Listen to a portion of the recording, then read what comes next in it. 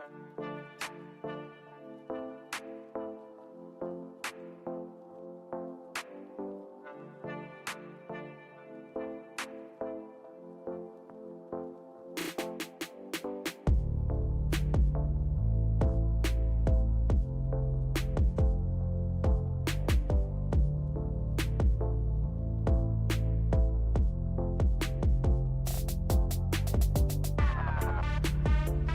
no one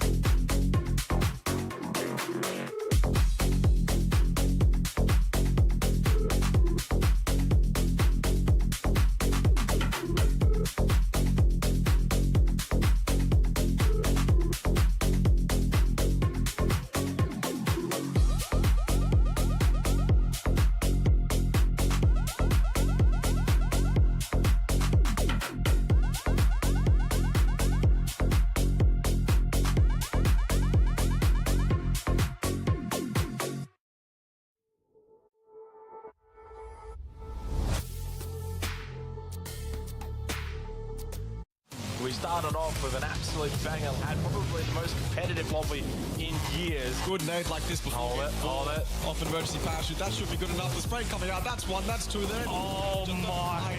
And no trades to come through. The Groza, it's sharp, it's 3 for B2. So Slightly doesn't let a single shot here onto Axel driving by, but he hits the flick headshot with a mini. That's a little bit better for Irrelevant. Great spotted, top floor, they've seen him. He gets the knock onto Savvy. Does he get the second? He does! Onto the Bam Bam!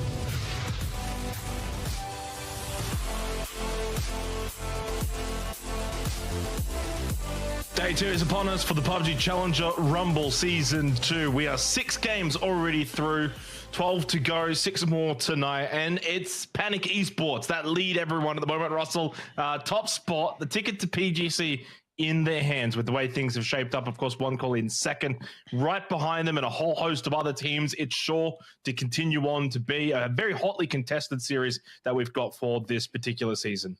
We hoped for a close tournament, and that's what we're getting. In fact, we're getting upsets, really, with Panic being at the top and one core kind of coming out of not really nowhere, but definitely performing to probably their peak. So, yeah, it's been fantastic so far.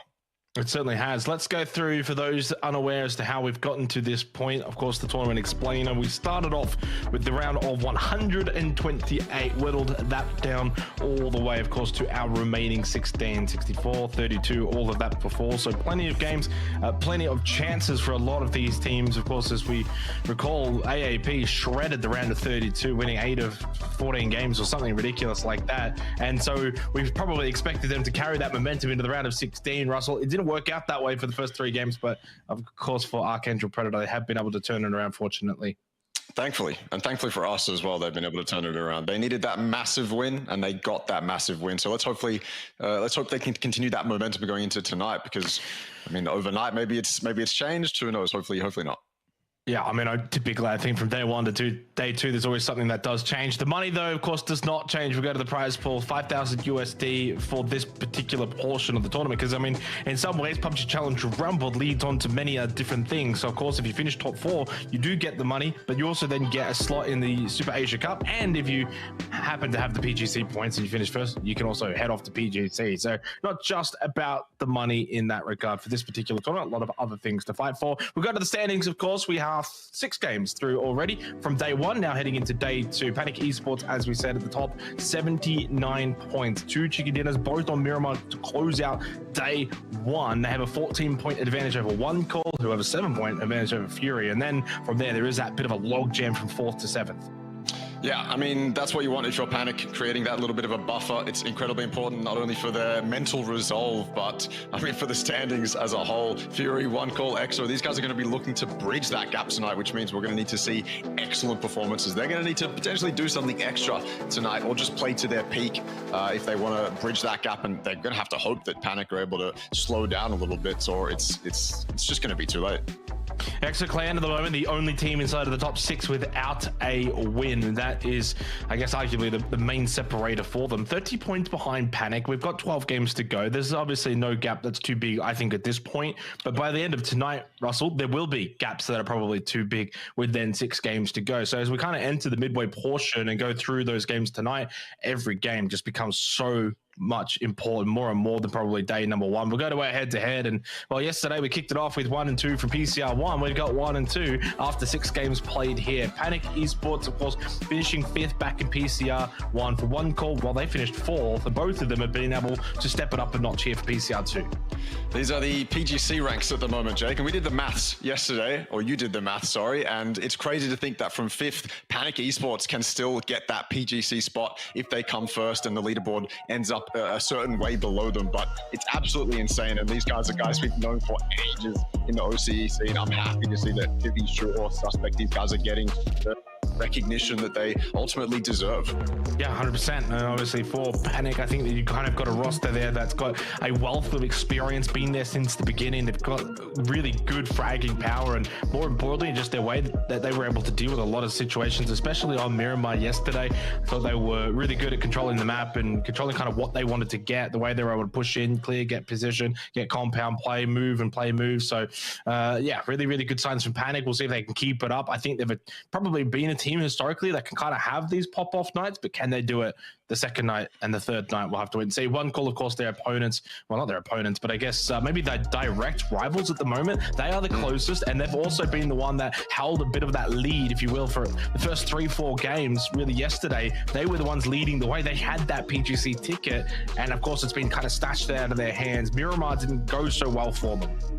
It did not. It really looked like a fantastic start, but then it just got worse and worse and worse. I'm hoping they can pick it up again tonight. These are names in the SCA scene we know these guys. Trick's kind of the only unknown factor for me, but he's been absolutely popping off, so I'm happy to see that. But the rest of the guys, they've been around for so long. It's good to see that the guys that have been around for ages in OS and APAC are actually being able to compete with the top. Yeah, 100%. I mean, I think you're always going to look at sort of the new talent that comes through and say, can they compete with these older, more experienced guys? And I think there's been a good mix at the moment, but the older guys probably getting the job done as we've gone through the first 6 games. We'll go to the map order for tonight, day number 2 here for PCR, and we are in a position where we kind of go back to where we started day 1. We go back to Erangel, then of course Tago, Vikendi, and then finish off with Miramar once again. So no more kind of order where you finish the night with 2 Miramar, then you start the night with 2 Miramar, and vice versa. It kind of is the same set through every single day. So Miramar's in the books. We head back to Erangel. It does mean for the likes of Panic, Russell, they weren't as successful. Not that they were bad. They actually had some really good moments even on Erangel, but Miramar's where they really brought it home. So there's at least now 4 games for everyone else to say, okay, maybe those 4 other maps aren't necessarily going to be as prominent for the likes of Panic. This is our chance to kind of catch up before we get back to Miramar at the end of the night. You got to remember, they were silently consistent. They were playing just get into that end game and grab those placement points, maybe get a couple of kills. And they did that consistently up until game 5 and 6, really, where they finally showed their true colors and what they can actually do when they reach that end game. And there's a little bit of challenge for them. There's teams that they can actually fight. Turns out they can actually go toe to toe with the Titans in the lobby. So happy to see that. But yeah, it'll be interesting to see if they still kind of maintain that silent consistency on the maps that aren't Miramar, and if they're able to show us what they did last night on Miramar again. But we got to wait until game 5 and 6 for that. Well, looking at some of the statistics for Panic, and Erangel was actually their worst performing map, and that includes, though, a 4th place with 1 kill. Every other map, a 2nd or 5th with 7 kills on Vikendi, and then, of course, as we know, 1st with 16 and 14 kills respectively on Miramar. Their worst game of the night was an 11th with 3 kills. So the consistency has been there for Panic, but Erangel clearly not anywhere near as strong as obviously the likes of Miramar or even Vikendi and Tago for that matter too. So yeah, there is a chance maybe for others to sort of look at this and say, okay, maybe our leaders at the moment, the leaders on top of the leaderboard, maybe Erangel's not quite being their best. This is a chance to get some points, close the gap a little bit, and we'll see if that does eventuate as we head into game number 1 for the night, round 7 overall. And this is it. You've basically got to look at these 6 games coming as now kind of like championship games. You've got to say, if you're going to be in a position going into day 3, in a good position, either leading or close to leading, you've got to do well tonight.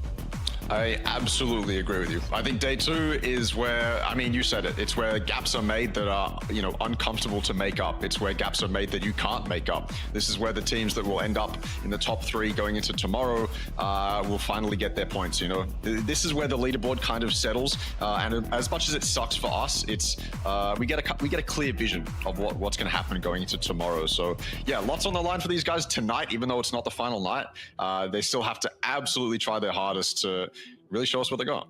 Yeah, we'll see whether or not that's going to be clear. Okay, so a lot of focus obviously on Panic in one call. We'll turn our attention probably to some of the other teams, Fury, EXO, AAP. I think probably the 3 to be very specific, because those were the 3 that we thought were going to sort of lead from the front for this particular tournament. A lot of the calculations that we were kind of making regarding the PGC points back from PCR1 was surrounding those 3 teams in particular, and they've all been good.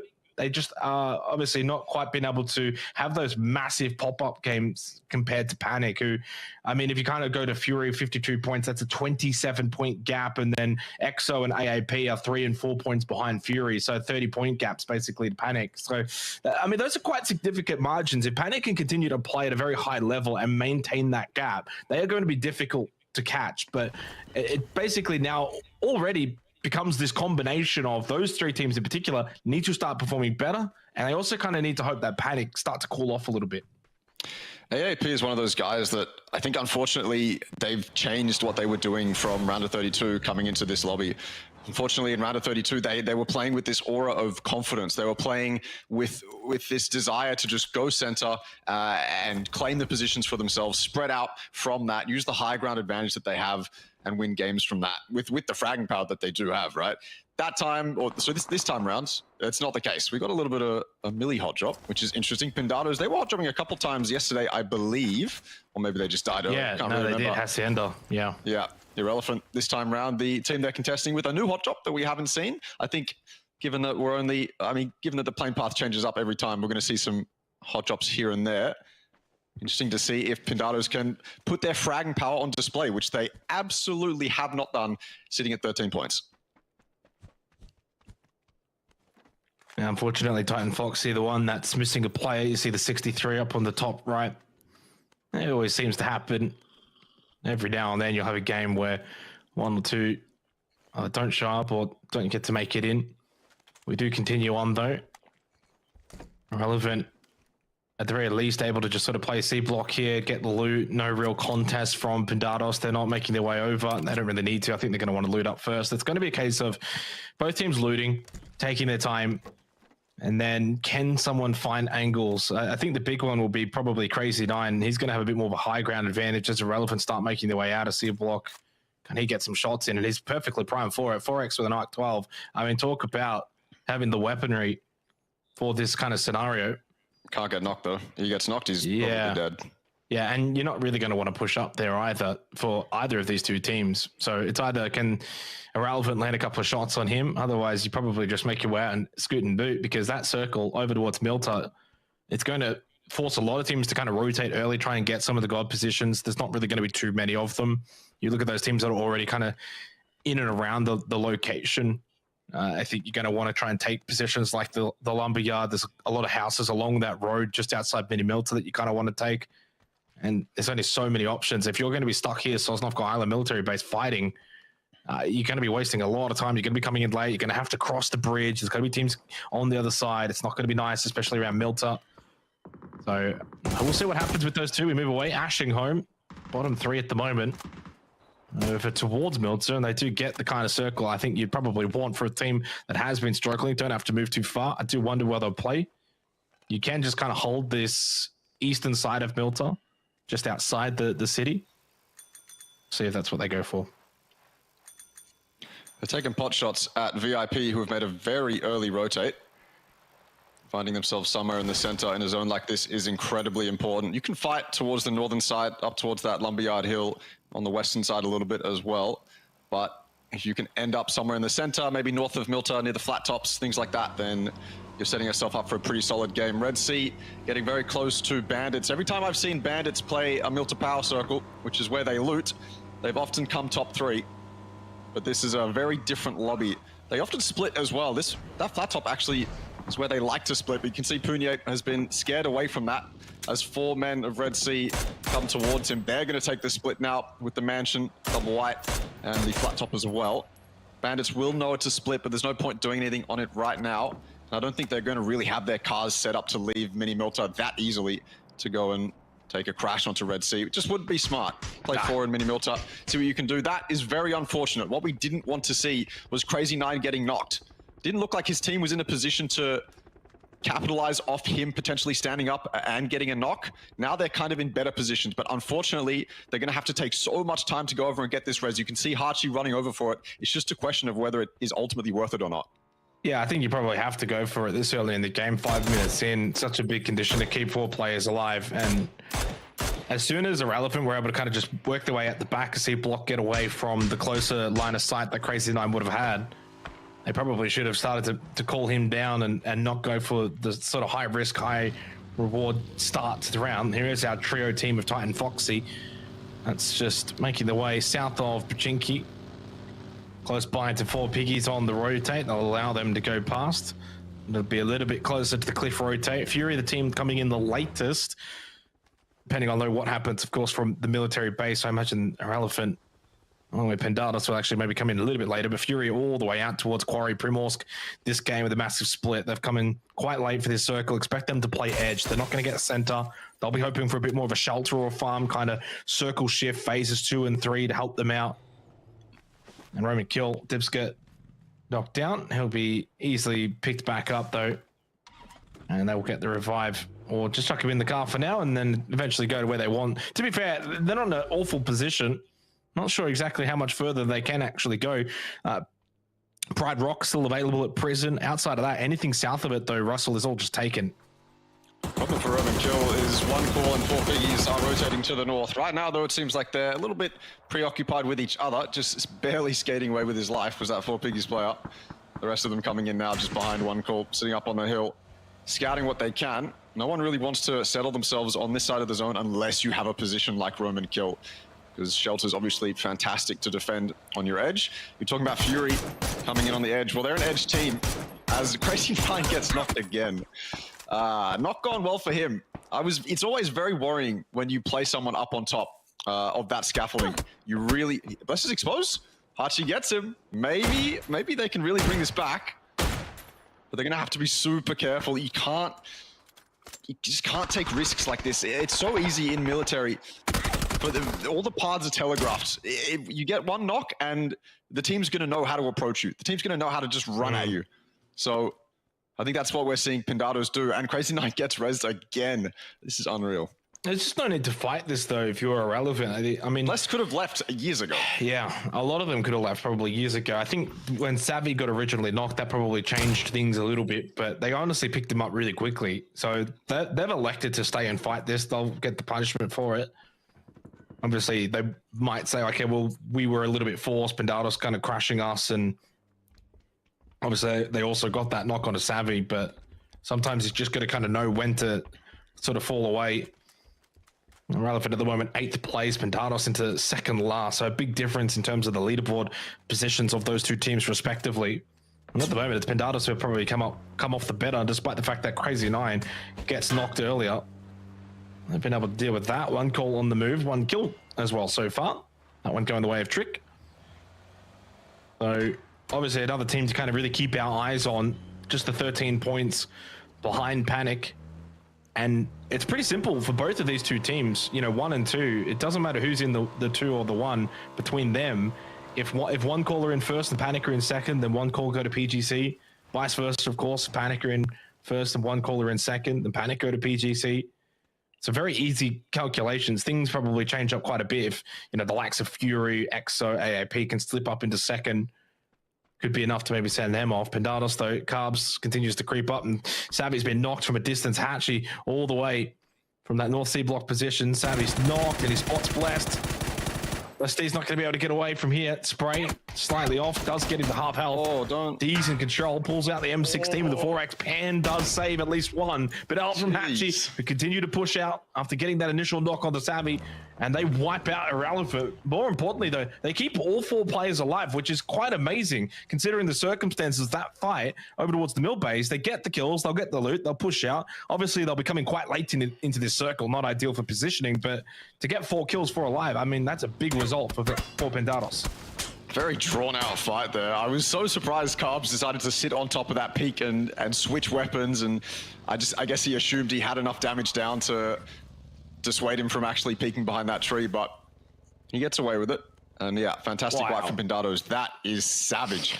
For a lot of teams, Bandit's actually in a fantastic spot to decide what they want to do. They might just stay. Lots of teams like Panic are probably going to have to choose whether they want to send it center, take the yellows, or just hold edge. So many teams are in the western side of this map right now. They're going to have to decide, all right, do we wrap north? Do we wrap south? Do we just send it through the center? Do we fight edge? There's so many different options for these guys. And I think it's just all going to result in a bunch of chaos. Well, the reason why that happens as well, Ross, is because you don't want to overcommit P1. You want to kind of just, if you're coming in from that western side, you kind of just want to sneak in, see what happens phase 2.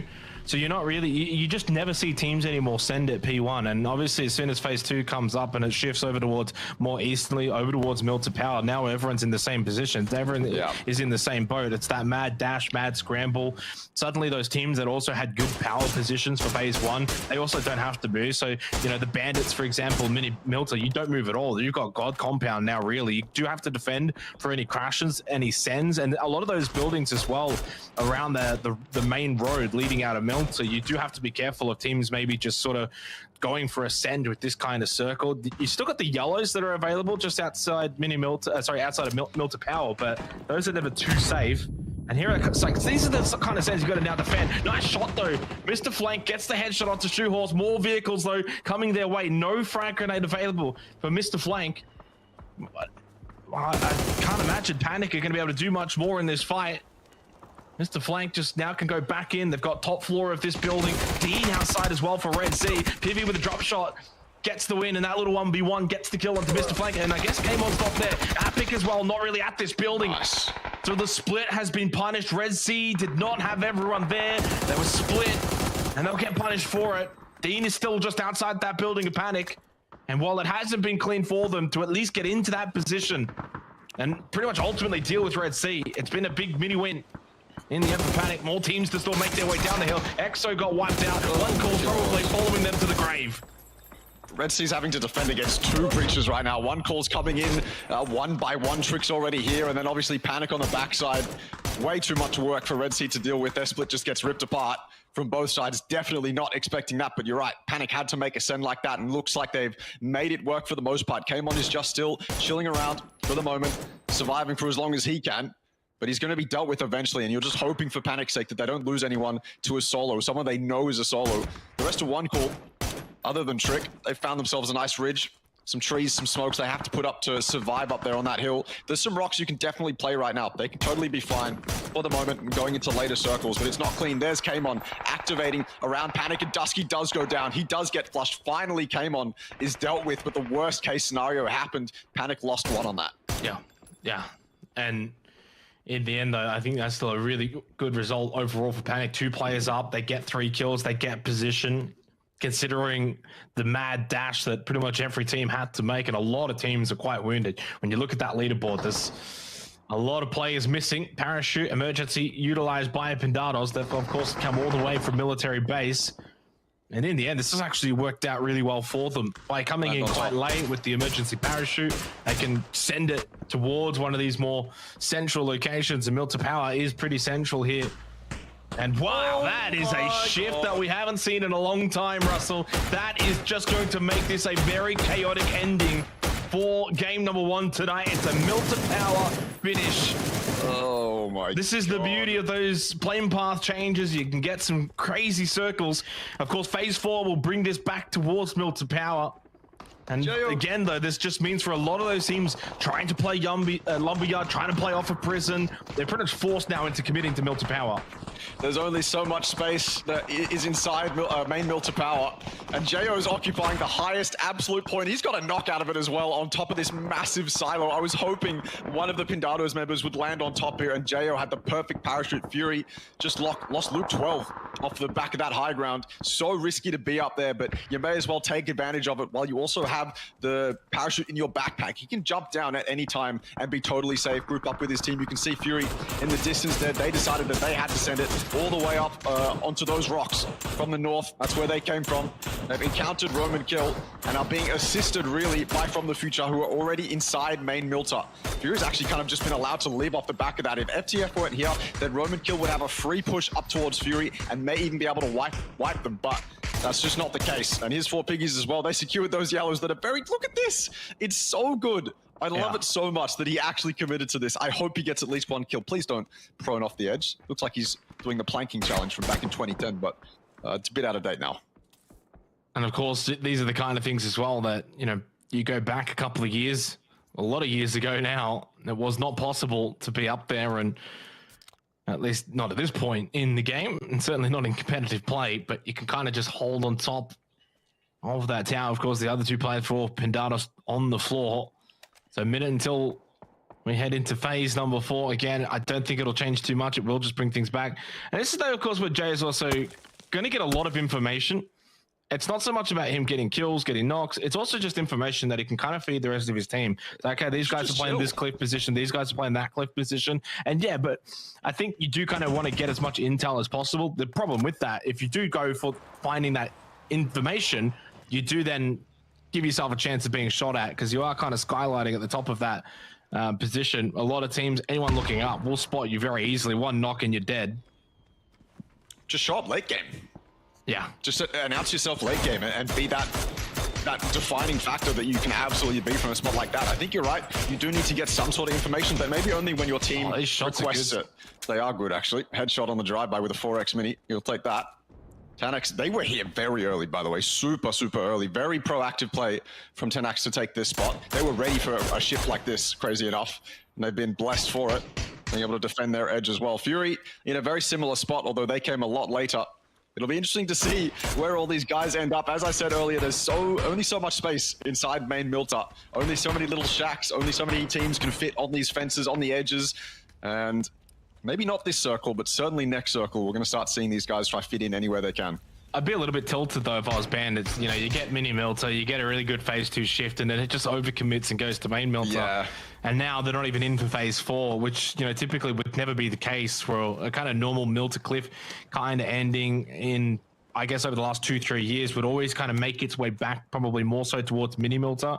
It hasn't. Of course, it's not in. Phase 4 and onwards will pretty much all be about main Milta Power. And as you said, yeah, there's not a lot of places that you can play. You can play the cliffs, but it's really hard to push off of these cliffs, and then you're quite vulnerable to these kind of flanks too. All it takes is someone on the back end of a cliff up north that gets a little flank. You're stuck in a little divot. You can't move out of it. If you try and push out, you go into this sort of open terrain. Everyone in Milta Power can then shoot at you. So yeah, you do get kind of stuck. It's very claustrophobic if you do go for the cliffs, but where else can you really go? You don't probably want to be out in these open positions. Ogapop says Not going to be able to hit that spray as well as he would have liked, but eventually does get the down. And Dipskirt, well, yeah, of course, Gops was quite low for 4 piggies, and Dipskirt gets the trade really comfortably. Doughty, though, he's getting shot at. That's Flowey. No, never mind. It's Jo from above. There we go.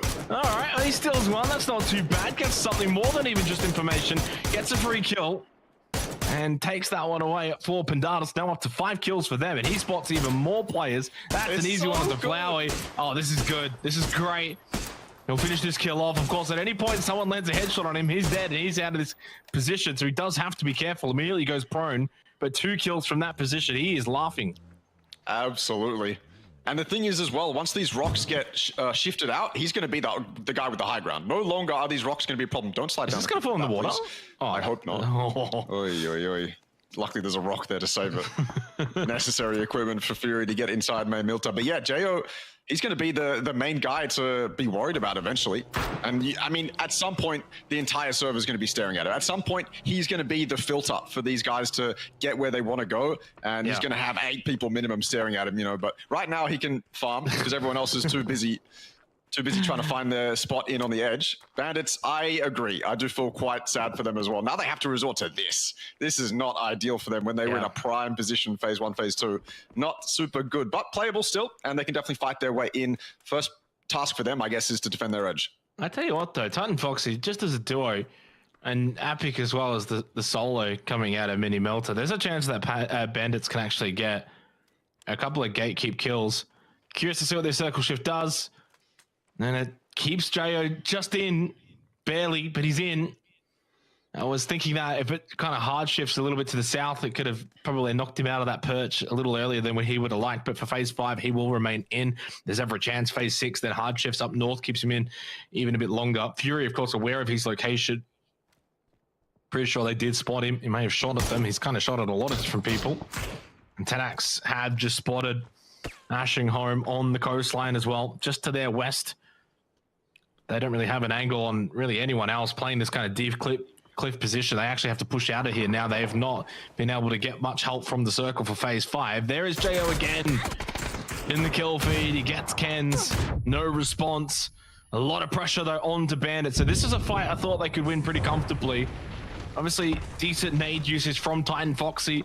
Just forces Killaroo and Punya to heal up. They've dealt with a couple of their vehicles, but that knock onto Hen so influential for Bandits to be able to win this fight really comfortably. That stops all of the firepower from Titan Foxy. Not that there was much.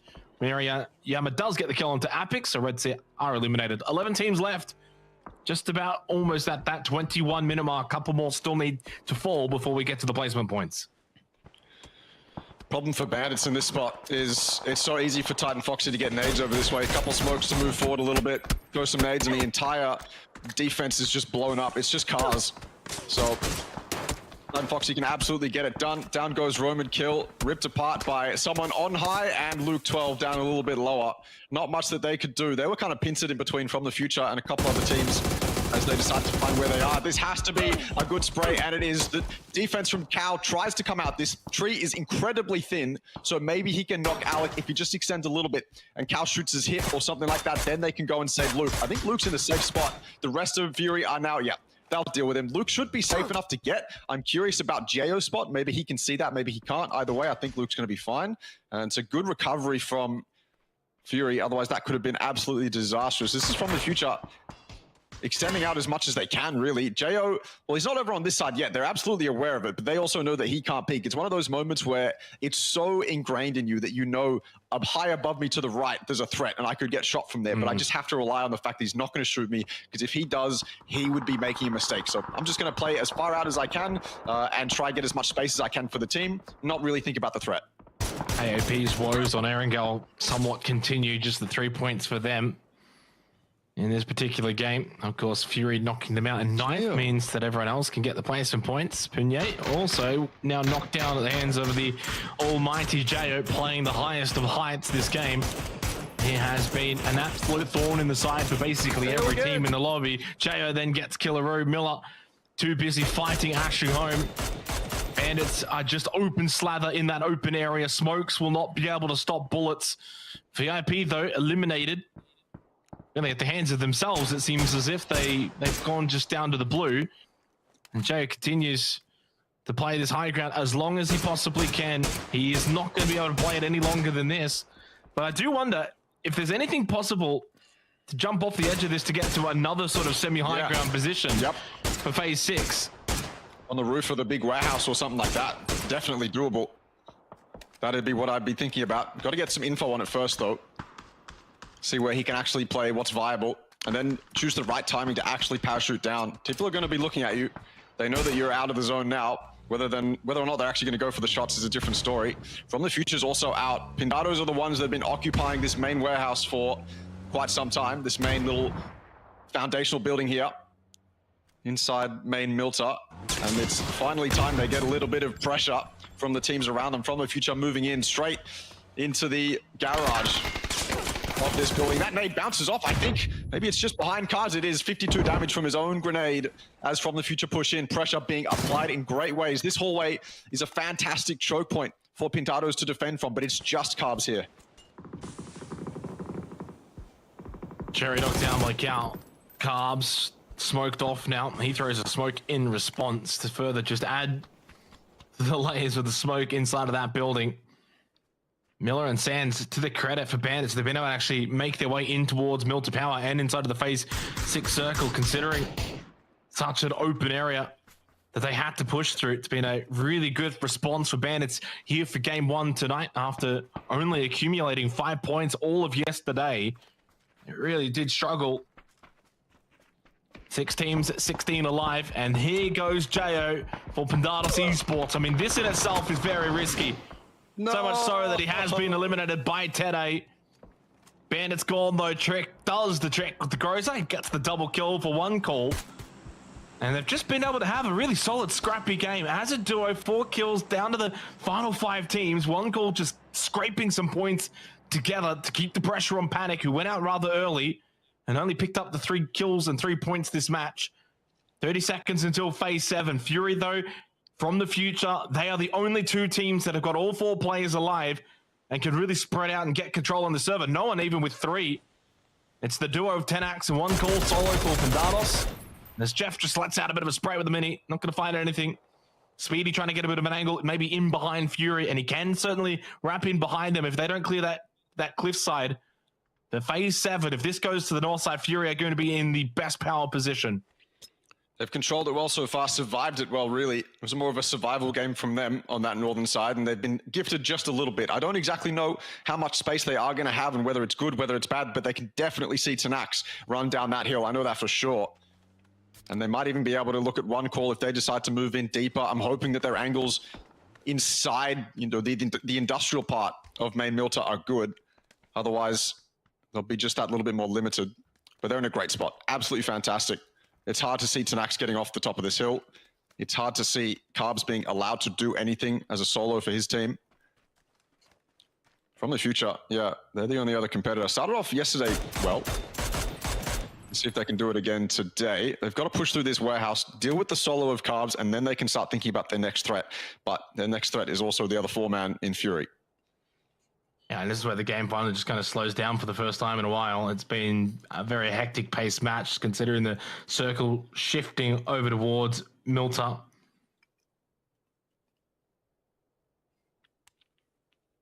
So as it slows down, nothing really that a lot of these teams can or want to do.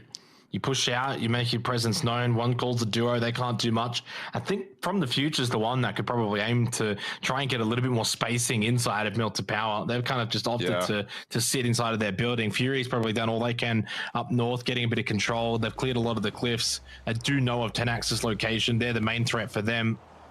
Are they aware of Carbs, though, as the solo up close? Might not be. Speedy trying to keep an eye. Of course, they're aware that Fury have been up on their north side. Just making sure, I guess, that Fury aren't going to wrap.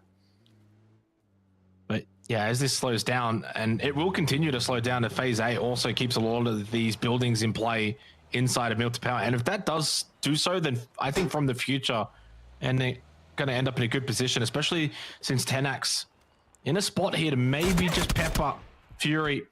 Although they found themselves pinched. Yeah, one caller peeked out, and they've also got eyes on Tenax. So Jeff goes prone. Tenax aware of this, but they're just inside of the circle. The question is, do Fury push on this? I don't think they should. They're a bit open, aren't they? It looks like that. But it's just cards, I think, from the future are so far back, it doesn't matter. They can get away with this. It's just one call, but it doesn't matter. Holy. Just quickly get that out of the way and then move back to focusing on the real threats. The thing with From the Future as well, the reason they're playing so far back, I think, is because they're scared of solos. The likes of Carbs, maybe even one call coming around and wrapping their warehouse. They didn't want to be caught off guard because there could be a cheeky rat that enters in their main door. And they don't want to lose anyone to that. So they're just going to play this endgame as a 4-man, and I have to respect it. I'm just wondering if they're going to run out of time to deal with the threats of One Call, Carbs, and Fury all at the same time. Although One Call have some angles on Fury. Could get interesting here if One Call decides to show up and start activating in this endgame. Get a couple knocks, but they are firmly on the edge, outside the zone. And Fury have extended just far enough to hold them out as well. Luke just trying to wrap on the fence line. Get some information. Molotov goes out. Fury wanting to make sure that One Call are not going to get a free push out of that warehouse. 2 more frag grenades available for Waiki Kamuka. That grows a retreat. Got to keep that in mind. He's been able to put it to good use this game. It augurs well in hands for Nandu. But I think Cow's just trying to make sure that they don't get any closer. Trying to put as much pressure as he possibly can. Mark 12. Niku's also watching with a really solid angle. It's really all about just dealing with these two. Then you can kind of turn your attention over to From the Future. Blue Zone Nate goes out, but it's also going to miss the mark. Fury not that close. So just reaching the 29.5 minute mark, and still From the Future not really opting to push out of this building. They'll play it for as long as they possibly can. Gives Fury all of the external positioning. Interior, though, for that warehouse, fully controlled by FTF, and if that circle obviously is going to end where it is, they will have to eventually push out of it, and Fury are in the best position to capitalize. Dot is just outside Carbs' building, I think, just looking at the circle. So he's going to be able to stay alive for a little bit longer. But yeah, it's getting scary. From the Future. They're here, they exist, but they haven't really shown themselves, and there's Carbs activating the one threat that they had to deal with, the first priority that they had, showing some resistance. Now they know where he is, though. They can take this a little bit.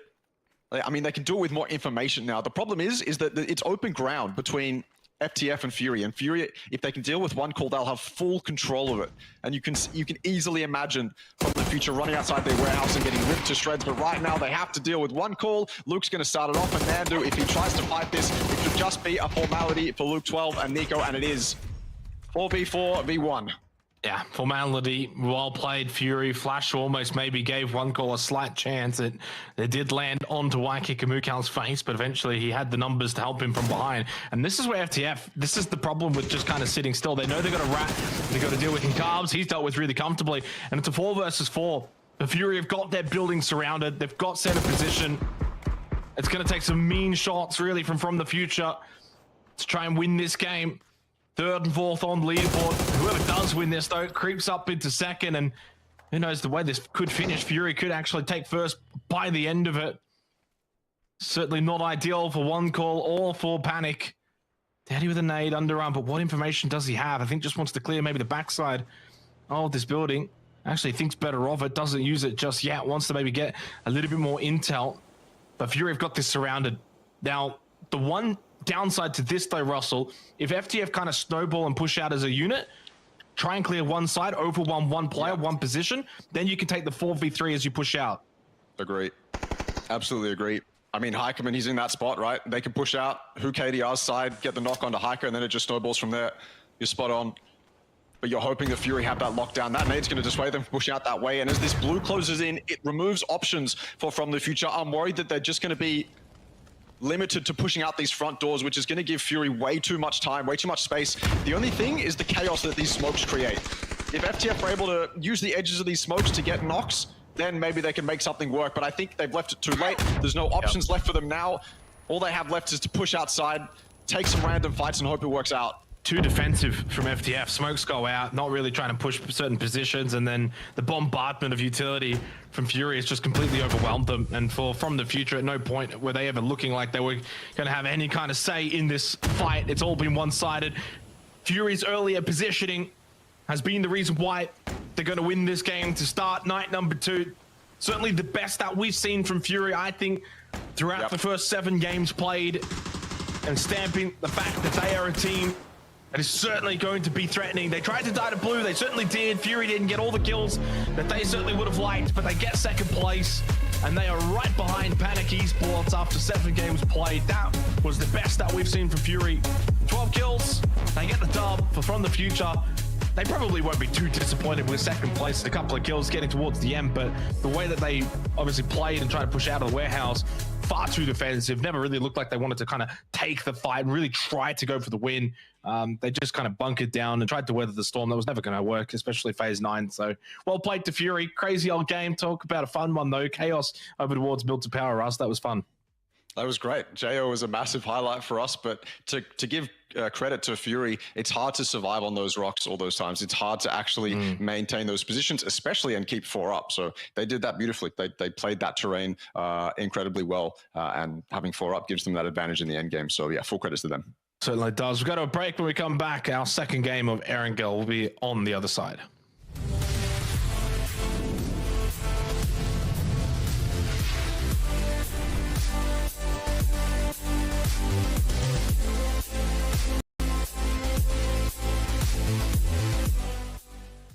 Welcome to the update 26.1, where you'll experience a rejuvenated Erangel, the return of tactical gear, the launch of a new rank season, and much more. Let's get straight to it.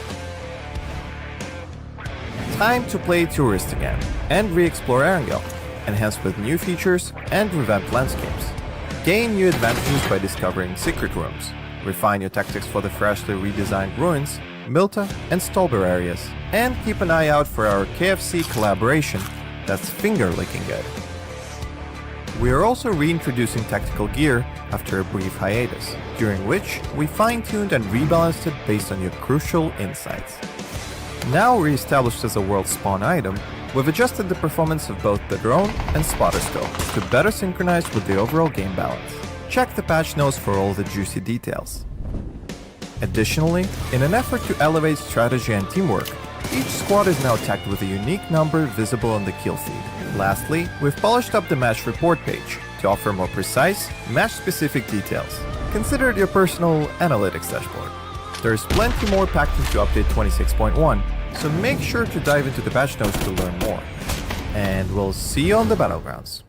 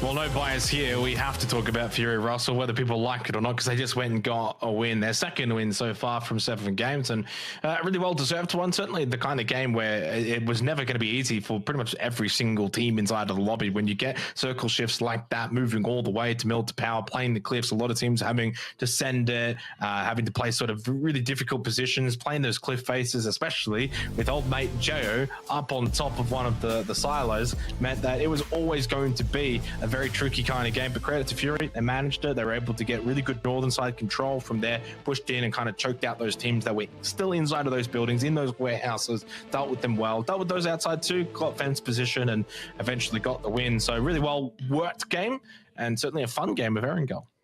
I think you gotta compare Tanax's position and Fury's. Not identical, but similar. Tanax ended up losing 2 on the rocks, then they came down and lost everything. Fury kept 4 up on the rocks, they came down and won the whole game. That's the easiest comparison I can make. I think one thing with Tanax, though, was that at least they still had other teams pushing the coastline, the beachfront, coming in from Mini Milter as well, whereas Fury didn't have as much coming from like those northern yellows close by to Milter Power, or even really just the cliffs as well, because those teams that were playing those cliff positions north of Milter Power, they were being pretty much shot by Jo and all the other teams. Shot by Jo, shot by FTF. Exactly, yeah. So they had a kind of difficult time, which did relieve a lot of pressure for Fury. That certainly did help them go their way. Now we obviously now had a bit of a rough game as well from Panic. They didn't really get to capitalize too much. So their Erangel woes continue, Russell. I did say it in the pre-show. That's been the map that they've kind of really struggled with a little bit. To be fair, it wasn't really their fault. I think this is the kind of game where you don't really put much blame on any of the teams. And also, unfortunately for Bandits, considering they had a good mini Milter position that got overseeded by the fact that the circle just continued to shift away from them. Not fun if you're Bandits, especially when you see that phase 1 pop. You have so much hope going into the game, and then it just destroys any semblance of hope you have. And AAP as well. I don't know what happened to them mid-game, but I saw 2 of them coming from the north, swimming up to the rocks. I was like, okay, if you have to swim in a circle like this, something's gone disastrously wrong. And it was only 2 of them as well. So I don't know what happened, but yeah, they need to build that momentum from yesterday as well. And of course, one more game of Erangel, Russell, and then we move back away from it. So you kind of look, I was just having a quick brief look at who performed well yesterday on Erangel. Well, Fury actually was one of them. They had first game, no placement points, but they 8 kills. You think back to game 1, came out of the blocks, looked amazing, then got a win with 8 kills. Now they got a win here with 12 kills. So if you actually take those 3 games of Erangel that we've had and get rid of them, they're like a middling 9th or 10th. So Erangel has kind of been their safe haven. The question for Fury will be, at least after this match, can they perform on Taego, on Vikendi, and on Miramar? We know they can. It's just a question about whether or not they actually want to. I know last night in Game 6, there was a team kill incident that we were very shocked to see, but I thought that they had a game crash. So things like that can happen and totally ruin the momentum of a completely winnable game. I didn't even see a team kill, to be honest. I didn't remember. Yeah, it was just Game 6. I think Cal knocked Luke or vice versa, or either way. Yeah, game crash happens sometimes, and it can totally ruin you. But hopefully that doesn't happen tonight, because I want to see them do what they do best on Taego. Taego's a map where, we're not at it yet, but Taego's a map where you can play Edge exceptionally well, and Fury is that Edge team. So let's hope we get to see that. But right now, yeah, straight down the middle, playing path is very even. I'm just now wondering whether we're going to see that military hot drop again. Yeah, we'll see whether or not that does take place. It was a bit of a strange one, and I think it started off looking like maybe it was going to backfire for Pindados, and then they just turned it around. Irrelevant got caught making their way out of C block. They lost a couple of knocks, and then they tried to push up the hill on the north side, just outside the fence line, and then again got knocked a couple of times. And credit to Pindados, they kind of forced it. They will not go for that drop though towards military base. They've just dropped over towards Rozhok. So good news at least for Irrelevant, who don't have to contest for that position Bandits. here. Bandits are next to them. Well, that's true. Bandits are actually next to them. I don't know what they're doing. Maybe they're going to go south, flute south a million, and rotate up. They can still go to Nova from there. I mean, I think Bandits might have just thought potentially with that kind of playing path, it's late. It's going to get to military base late. Maybe Irrelevant might go for an alt drop, and obviously they've kind of had to drop from that location anyway to get to Novo. So I think it just ends up being a Novo drop. And had no one else gone with them, then they would have gone Millie. But yeah, nothing really to see there. They've gone over towards Novo, no hot drop, and I don't see any hot drops anywhere else on the server. So game number 2 for Erica. We won't really see too much fighting happening early on. Circle has popped up to the northern side. Will be encompassing Rosshock, the Yazzie Pond, Severny's still in as well. And on the very south side of the first circle will be Potato Hill. So pretty daunting game to come. And obviously when you got a lot of that Rosshock River still in play, a lot of things can take place with these kind of games, especially when it comes down to splitting the north side, south side, depending on how that plays out, or if you have to play in and around the Yazzie Pond. So these are the kind of circles I like. Personally, I actually prefer these than, say, your southwestern circles around Gatka Fields, where they can get a little samey across the board. These kind of circles really dictate how you position, where you position, what compounds that you can take early on, if you can get God compounds, and then also a little bit of that predictability. Can you get the north side gas? Can you get the south side gas if Rozzy River is in play later on, phase 2, phase 3? It's that gigantic 50-50 that they have to consider. And it's not easy to get from the north to the south or the south to the north on a zone like this. Teams are going to be, as it gets smaller and smaller, these guys are going to go closer and closer to either bridges. You can guarantee there's going to be a team, whether it's Pindados who are currently in Roz or another team that comes by later on, they're going to be close to that Roz bridge going to the north, because they know that teams are going to want to take that if it goes north, if it goes south, to rotate. I mean, those are, sometimes those are the only options you have as we get into phase 2, phase 3. But I mean, if you're a team like Fury, setting yourself up on the north, that's probably one of the better spots you can be, just because of the high ground that you have. Plus, it's a spot you can kind of play a little bit late, get all the information in front of you, see who's leaving the spots. Maybe someone leaves Rooftop or Zoid's compound, whatever you want to call it. Then you can backfill that, something like that. So I think north is probably ideal, but that is not where the majority of teams are right now. So it would be quite rough to the southern guys if it did shift north, especially if it looked like it was going to go south and then shifted all the way north. We'd be loving it, but everyone else would be hating it. Yeah, it'll be a little bit slow and steady for this particular game, which I think is somewhat reminiscent of what we saw yesterday. Game 1 to start the whole tournament, Russ, was like this go for broke, send it, all these fights happening early, especially between EXO and Fury. I think they ended up picking like 15 kills inside of the first 15 minutes. You don't typically see that. Should mention as well, Titan Foxy once again playing as a trio. Seems like one of their players has obviously not been able to make it tonight, which is not ideal, but being completely honest, sort of one of the bottom teams anyway, so not really fighting for one of those top spots. Nothing worse than one of the top teams that have got a lot to fight for due to external circumstances, misses out on a player or two. So yeah, nothing too crazy there. Fleaways, first one to technically die this game. It means 4Piggies also joining Titan Foxy as a trio for the remainder of this one. But yeah, I don't think we're going to probably see too much. Scops continues to get sprayed at as they go through. Ironically, Titan Foxy, the other trio team that I was just mentioning, its hand with the spray. And the Mark 12 did land a couple of those shots onto Okigops. One more to drive by through the Gatka Fields, making their way up to the northern side. And the reason why probably you don't, I think you're going to expect to see too much action here is because you're going to get a good split of teams that go north and a good split of teams that go south. Yeah. And so you're going to have really a lot of positions that are quite vacant, and there's going to be a lot of options for the majority of these teams. Some are going to play for phases 3, 4, so they might go for sort of god positions like the compound north of Yazzie Pond, kind of just seeing VIP lingering around there. Might not want to commit to that. Maybe you hold the gas station on the bridge. So there's a couple of places where you kind of have to think almost 2-3 circles ahead, Russell. Yeah, I think the reason we're not going to see too much action is because there's that giant decision that these guys have to make. I mean, we're getting a little bit of Mad Max action now, but this is fun. This is great. No shots actually landing. I mean, sometimes you get stuff like this. Very, very superior compounds in a zone like this where you can make crucial decisions. Sometimes teams will fight over them. Carbs, he's going to open it up as they enter through that double window, but he's going to get shot in the back. I didn't even realize the trick was there on that wall behind him. So this is bad for Pindados now. They've just had to regroup. They're not really in ideal positions to take this fight. One call, have full control of this compound. It's just Crazy 9 inside that single building they have to deal with, and then they can make it a lot easier for themselves. Oh, door open up, Crazy 9. They can't land anything with the barrel up close through the barb windows. It is going to be an easy kill for Chibarette. Crazy 9 couldn't really get involved in that fight in the end. Hatchie. But he just gets sprayed down. He also just opens the door and cops a couple. Joe, once again, playing the high ground, not quite as high as he was back in the last game. And it seems as if this is going to be a pretty easy win for one call over at Zoid's compound. I don't think JO is going to be able to do much more damage from there as a solo, especially once one call just kind of regroup. That's a very ambitious nade from Tindidi. Although Monty actually stops at the tree. He's getting shot at though from both sides, trying to play up on top of this ridge. And Rip's actually been knocked and finished off. Titan Foxy as a trio, causing some strife. Originally out of the Gaka Fields up towards the north side, just near Georgia Paul now.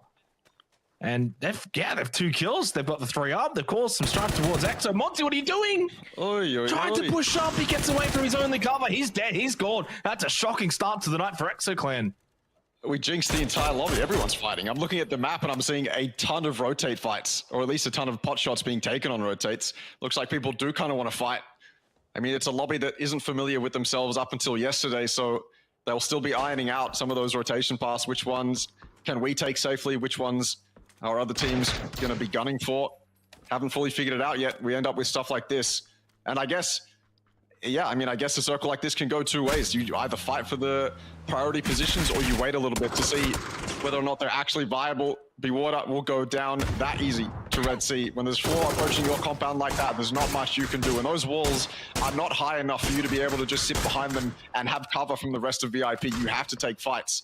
And VIP just not on the cover in time. Even if they were, I don't think Bewater would actually live through that. There's just no way with 4 Red Sea breaching onto Alamo like that.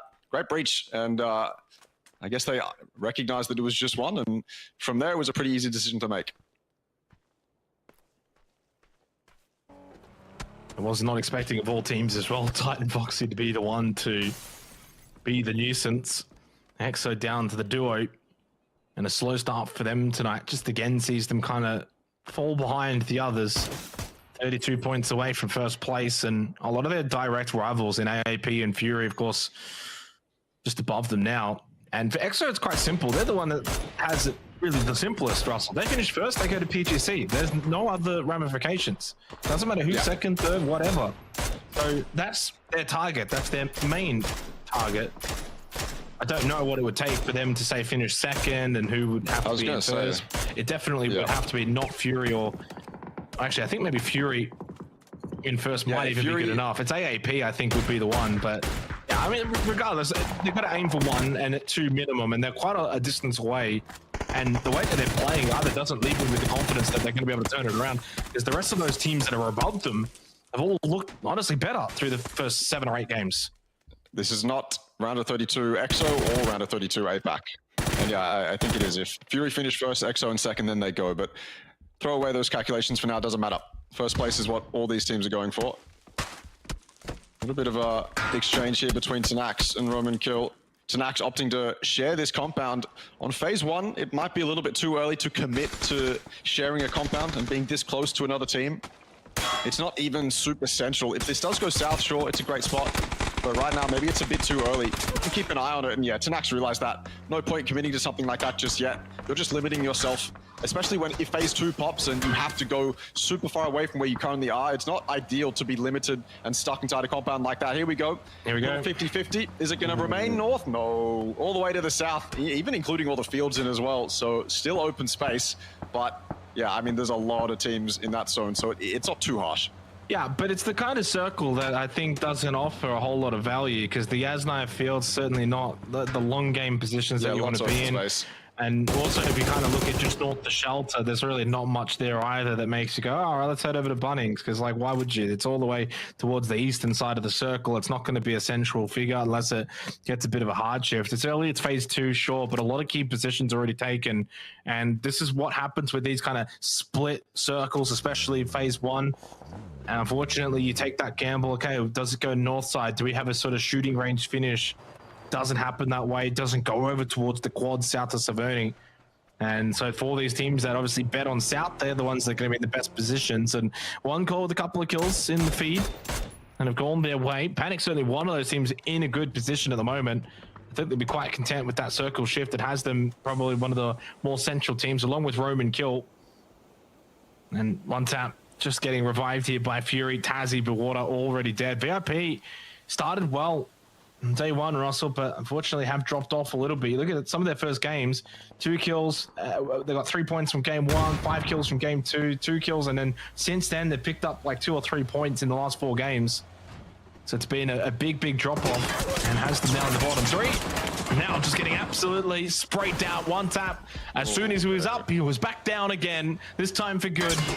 Fury just has to drive away as the solo, and that Darcia is about to blow up. I think he has just been able to get out of the sightlines of one call.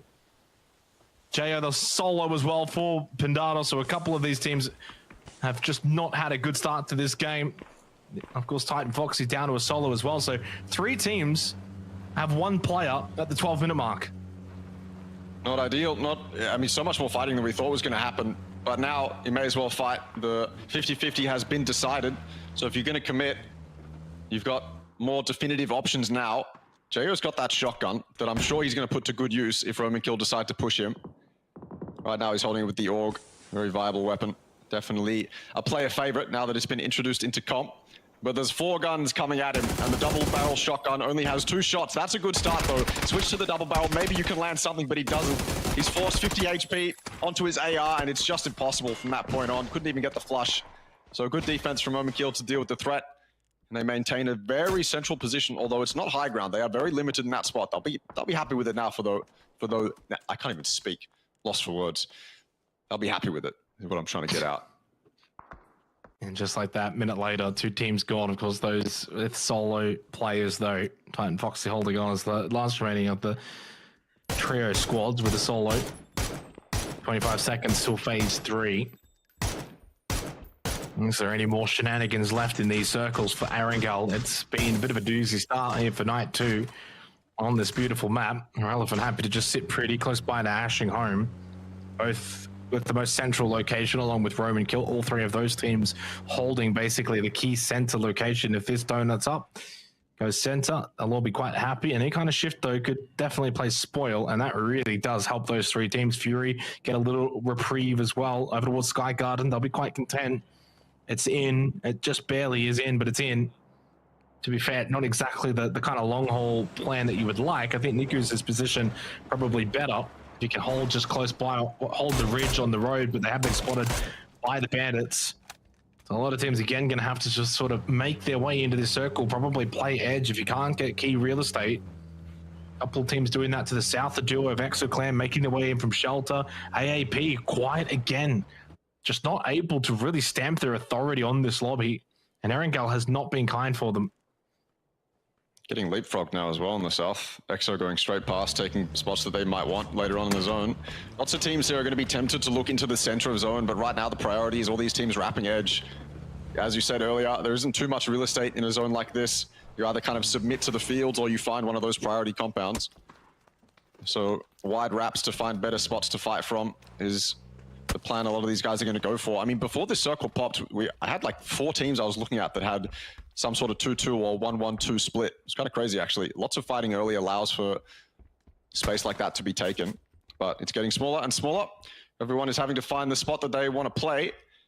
And even if it's something on edge, like where one call is sitting right now, all 4 up, they'll be happy enough with it.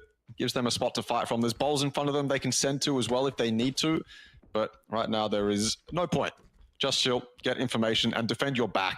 I think that's probably the thing that everyone wants to do right now. Because zone is not even in yet. Teams are still having to make these wide rotates. I think Fury is one of those teams that is definitely going to be tempted to look inwards and try to get some cheeky kills. But, you know, fighting from the future is not worth it. Just putting pot shots towards them, it's not worth it. Play behind, make sure that you can have all that time you need to look inwards later on. I don't see any team wide wrapping them at the moment. They look actually fully clear on their side. I think everyone's chosen their spots, but in another universe, they definitely would be having to look behind. You have to remember as well, so because there was those fights that happened phase 1, and there's been some wounded teams and now eliminated teams, so Titan Foxy's a solo, Pendados and VIP both eliminated. That does kind of allow a little bit more real estate for phase 3 circle, even one like this, because you haven't quite got another 12 players, for example, that you need to fit into some of these key areas. But more or less, this is just kind of a slow round because no one's wanting to push. I've been watching the map, no one is moving, even AAP, who are just trying to play the main road coming out of school close by the shelter. They're just not really wanting to move. Elgin Bolts is on a scouting mission. Yeah, I think just trying to get information just to see where Patrick and Alec and then where can they push up to. Look at those traces on the map. Oh my god. Those aren't easy shots. That's a really good circle for Fury though. So Sky Garden stays in and forces a lot of those teams out to the west now. Where do they go? They can't go anywhere. And if you go to the center of that position, you are vulnerable. You're out in the open. You're going to have to play car forts at a tree. You're going to have to try and play bushes. You're going to have to try and play fields if there is any, especially the edge of Yasnaya. There's just no real estate available. There's no compounds. There's no massive positions. Bandits have one of the key positions, of course, of Bunnings on the south side of this. Irrelevant aren't going to move. From the Future's not going to move. Fury's certainly not going to move. You can't really do a whole lot. You can justify sitting at center. It's harder to actually justify a wrap right now because this isn't one of those zones where it's as easy for you to actually pull off. So you're going to have to go through the center, seeing AAP and EXO both sending it down the main road in the center of the circle right now, the one that splits it in half. Sending it straight to ball. No way! Get out of here, EXO. You thought you had a chance. Top of the PGC leaderboard. Get run over. AAP putting themselves in the center of the zone. They'll be happy with that, running over one of their main competitors as well. Fury, though, staring at AAP right now, knowing that they're a threat, knowing that they're a competitor. And sometimes you have to do things like this, like what Panic are doing. Thank God that this has been introduced into the game, otherwise it might be harder for them to get into the circle. But remember, they're going to have no cars, so they need somewhere they can defend without cars. And in a zone like this, I just don't know what's available like that. I don't know where they go. I legitimately have no idea what the plan is and where they land. Obviously, they kind of had to send this. They were far western side, basically in the blue, but the emergency parachute pickup has kind of picked them up. So your guess would be as good as mine as to where they go, Russell, because I don't think they can land Sky Garden. I think Fury will just shoot them out of the sky if they do go there. If they go center without cars, they're not going to have any fortification, as this is basically what is going to await teams that do push in with the vehicles. Cherry, good positioning. I love the little entry back into the UAZ, but unfortunately does get shut down eventually by Trick. Nicely executed by One Call, winning this battle with Tenax. Irrelevant, though, are thinking about pushing out. This is a good choice by them. Seeing what's happening and hearing the shots and the commotion, they can sense a third-party opportunity outside of their building. It deals with a threat that's close by as well. So Samoy and Trick just now having to hold on for this ever-pushing presence of Irrelevant. 7 kills for One Call. Certainly been able to get some points this game. Shield goes up. That can at least help a little bit. Blue side nade thrown out. Sohan, though, still has 2 frags. Irrelevant, though, blessed knock. That's Rain. That's Tenax helping out One Call. From that little bus stop, or what used to be a bus stop, now a shack on the road. And that spot that Panic took as well, that's the only spot I thought they could take, but without cars, you can see Bandits lighting up the kill feed with them.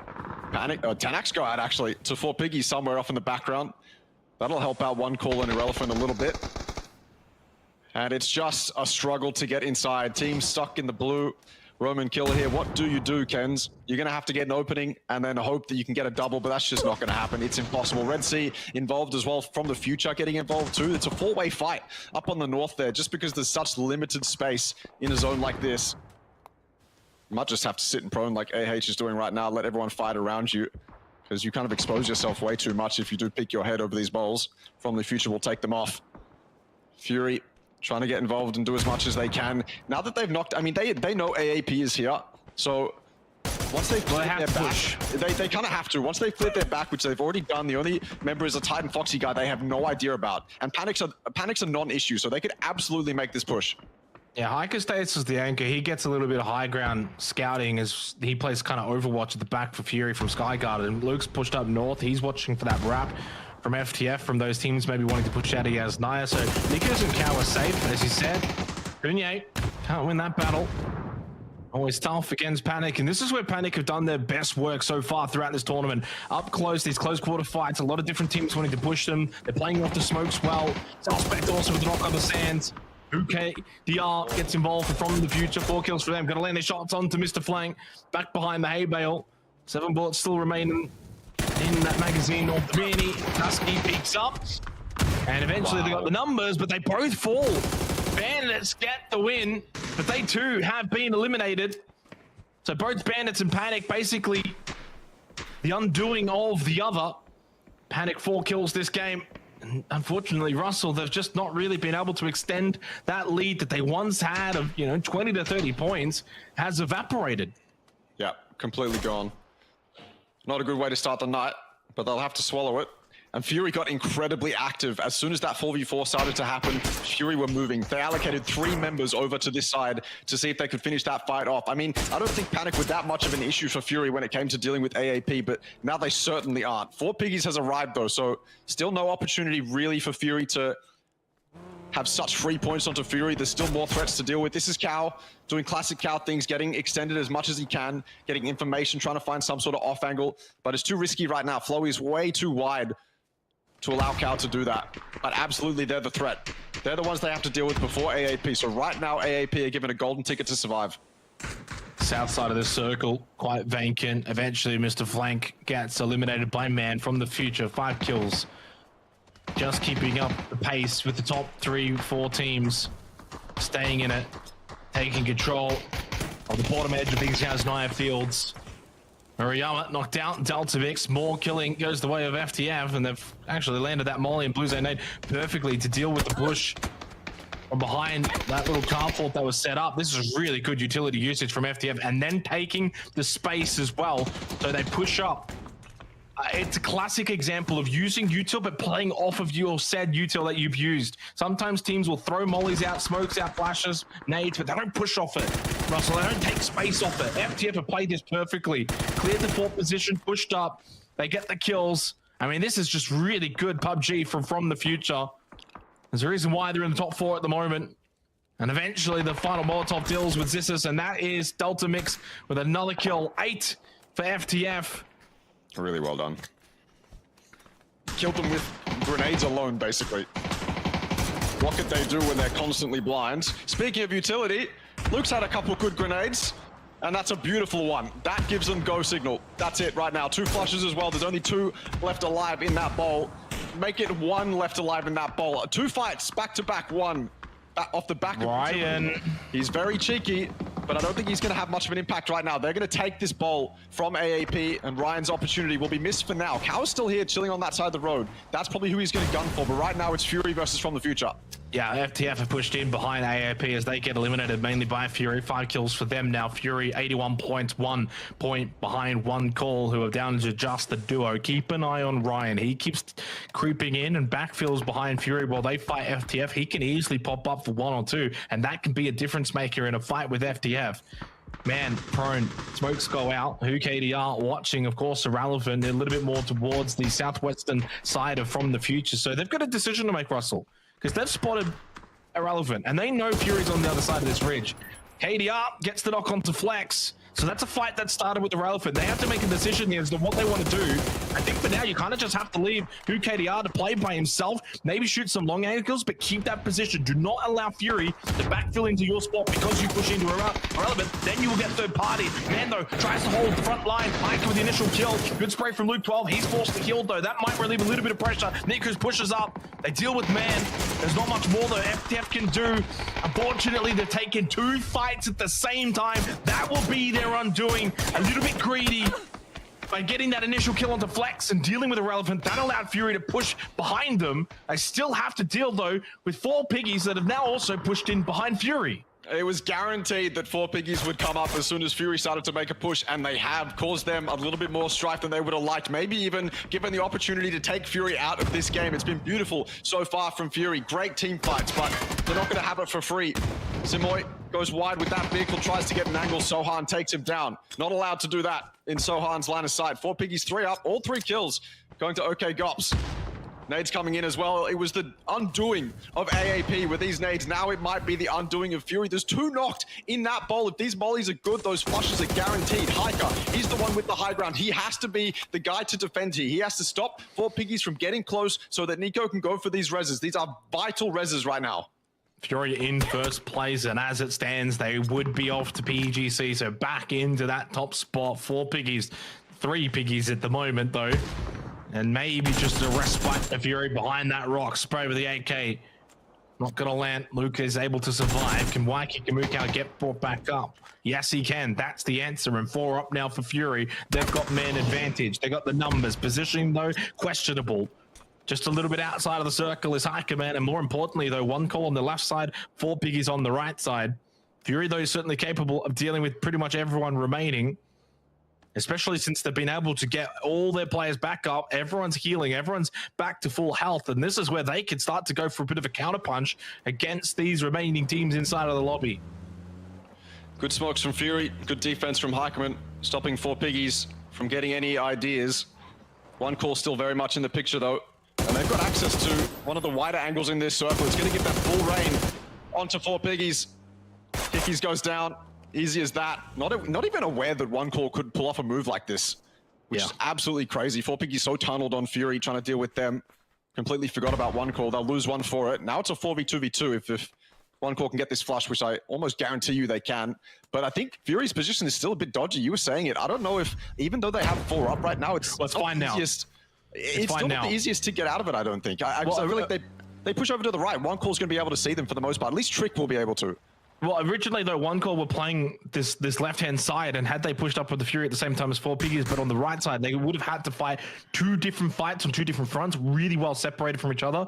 So they would have had to overcommit to at least one of them, but that's not the case anymore. With 1Call wrapping south, getting a kill onto 4 piggies, that's alleviated some of this pressure. What a nade, though, from Samoy, apparently out of nowhere, just nades the tree, and Hikerman is behind it, gets the knock. So Fury down to 3. I don't think Hiker's going to be resible here, and this probably now forces Luke 12 for Nikos. What do? Do you overcommit? Do you come and deal with 1Call? Do you then allow 4 piggies to backfill in, take the north side, push him behind you? So you can clearly see they're thinking here, they're communicating what they want to do. Cow plays the smart, he goes for the revive, gets Hiker back up, but then it is that other fight. It is GoGaps that gets the knock onto Luke 12, and this is kind of what I was talking about. It is actually now starting to happen once again. 1Call play left, it's 4 piggies play right, and that's putting Fury in this position where they can't fight 2 fights on 2 fronts. Oh my god, 1Call are going so aggressive. They don't care about 4 piggies. Just like 4 piggies didn't care about them. Same story here. 5 kills to Trick. Oh, Flowey. Look at Flowey on the south side. So 4 piggies, though, they've done what 1Call did before. That's now they've actually wrapped south. This is so good for Fury again, that these guys are not overcommitting to Fury. They're trying to just backfill on each other, and Flowey's been able to get behind the spray, though, with the AUG. The 3X doesn't fully connect, and now 1Call know that Flowey is in behind them.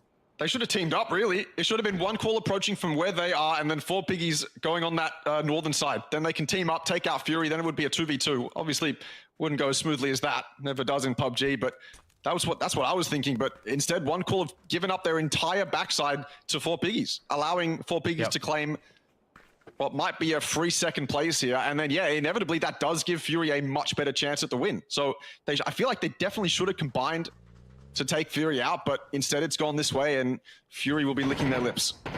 Samoy up close, or at least a little bit closer. Flowey again, trying to put that AUG to good use, but here come Fury, and now they can commit as 4. They push onto this position, they hear the shots, and I think they've finally been able to understand that a player from 4 piggies has pushed in behind these 2 players of 1Call.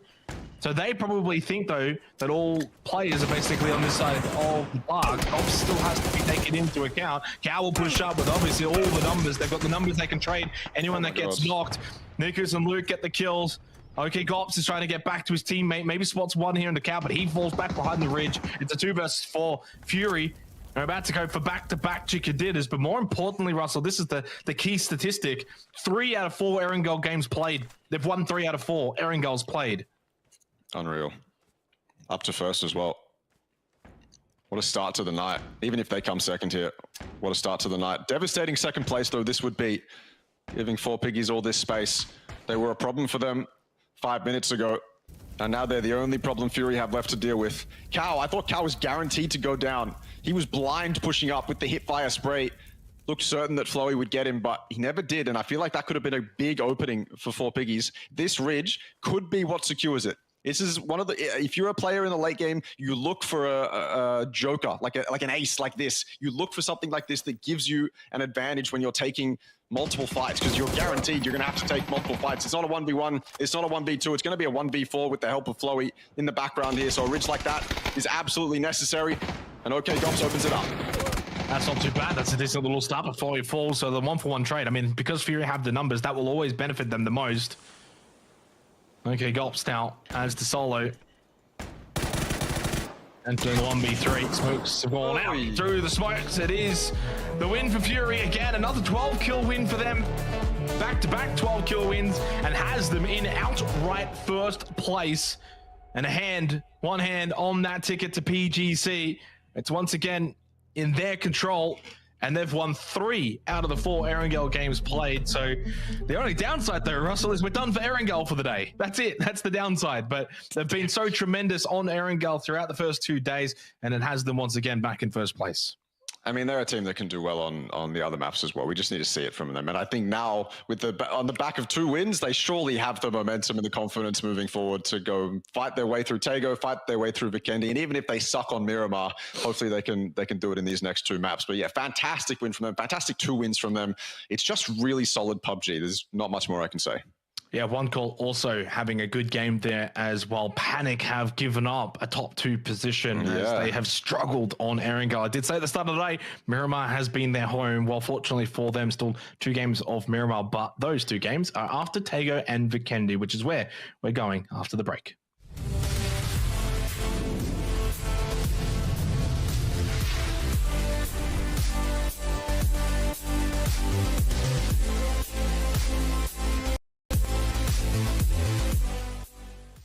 Welcome to the update 26.1, where you'll experience a rejuvenated Erangel, the return of tactical gear, the launch of a new rank season, and much more. Let's get straight to it. Time to play Tourist again, and re-explore Erangel, enhanced with new features and revamped landscapes. Gain new advantages by discovering secret rooms, refine your tactics for the freshly redesigned ruins, Milta and Stolber areas, and keep an eye out for our KFC collaboration that's finger-licking good. We are also reintroducing tactical gear after a brief hiatus, during which we fine-tuned and rebalanced it based on your crucial insights. Now re-established as a world spawn item, we've adjusted the performance of both the drone and spotter scope to better synchronize with the overall game balance. Check the patch notes for all the juicy details. Additionally, in an effort to elevate strategy and teamwork, each squad is now tagged with a unique number visible on the kill feed. Lastly, we've polished up the match report page to offer more precise, match-specific details. Consider it your personal analytics dashboard. There's plenty more packed into update 26.1, so make sure to dive into the patch notes to learn more. And we'll see you on the battlegrounds.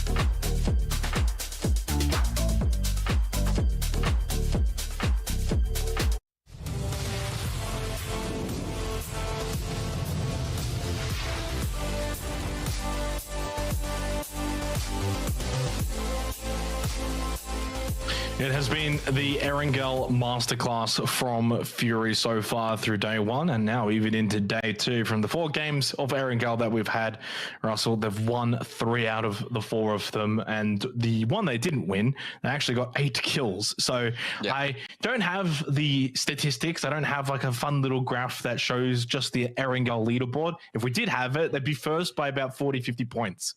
Yeah, insane. I mean, it shows the experience that they have right there. I mean, I guess it's their favorite map. I think historically they've said that Miramar isn't their favorite. Maybe that's because they always end up hot dropping on Miramar, but I've also seen in the past that they just, I don't know, they can't really pull it together on Miramar sometimes. Sometimes they can, obviously, with the caliber that they are. But yeah, Erangel, it's the map that everyone knows, and when you know it as well as Fury do, sometimes you're just unstoppable on it. Yeah, I think that they've put themselves in a really good position where if they can kind of rely on Erangel from here, well, we've got 2 more Erangels tomorrow.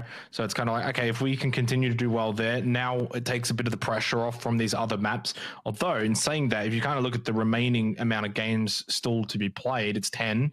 How many of those are on Erangel? It's 2. So you've kind of got still a lot of games that actually have to be played off of Erangel. So I think the next 4 games are actually just going to be as crucial for the likes of Fury, who have been doing really well on Erangel. And it's been, I guess, the same conversation, but in reverse for, say, Panic. Panic yesterday were tremendous on Miramar. They won the 2 games on Miramar by a massive margin. But if it's just only happening on Miramar, is that going to be enough? There's so many other maps, so many other games that have to be played outside of that particular map. And I think Fury's in that conversation now where I'm very curious to see, can they bring that Erangel form to your Tagos, to your Vikendis, to your Miramars, and the same as well for Panic? So far, the answer for Panic, at least on Erangel for today, was not a resounding no, but certainly didn't set the world on fire. Whereas I think One Call, AAP from the future, they've all been a bit consistent regardless of the map. They haven't really had like a home map, if you will.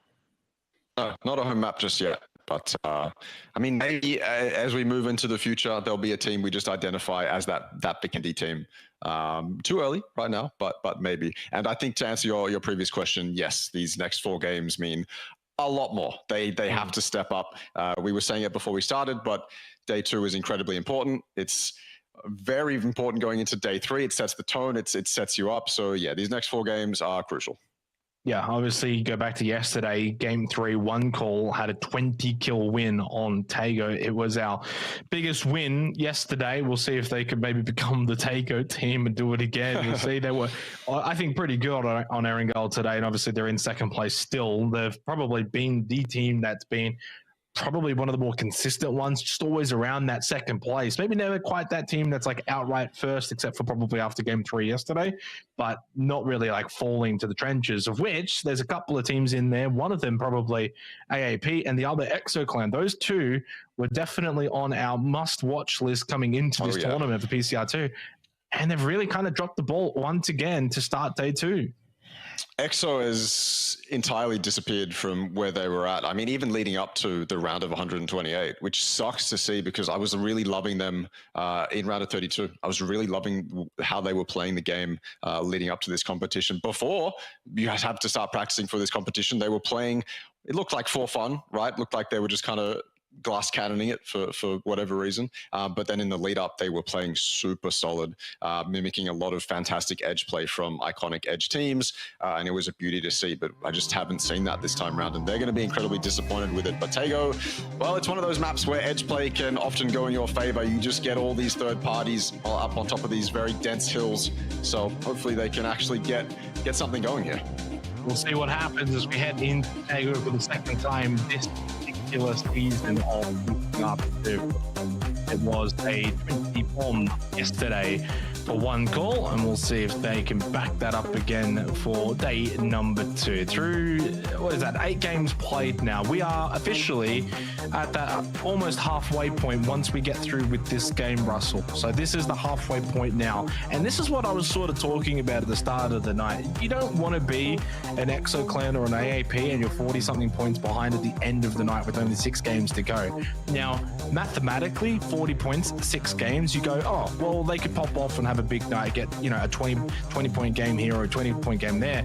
Feasibly, though, and realistically, how often do we see that actually happen? Not often. And especially when you're taking into account, it's a 40-point gap with 6 games to go, but you need to get to that 40-point gap, but you also then need to hope the other team doesn't maintain the same points that you're getting as well. So that 40-point gap, you could be getting 10 points a game, but if they're getting 10 points a game, it stays at a 40-point gap. You need to start bridging that gap now, right here, because already it's a 46-point gap for EXO to Fury, and it's not much better for AAP.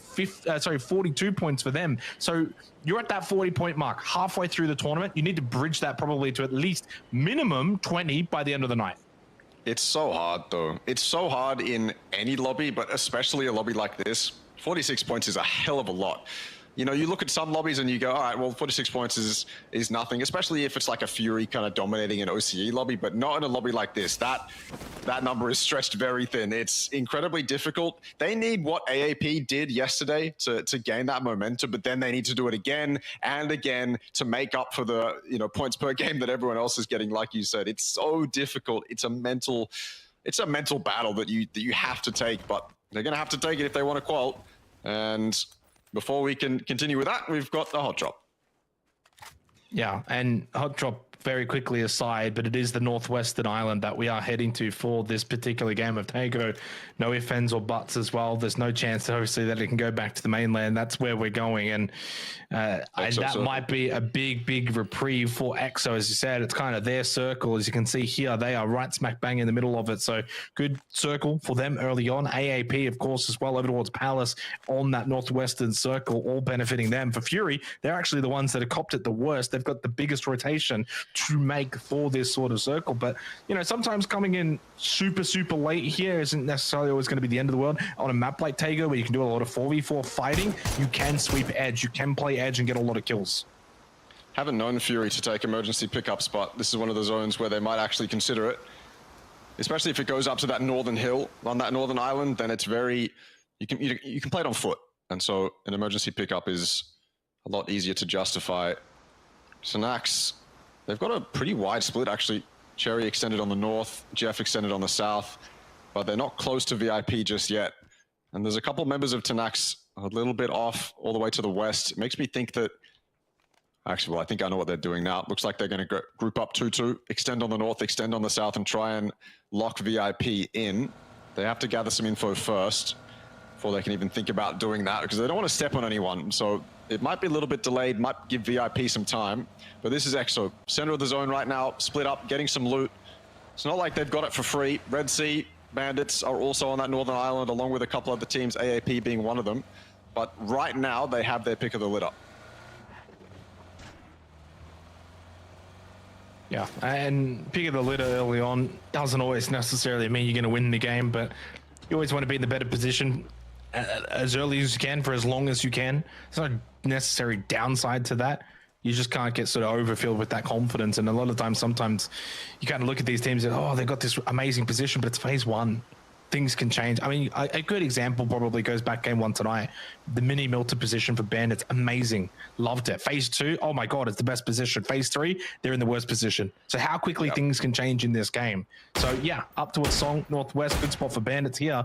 Maybe phase two pushes onto them and then it moves away. So typically it's why we always say phase four is something like the God circle. If you can get the phase four shift, and then 5 and 6 usually can kind of be in and around that, you're not going to get sort of the more massive shifts. Whereas phase two, phase three can shift quite dramatically, and that's where you don't always then get the favor. So see what happens. We come kind of back to this hot drop towards Buksan, and it hasn't really eventuated into the sort of all-out frag power between VIP and Tanax. They've kind of just kept their distance, and it's actually Hatchy that gets the initial knockdown of this particular game on to Soihan.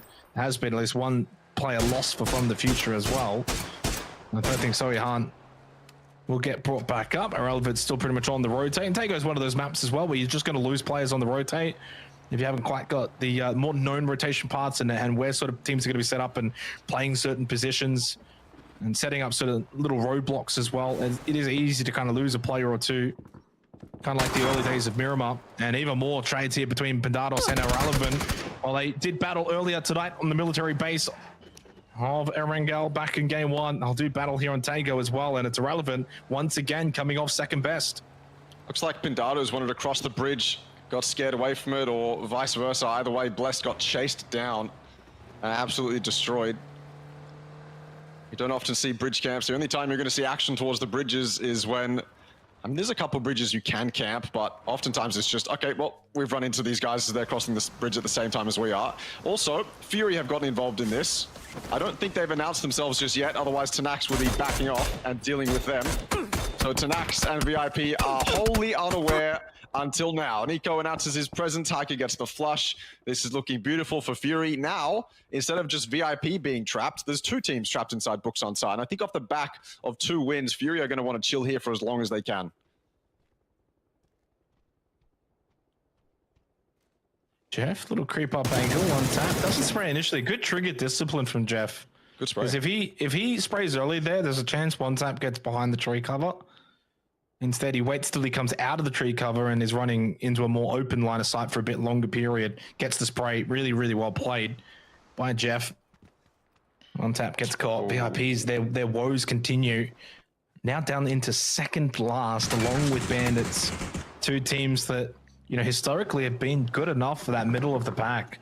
Just haven't quite had the fortunes go their way in the first 8 and I guess now 9 games of this tournament. Rain knocked down 4 Tenax, and while they've kind of been somewhat decent in this fight, they're actually coming off second best now after losing Rain, despite that initial knock from Jeff on to 1 tap. Yeah, Pete have turned it around. To be expected, they've got some really talented players, but here come Fury. They're coming in to be the cleanup crew, and they actually take the kills as well. On to Chef. Oh, I guess you could combine it into Chefy. Good old Cherry and Jeffy. They both go down, 10x out, 10th place for them, and for Fury, 4 kills. They crack 100, the first team to do so. And I don't know what the plan will be to deal with VIP. VIP still had 3 players up, and you know what it's going to be like clearing these kind of buildings, close angles. You've got to be so careful. If VIP can tuck into some sort of off meta angle positions, catch someone from Fury off guard, it can hurt them for the long game. I don't know if Fury are going to commit. They are still hanging around. No, they definitely shouldn't. Unless they have guaranteed info on where all of VIP are, I don't think it's worth it. 4 kills is great, take it, move on. And the good thing for Fury as well is they don't care how late they are to this zone. They don't care. Either they have an emergency pickup or they're just going to come in late. Doesn't matter. So they can chill, they can sit around, they can just stare at VIP for as long as they want, really. Maybe even eat some blue if they really wanted the kills. They've got a 13-point lead and they want to extend that as much as they can. They know it doesn't really matter positioning in a zone like this, at least for now. So try bolster that lead with a few kills early on, then try focus on the macro game. But looks like they are getting out of here. They might even come up against Roman Kill. You said rotates will collide with each other on a map like this, and we're seeing it right now, I think. A little just odd timing for Roman Kill and Fury. Fury off the back of a little bit of a camp. Roman Kill trying to make their way to the zone. The drive-bys come in. Is it more free kills for Fury? Looks like it might be the case. Zhuan totally caught off guard. It's a headshot, but no more shots to land just yet. Don't count him out though with the Mark 12. That's where Cal can do his best work. He gets the knock onto Zhuan. Hiker up close. He's going to be careful that he doesn't overpeak the ridge. Throws a nade in response over to Dipskirt. He's got 1 more available. Downty gets away from the close angle position, and he just gets out of dodge for Roman Kill, who have dropped to 7th. Russell, 60 points. You think back to day 1, couple games in, they were in the top 3. Yeah. They were thereabouts. They had a really good start to this tournament, but they have dropped off a cliff and about to actually be overtaken by Irrelevant, although most of the 2 teams I mentioned down to 2 players this game. And this is Tago in a nutshell. 9 minutes in, look at how many are alive, 52. So you got basically 12 players out of the lobby this early on basically just the rotation portion of the game. There's just, teams are not as familiar still, even though Tago's been in this whole year.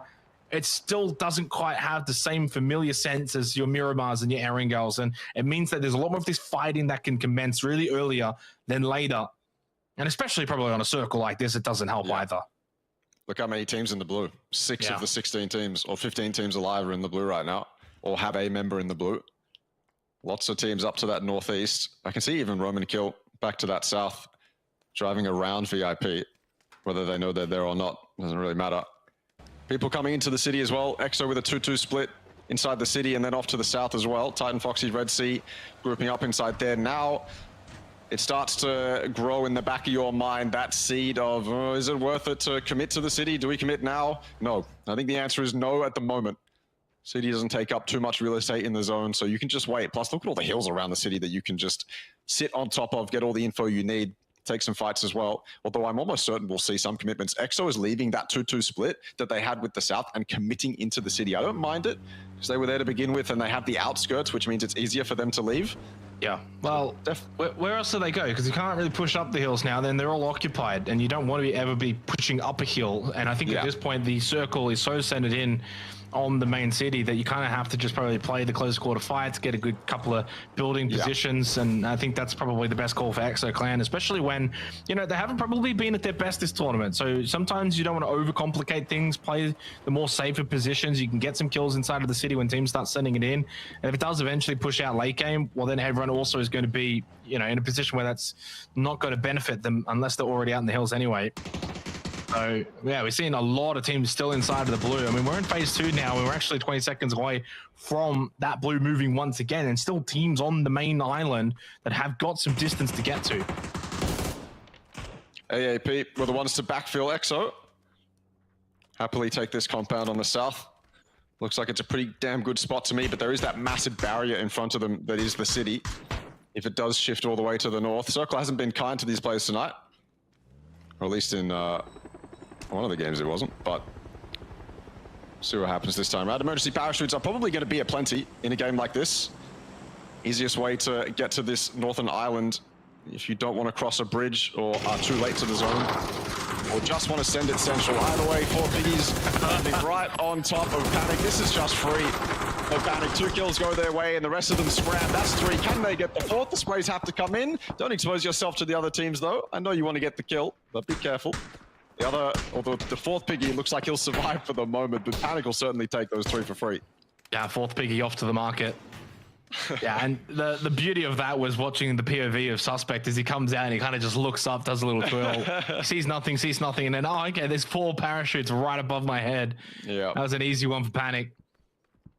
Question mark probably for 4 piggies as to sort of what was going through their mind with that drop down with the emergency parachute.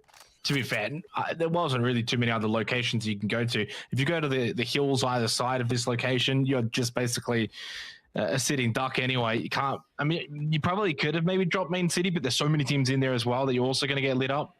It's just the downside to the parachute system. At the end of the day, as good as it is to that long distance travel, it's the landing aspect that can sometimes be the downfall. There is that risk that comes with the reward of utilizing it. Fury 5 kills. They're playing a little bit more of that old style convention from mainland, push bridge, try and play edge. They're coming in late to these positions, but fortunately no one here, not having to fight their way through. If they can get a little circle shift down to the south, certainly helps them. But if not, I think they'll be fine to continue to just move forward. They've got vehicles. They can continue to scout these locations. So yeah, another good game for Fury. 4 kills for Panic. Obviously, courtesy to 4 piggies for the majority of those, has them now tied with 1 call, and they do get that southern shift. Well, when it's Unite, it's Unite. And Fury, that circle helps them a lot more than had that gone north. And again, for Bandits, it's another game where I think they're on the opposite. When it's not Unite, it's not Unite. Well, when it's not your tournament for them, I guess, that does just completely move away from them.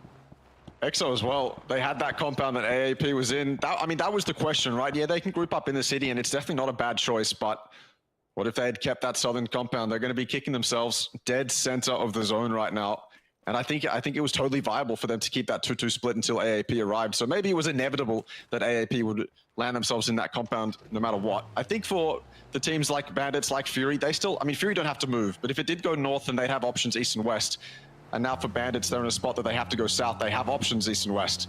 They can wide wrap. They can take fights on these hills. It is getting kind of dangerously open. On the outskirts of these cities, it looks like there's a little bit more field to play in. So maybe it's not going to be as easy as if there were more hills around this city. But either way, they'll make it work. Lots of teams making their way into the edge as well. Panic even leaving their compound. They have to leave now as well. They got to find something in front of them. They're going to come up against Flowy. The solo from 4 piggies that they absolutely dominated before. Not going to be the freest thing, I don't think. I mean, Flowy, I think, has been the highlight for me for 4 piggies. If we're looking at, you know, shining beams of light from a team that's mostly in the dark, it's been Flowy for me 100%. It's going to be hard for him to get that 1v4 though on Panic. They might not even step over him. Irrelevant as well, actually.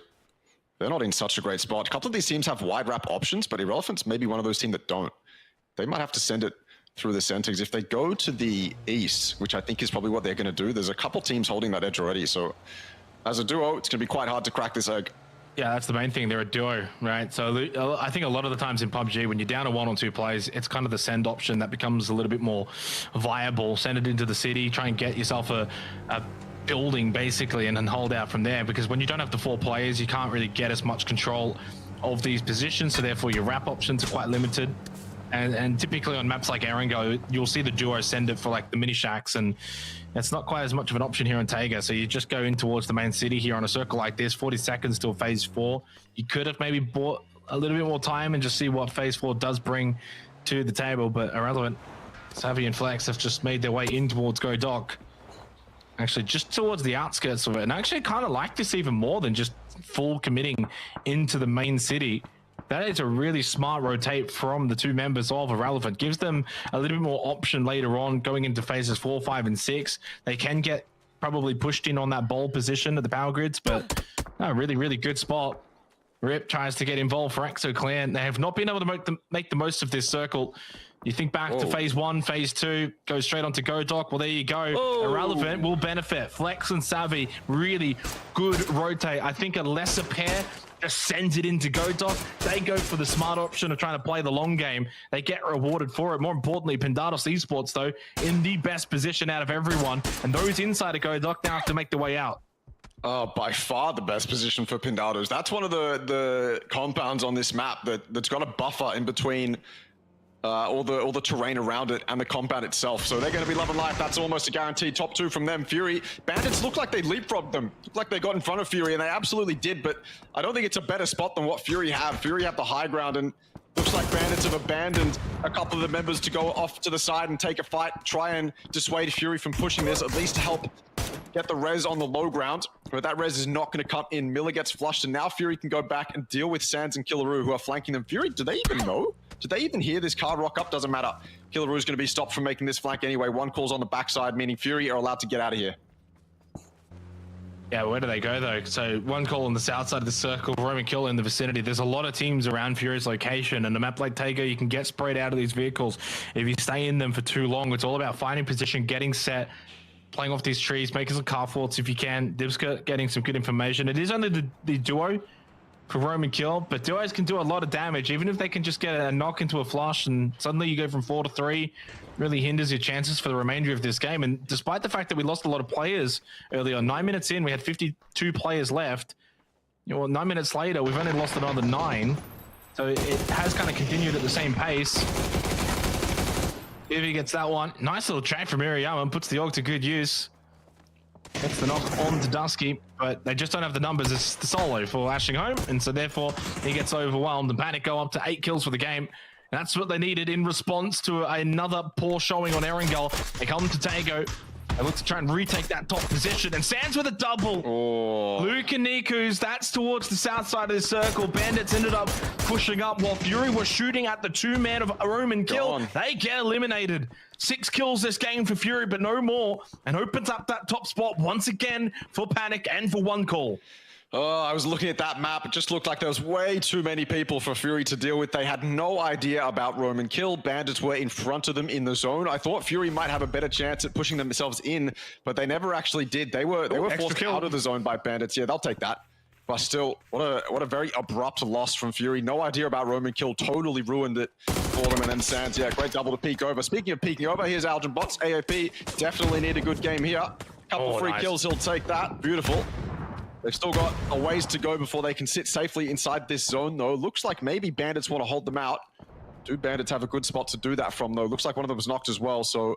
But it's wounded. It's a wounded Bandits. I want to see AAP just group up a bit more. They've got a 2-2 split at this point in the game, and that's fine. You're pushing out Southside Godoc, but try and group up, sweep the edge. Like, they're not showing that aggression that we saw in the RO32. In the RO32, they would have just snowballed and grouped and death killed and just cleared this position, then push into the circle after clearing it. Instead, they're just like sitting prone. They're all separated. Evil Patrick can't get over to Elgin Bots. Elgin Bots is not really making a move. He's not helping out, playing the frontline contact. Eventually goes and pushes off at that flash. Punye falls back. Nice little knockdown from Elgin Bots on to Killaroo. And they got the numbers. Elgin Bots knocked though. Is he gonna get flushed? I don't think so. I doubt it. Sands and Punye Another good spray. Oh, that's perfect from Sands. Great control with the AUG. There's the immediate response, though, from Nan. The last one alive for Archangel Predator. Again, they've just not been at their best. Sands, though, in the 1 versus 1. There are some revivable players for Archangel Predator. Nade for Nan splits the tree through the middle, gets the kill. 6 kills for AAP. They'll get the double revive just in time, you would imagine. That was much needed for them. A recoverable game. Something they can work with, which they haven't had much of. But they're given an opportunity here. EXO, they ran into Flowy, the solo. I believe they lost one or had one knocked to it. Yeah, Monty went down to it. And dealt with him eventually. Irrelevant. Can they defend as 2? I think it's actually quite realistic in this spot. EXO have to push straight towards them, and Irrelevant are the ones who are entrenched. Throwing nades EXO's way. They've got one knocked. It's not the easiest spot for EXO to be in. And you can imagine from the future might even want to extend over this road. Looks like they have angles. Down goes Savvy. That's an opportunity for EXO to get in, claim that spot. It looks like it's pretty defendable from this line of sight. Teddy, is he thinking about crossing the road? No, I think that's too unrealistic. Down go Relevant. Great from EXO. Necessary with the man advantage to make that happen. Now they can have a proper game. 6 teams remaining. Been a bit of a bloodbath inside of the last 3 minutes. And again, the likes of EXO and AAP all needed. And you kind of look at that leaderboard, Russell, 2 to 6, all alive, Fury dead. Yep. Now, obviously FTF, AAP, and EXO, they got some work to do, but these are the kind of games that you can make that work happen. With Fury dead, they can't extend their lead even further. Tede trying to land some shots with the Mark 12. All stationed with it. And who KDR down means it's really only the 2 standing between Tede and Talent Mix. Can they get anything from here? They got EXO pushing on their position just outside of Go Dock. 10 more seconds until phase 6. They know that AAP are at that rock. They know that AAP are vulnerable. But how do you even get there? You can't. You got no nades. You can't really close the gap, nor would you even want to. So you just try and pepper them as much as you possibly can. Circle shift. Hello, oh my Dados God. Esports. That is a God compound. Fed on the edge. Might actually be able to survive. It doesn't look friendly though, does it? Looks like they might have visitors going all the way to the edges of the zone just to deal with them. I mean, this is Teddy's looking at this like, okay, these guys are free. I'm going to extend as much as I can. You got to be careful though. I was just getting to my point, Teddy, about how you have to be careful, and he proves it for me. But I think AAP for the moment will be allowed to survive, probably off the back of Pindado's fire. Panic were in a good spot last zone. Looks like now they've got to take the other opposite side of the road. We saw them win a game last night from the northern side of a road. Looking quite similar this time around, just on a different map. EXO still in the picture as well. I think they'll have space in front of them to play. It looks like they do. It's just a question of how high it is. How exposed is it to Pindados and the rest of the server? I don't know if we're going to get any deaths here. One Call is the only team caught incredibly out of zone, but part of me wants to believe they still have something to play.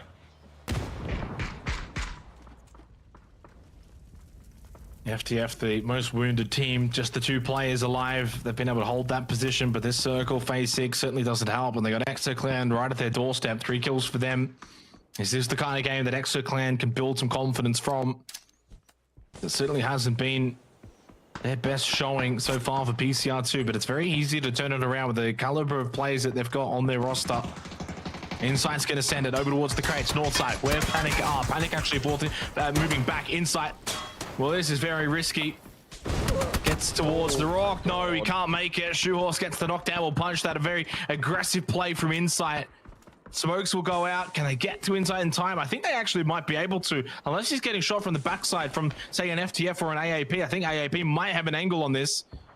The smoke has gone out, though. And Monty can get onto this position and go for the revive, but Smokes behind a rock where there's a play that's down, and you know that just invites frag grenades galore. Oh, yeah. The one from Suspect will land onto Inside Monty, who was going for the revive. He falls. Oh, this is massive from Panic. Big tags onto EXO with Monty down. Their run might come to an end here for Tago. And that's going to be up to 10 kills down for Panic, and they are verging on taking back top spot here in this lobby. They are certainly one of the top contenders now for the remainder of PCR2. Hatchie with the kill on Denandu. One player left inside of the smoke. It's Samoy. It's dissipating, and he's out. Crazy9 confirms the kill. Look at Panic. Straight inside the compound. As soon as that fight pops off, Pivy's already here. Creating space for his team. Wait, Jay doesn't know. Play. Yeah, Jay has no idea. He's the one tasked with watching for things like Panic making this cross, and he hasn't caught it. This is the winning play that Panic need to make. They just identified it and make it happen. It's a completely different look Panic from what I've seen in the last few months. Fantastic initiative from Pivy to make that happen. Gives his team the space they need. Suspect is going to be the one on the northern side to lock that side down. Make sure that Akita and his friend can't do anything. And Pindados, as they were dealing with one call, yeah, Panic, just as easy as that. 10 kills, 4 players alive, good position. I mean, everything you can basically want to have, they've got. Ticking that checklist one at a time for Panic, back into the top spot. Once, of course, placement points are calculated for them, they'll get that top spot back. And the beautiful thing about the top 3 that we've got, the top 3 that are really neck and neck, any of those top 3 are in first. The second and third doesn't matter with the way that it's shaping up at the moment.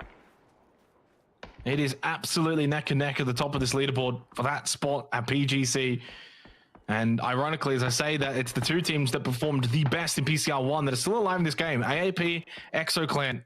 The higher they can get, the more they can throw a spanner in the works. Late at the end of this season, 4 teams remain, but Exo down to just the 1 player. AAP, honestly, not a whole lot better with the 3. Panic and Pindados sharing this compound. It's Carpso. He pushed out. He got super aggressive. Algebot with a knockdown behind the tree. Crazy9's got him pinned down with Mark 12. Nan and Alec need to push forward and help him get out of that position, but Algebot's knocked down by Jayo, who's got that high ground advantage.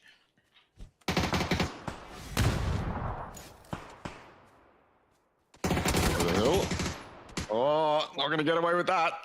I feel like every time I'm watching AAP, they're in a spot where maybe they can do something, but there's like an 80% chance that it's going to be difficult.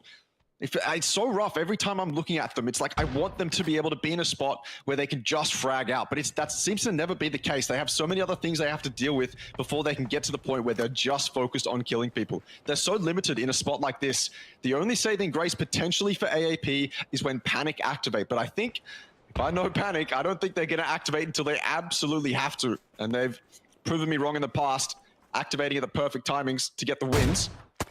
And still, I don't think Pindados have any idea that there's 2 members of Panic inside their compound.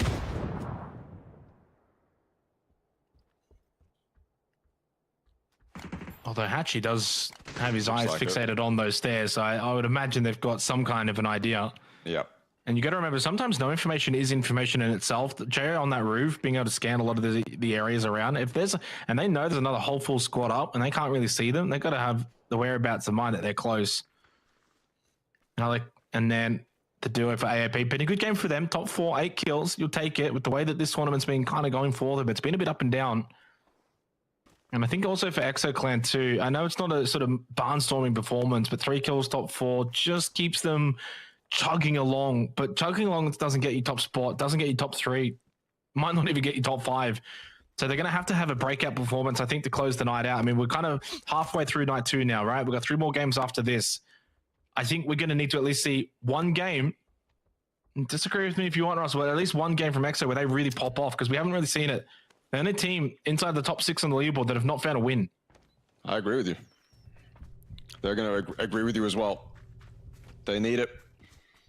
They absolutely need it. Right now, the game is focused on this compound and what occurs inside these walls, because it really dictates what AAP do.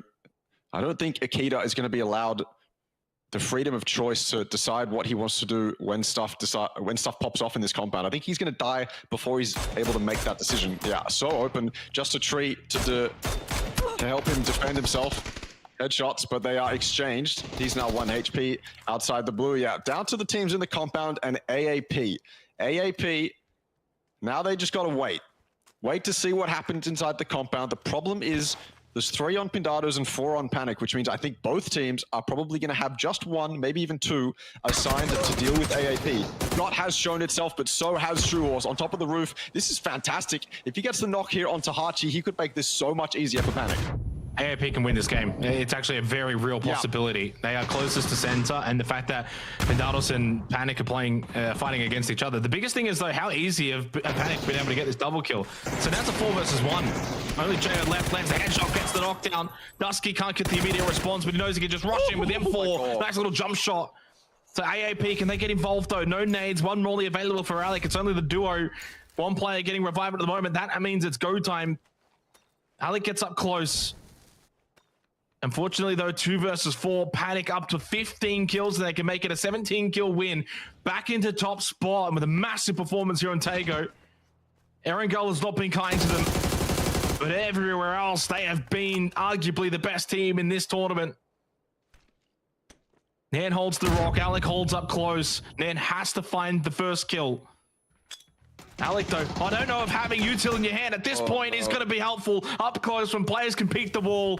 He wanted to flash and peek, and he gets caught. The nade does the job, and Panic, 17-kill win performance here on Tago. They go up to a 10-point lead over Fury, and once again, the spot to go to PGC from this region is in their hands. It's gone through multiple hands at this point, and that makes this season so exciting for PCR. Did you think they disappeared? Because I don't think they have. 17 kills is phenomenal. AAP weren't even given a choice. Panic was so quick on clearing that compound that AAP were barely at the compound walls by the time the game was basically over. It was fantastically played from Panic, and you got to give it to them having the presence of mind to cross that road and get inside the compound when they needed to, when Pindados were completely occupied dealing with 1 call. So fantastic heads-up play from Panic, and I mean, right now I can't speak highly enough. I was trying to find Panic's performance on Tago yesterday, and it was a 2nd place 5-kill performance. So, I mean, as I've said, when you take into account that performance on Tago, yesterday they had a 7-kill top 5 on Vikendi, and we know what they did with the back-to-back wins on Miramar. It's only Erangel. Erangel is the only map that Panic have kind of struggled on. Fortunately for them, though, there's plenty of maps in the map pool now that they can actually go elsewhere, and we're starting to see the fruits of that for them. And so for Fury, they've been the Erangel Kings, but there's only so much Erangel. So I think right now, Panic, 10-point lead, again, looking dominant. Vikendi's a map that we know they can play well on. They did well last time on it, and Miramar can be another chance for them to maybe go with a bit of an extended lead by the end of the night. We'll have to see, unless, of course, the others can find a way to perform on Miramar. 1 call, Fury still hanging around that top 3, but that's a top 3 that has become quite separated. We're going to go to a break halfway through night 2 here for PCR2. Make sure you stay tuned, because this one continues to just heat up, although it does get a bit cold for our next map. We go to Vikendi.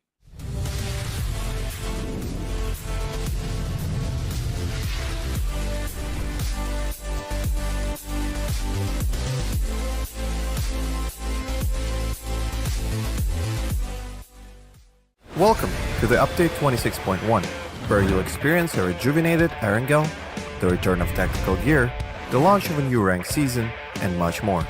Let's get straight to it. Time to play Tourist again, and re-explore Erangel, enhanced with new features and revamped landscapes. Gain new advantages by discovering secret rooms, refine your tactics for the freshly redesigned ruins, Milta and Stolber areas, and keep an eye out for our KFC collaboration that's finger-licking good. We are also reintroducing tactical gear after a brief hiatus, during which we fine-tuned and rebalanced it based on your crucial insights. Now re-established as a world spawn item, we've adjusted the performance of both the drone and spotter scope to better synchronize with the overall game balance. Check the patch notes for all the juicy details. Additionally, in an effort to elevate strategy and teamwork, each squad is now tagged with a unique number visible on the kill feed. Lastly, we've polished up the match report page to offer more precise, match-specific details. Consider it your personal analytics dashboard. There's plenty more packed into update 26.1, so make sure to dive into the patch notes to learn more. And we'll see you on the battlegrounds.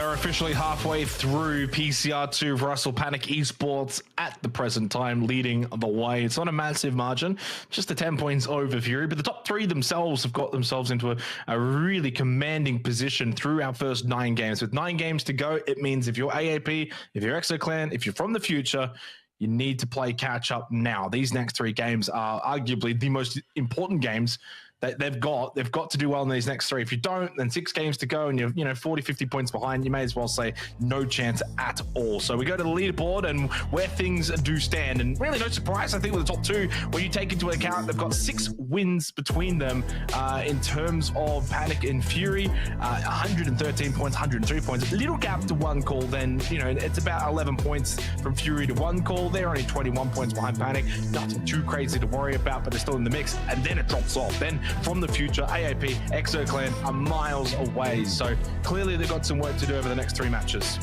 Lots of work to do. Good to see that at least we're getting some sort of competitive top of the leaderboard. Absolutely fantastic. And it's also crazy to think that with 2 wins into tonight from Fury, Panic is still on top with a 10-point gap. That's absolutely insane. It shows how well they played yesterday, and it's good to see that they're continuing it. For their own mental sake, it's incredibly important that they prove to themselves they're not just a one-hit wonder, and that they can continue to compete, continue to get that momentum rolling. And so, yeah, there's no point in forgetting about them for these next 3 games. It's funny to think that these next 3 games are almost as important as these games tomorrow for just setting the pace. And I mean, these are the ones where you either run away with it or you're just way too far behind. I would always say these are probably the more important games. Players might disagree with that, but I've seen enough tournaments now in my time in PUBG, Russell. These are the games where if you find yourself behind going into the final day, you're only going to be able to find success if you can make the history books. And there's not that many, so if you think back to FaZe Sundays. Yeah, your FaZe Sundays, if you will, or the Atletico choke back in, what was it, season 1, 2019, to go to London. Sorry to bring that one up. So, that's about it. There's not many. You can't think of many. So it means that the vast majority of the time, the general consensus is if you're leading going into the final day, you typically get the job done because it's just too much to ask for, and if it's a 10, 20 point gap, that's not that much. I mean, really, Panic were 10 points behind Fury at the start of that Taker game. Now they're 10 points in front. So it's not impossible to get that little swing, to get, a 20-point swing here or there. But to do that over the course of a night, to have to also then hope Fury, 1 call, Panic all have bad nights, that's just arguably unlikely to happen. You need to turn it around now. I mean, and so to do that, AAP, EXO, and I guess to some degree from the future, need to find wins. They need to find big games. We're talking 15 kill wins. We're talking a big game, and also somewhat hoping Fury or Panic also, kind of bomb out early. So that's kind of what needs to happen right now. How do you force that? How do you make that happen? You just got to have good fundamentals. You got to play good PUBG. If you don't, then it's just not going to happen. And I kind of look at the way AAP have been playing. And I know I put them in the spotlight probably for some bad reasons, but they've been a little bit slow. They haven't looked to try and take command of certain positions. They're not pushing. They're playing quiet. They're playing on the edge, but they're not sweeping edge. So I haven't quite been a big fan of the way that they've played. And ExoClan as well have looked a little bit stagnant. You kind of look at 1 call, Panic and Fury, and a lot of the times if they find that they can push out, get position or get kills, they do it. They don't think, they don't overthink. They just go and take it. And that's why they're commanding this lobby right now. Yeah, I think I am absolutely in agreement. So there are very stark differences from the AAP of old. But it's good to see that at least, the teams that were performing averagely on day 1, like Fury, good to see that they are still able to get away with these crazy wins. It's fantastic to see. Bit of a different beast now, though, moving on to Vikendi. Can be quite random. This is where AAP got their big win. Can they do it again? I mean, it's sad to see as well that AAP had that massive win and then they couldn't really continue that momentum going into today. I said it last game, but I feel like every time I see them, they're just not in a position where I go, okay, yeah, the decisions are easy from here. It should be quite simple for them to get a lot of kills here and maybe even fight for that win. It seems like they're always on the back foot, which I think is a byproduct of what you were saying. The way that they're playing their edge, the way that they're entering these circles is just not favorable for them. It doesn't seem like they're giving themselves too much time to actually play with. And That's crucial if you're playing Edge. That's one of the foundational things you need. If you submit to playing an Edge style, you're submitting to not really giving yourself too much time, and you're obviously putting yourself on that back foot. So all the time you can get is incredibly valuable, almost necessary. Because if you get caught up taking a fight on the Edge for too long, then, well, that blue is behind you. So you got to keep that in mind. Now, of course, I was just saying AAP, Exo, they need big games. Well, fortunately for AAP, they had a massive game on Vikendi yesterday, 15-kill win, and that's actually what turned around their poor start. The poor start, though, to lay it out, was a 14th place 0 kill, 14th place 4 kill, 14th place 1 kill. That was the first 3 games from Archangel Predator. They had 5 points going into Vikendi. What did they do? They got a 15-kill win, brought them right back in, and then they had a second place 6 kills. So you can turn it around pretty quickly. You certainly can. We've seen that. They did it yesterday. They're going to have to, unfortunately, though, do it again today because like day one, AAP's start to day 2 has been largely the same. And again, we're still waiting for an EXO clan to have a big pop-off game. In terms of kills, the highest kills that EXO have had is 9. That was a 4th place game. So they haven't really been able to crack that, say, double-digit threshold, and they haven't been able to get that win. 2 key factors. I mean, and if you go and look at the record books, Russ, I'm pretty sure you would find no one's been able to win tournaments without, 1, getting double digits, or 2, getting a win. It's just a very rare feat. So the fact that they have got neither of those 2 conditions is worrying for EXO clan. Very, especially with the expectations that they will have held themselves. Dean is landing in a field. Oh, he's got a car. Never mind. He's got a snowmobile. Perfect. These things go wicked fast, by the way. When they were first introduced, I was incredibly surprised at how fast they reversed. It's like they actually go backwards faster than they go forwards. Either way, anyway, it doesn't matter. Tangent. Red Sea will group up, get all the loot they need, then make their way into the zone, which is a very, very northern zone. Fury at the center of it right now. Good opportunity for them to potentially get ahead of Panic. Where is Panic? Not a bad spot. Can make their way in, play Edge. But Fury definitely, and along with Synax as well. Very wide splits from both of these teams. This is the problem with getting the phase 1 shift on top of you. You're in the center of it. It's like, where do you go? What do you actually prioritize? Sometimes the answer is obvious, but on a map like Vikendi, I don't think there's an obvious answer. Maybe they're going to be wrestling with themselves. Okay, what do we actually take? What's the priority here? What do we split? If we split, how much do we split? Do we go 3-1, 2-2? Do we go even more than that? And they're going to have to wrestle with that and find something and just settle down. So interesting to see what them, Tanax, the likes of those guys in the dead center of the circle do, but we're not at that point yet. Yeah, Northern Circle here, always nice to see something a little bit different. Yesterday was a bit more center-south, so this one definitely shapes up to be quite a bit different. Also, this very northern side of Vikendi has a lot more snow to it rather than the southwestern side where it kind of clears up a bit. So snow becomes a factor. There's also a lot of that terrain that does come into play.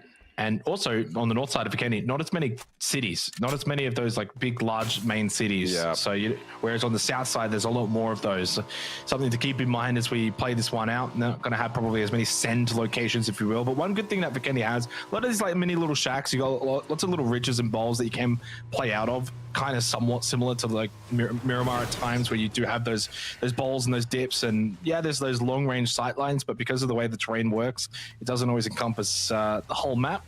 Like Kamukau, understanding that he is getting aggressed on here, and he's already got reinforcements. Luke 12 Cal in their vehicles immediately. No, oh, and look at that, Nikus as well with a big help out. Oh, Cal, the Panzer from Cherry.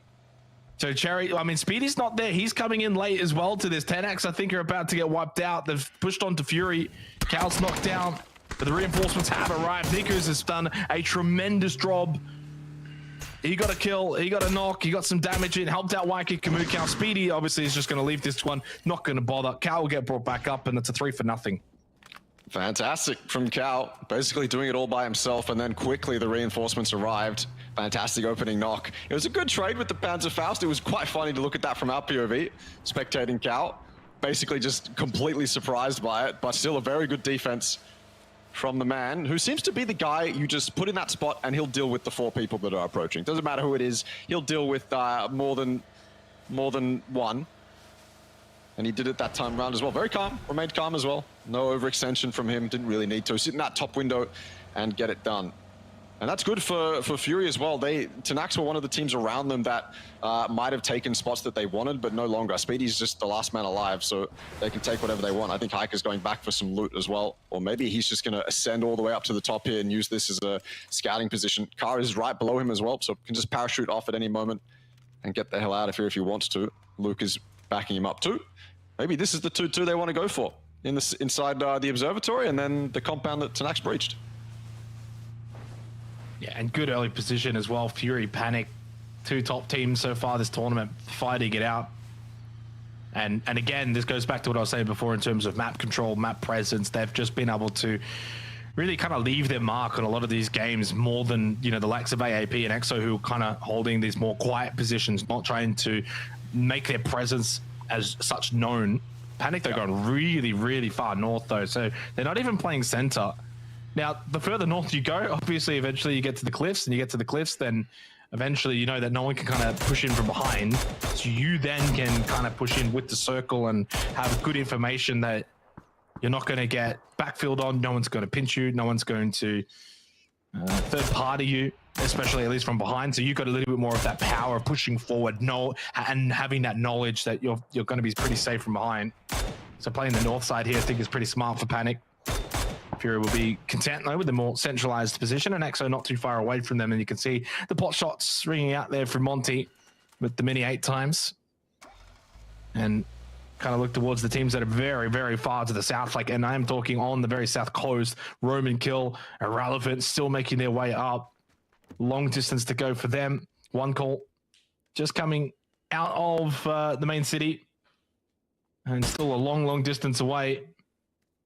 Obviously, for Decamesto, it's quite a distance from this particular circle. That's their looting location. At the moment, just the 21 points behind Panic, so nothing too egregious, but they can get out of hand quicker than you would hope. And where's AAP? Well, they've gone center. So I like this from Archangel Predator. How many games have we seen them today? Kind of playing around the edge and the edge positions. Well, this time they've gone a little bit more central. And I imagine, probably not in the next 5 minutes, but as we get to the middle portion of this game, we should see them have more impact on this game of Vikendi than what we've seen today. Hopefully they're in a spot where they can actually extend out of their compound and start having an impact, like you say. They're very close to that river as well. I really love spectating circles that end on this river, because it might look like a flat ice field to people who aren't very familiar with Vikendi, but that's not the case. There's actually a lot of cracks and little divots and like bunkers essentially that have been formed out of the ice that you can actually play inside, and it's fascinating watching these teams navigate that terrain. So that's the circle I'm hoping for, but yes, definitely hoping for a good result from AAP. Hiker, he'll take a freebie. That's a fantastic spray, actually, as 4 piggies arrive. Luke is going to be here to try and back him up, maybe, or is Luke trying to get out of here? I wonder. They're actually going to get that res, potentially? I think Luke's might have called it. Time to leave. Hiker's actually contested on top of this roof. Not the best. Help from Monty, though. 6 HP. I can only imagine that Hiker survived by the skin of his teeth. Like, that guy dropped on his roof, and he wasn't ready for it. That would have been disastrous if Hiker actually got knocked there. Yeah, I mean, the 2-2 split for Fury means that at any point you kind of feel a little bit of that pressure. You got to make a decision, a quick one at that. Observation, though, good position here. Observatory is potentially going to be a key position. If this circle goes to the north, it will become quite central. It's close by to where Panic are as well, but obviously Nikus and Cal don't want to give up their sort of more high ground position based on the terrain. Good spray down from Ryan. Again, Titan Foxy been playing as a trio the whole night tonight. And Tin DD. Obviously both knocked. Ryan going to go for the revive. But yeah, I think Fury are pretty confident that they can kind of deal with what's happening here, although they might opt to try and group back up with Nikus and Waikik and Rukau. 50 seconds till phase 2. But this is the kind of time where it's really difficult. You don't want to sort of over-rotate. What happens if this hard shifts north and Observatory is what you want? Then you would rather call Nikus and Cow to that location. But in saying that, it's not as if a lot's going to change in 30 seconds. If it does go north, then all 4 of you can kind of rotate back in, knowing there's really, okay, a couple of duos or solos roaming around, but that's about it. We can take that. That's still ours. So they got the information on it. One call down to the 3 players, losing Trick early. Well, the kind of game that they would have liked to happen here on Vikendi. Prone goes Samoy. Teddy Trying to just see if he can get a shoulder peek of information. Not able to find anything though, but that's good news for Samoy, because I think if Teddy peeks over that, he probably gets the kill. So it depends on how easy Samoy can kind of blend in with the environment. He does actually play off of some of this information though, just above him, but he knows that Teddy around that location. Okay, hard shift over towards Bandados and Fury. That group up and leaving Observatory has paid off for them. Samoy does get the kill. Teddy doesn't get the response, probably needed to. Teddy was in a good position to get the trade, but he falls off it and eventually gives up position. FTF down to 3. That's a good little kill for one call. Odd. I thought Teddy would extend a little bit higher. Try for it at least, with how valuable a spot like this is. But nope. Decides to back off, and it could cost FTF more than just one player. Positioning, you've got to consider that. Fury did regroup, but they went for another 2-2. So this is the original 2-2 spot that they were holding, and the rest of them have gone towards the south. They aren't going to give up space that easily. 4 Piggies pressured them early on, but it doesn't matter. They'll try pull off a 2-2 at any point they can. AAP looking for as many kills as they can get, and my God, do they need them. Titan Foxy exposing themselves in the open. The 8X on the Mark 12. You're hoping that this works out. Maybe they can steal a kill, get cheeky here onto this fight. This fight is so open for AAP. They might even choose to extend out that way and go for some third party, but I don't think it would be worth it. Maybe they're too exposed to Fury. But Fury are certainly getting involved. They can LOS AAP and get involved in this fight with no worries at all. 4 kills for Titan Foxy, and considering at one point 2 players were knocked down, they've done a good job to just, again, grind out some points, especially as a trio all night tonight, still holding on to that 10th place. Got to give some plaudits where they're certainly required to do so. Although now it probably might be a little bit too difficult for Tin DD. Panic, of course, having that very northern side position hasn't quite worked out for them. That phase 2 circle going a little bit more to the south backfires for Panic, but they do push down close by to Roman kill. Ambitious shots there from Mr. Flank. That's with the 4X, and yeah, that still looks so far away. 1.5 minutes till phase 3. And I think Panic might just keep moving here. Although, to be fair, Suspect is the one that's quite a distance behind the rest of the team.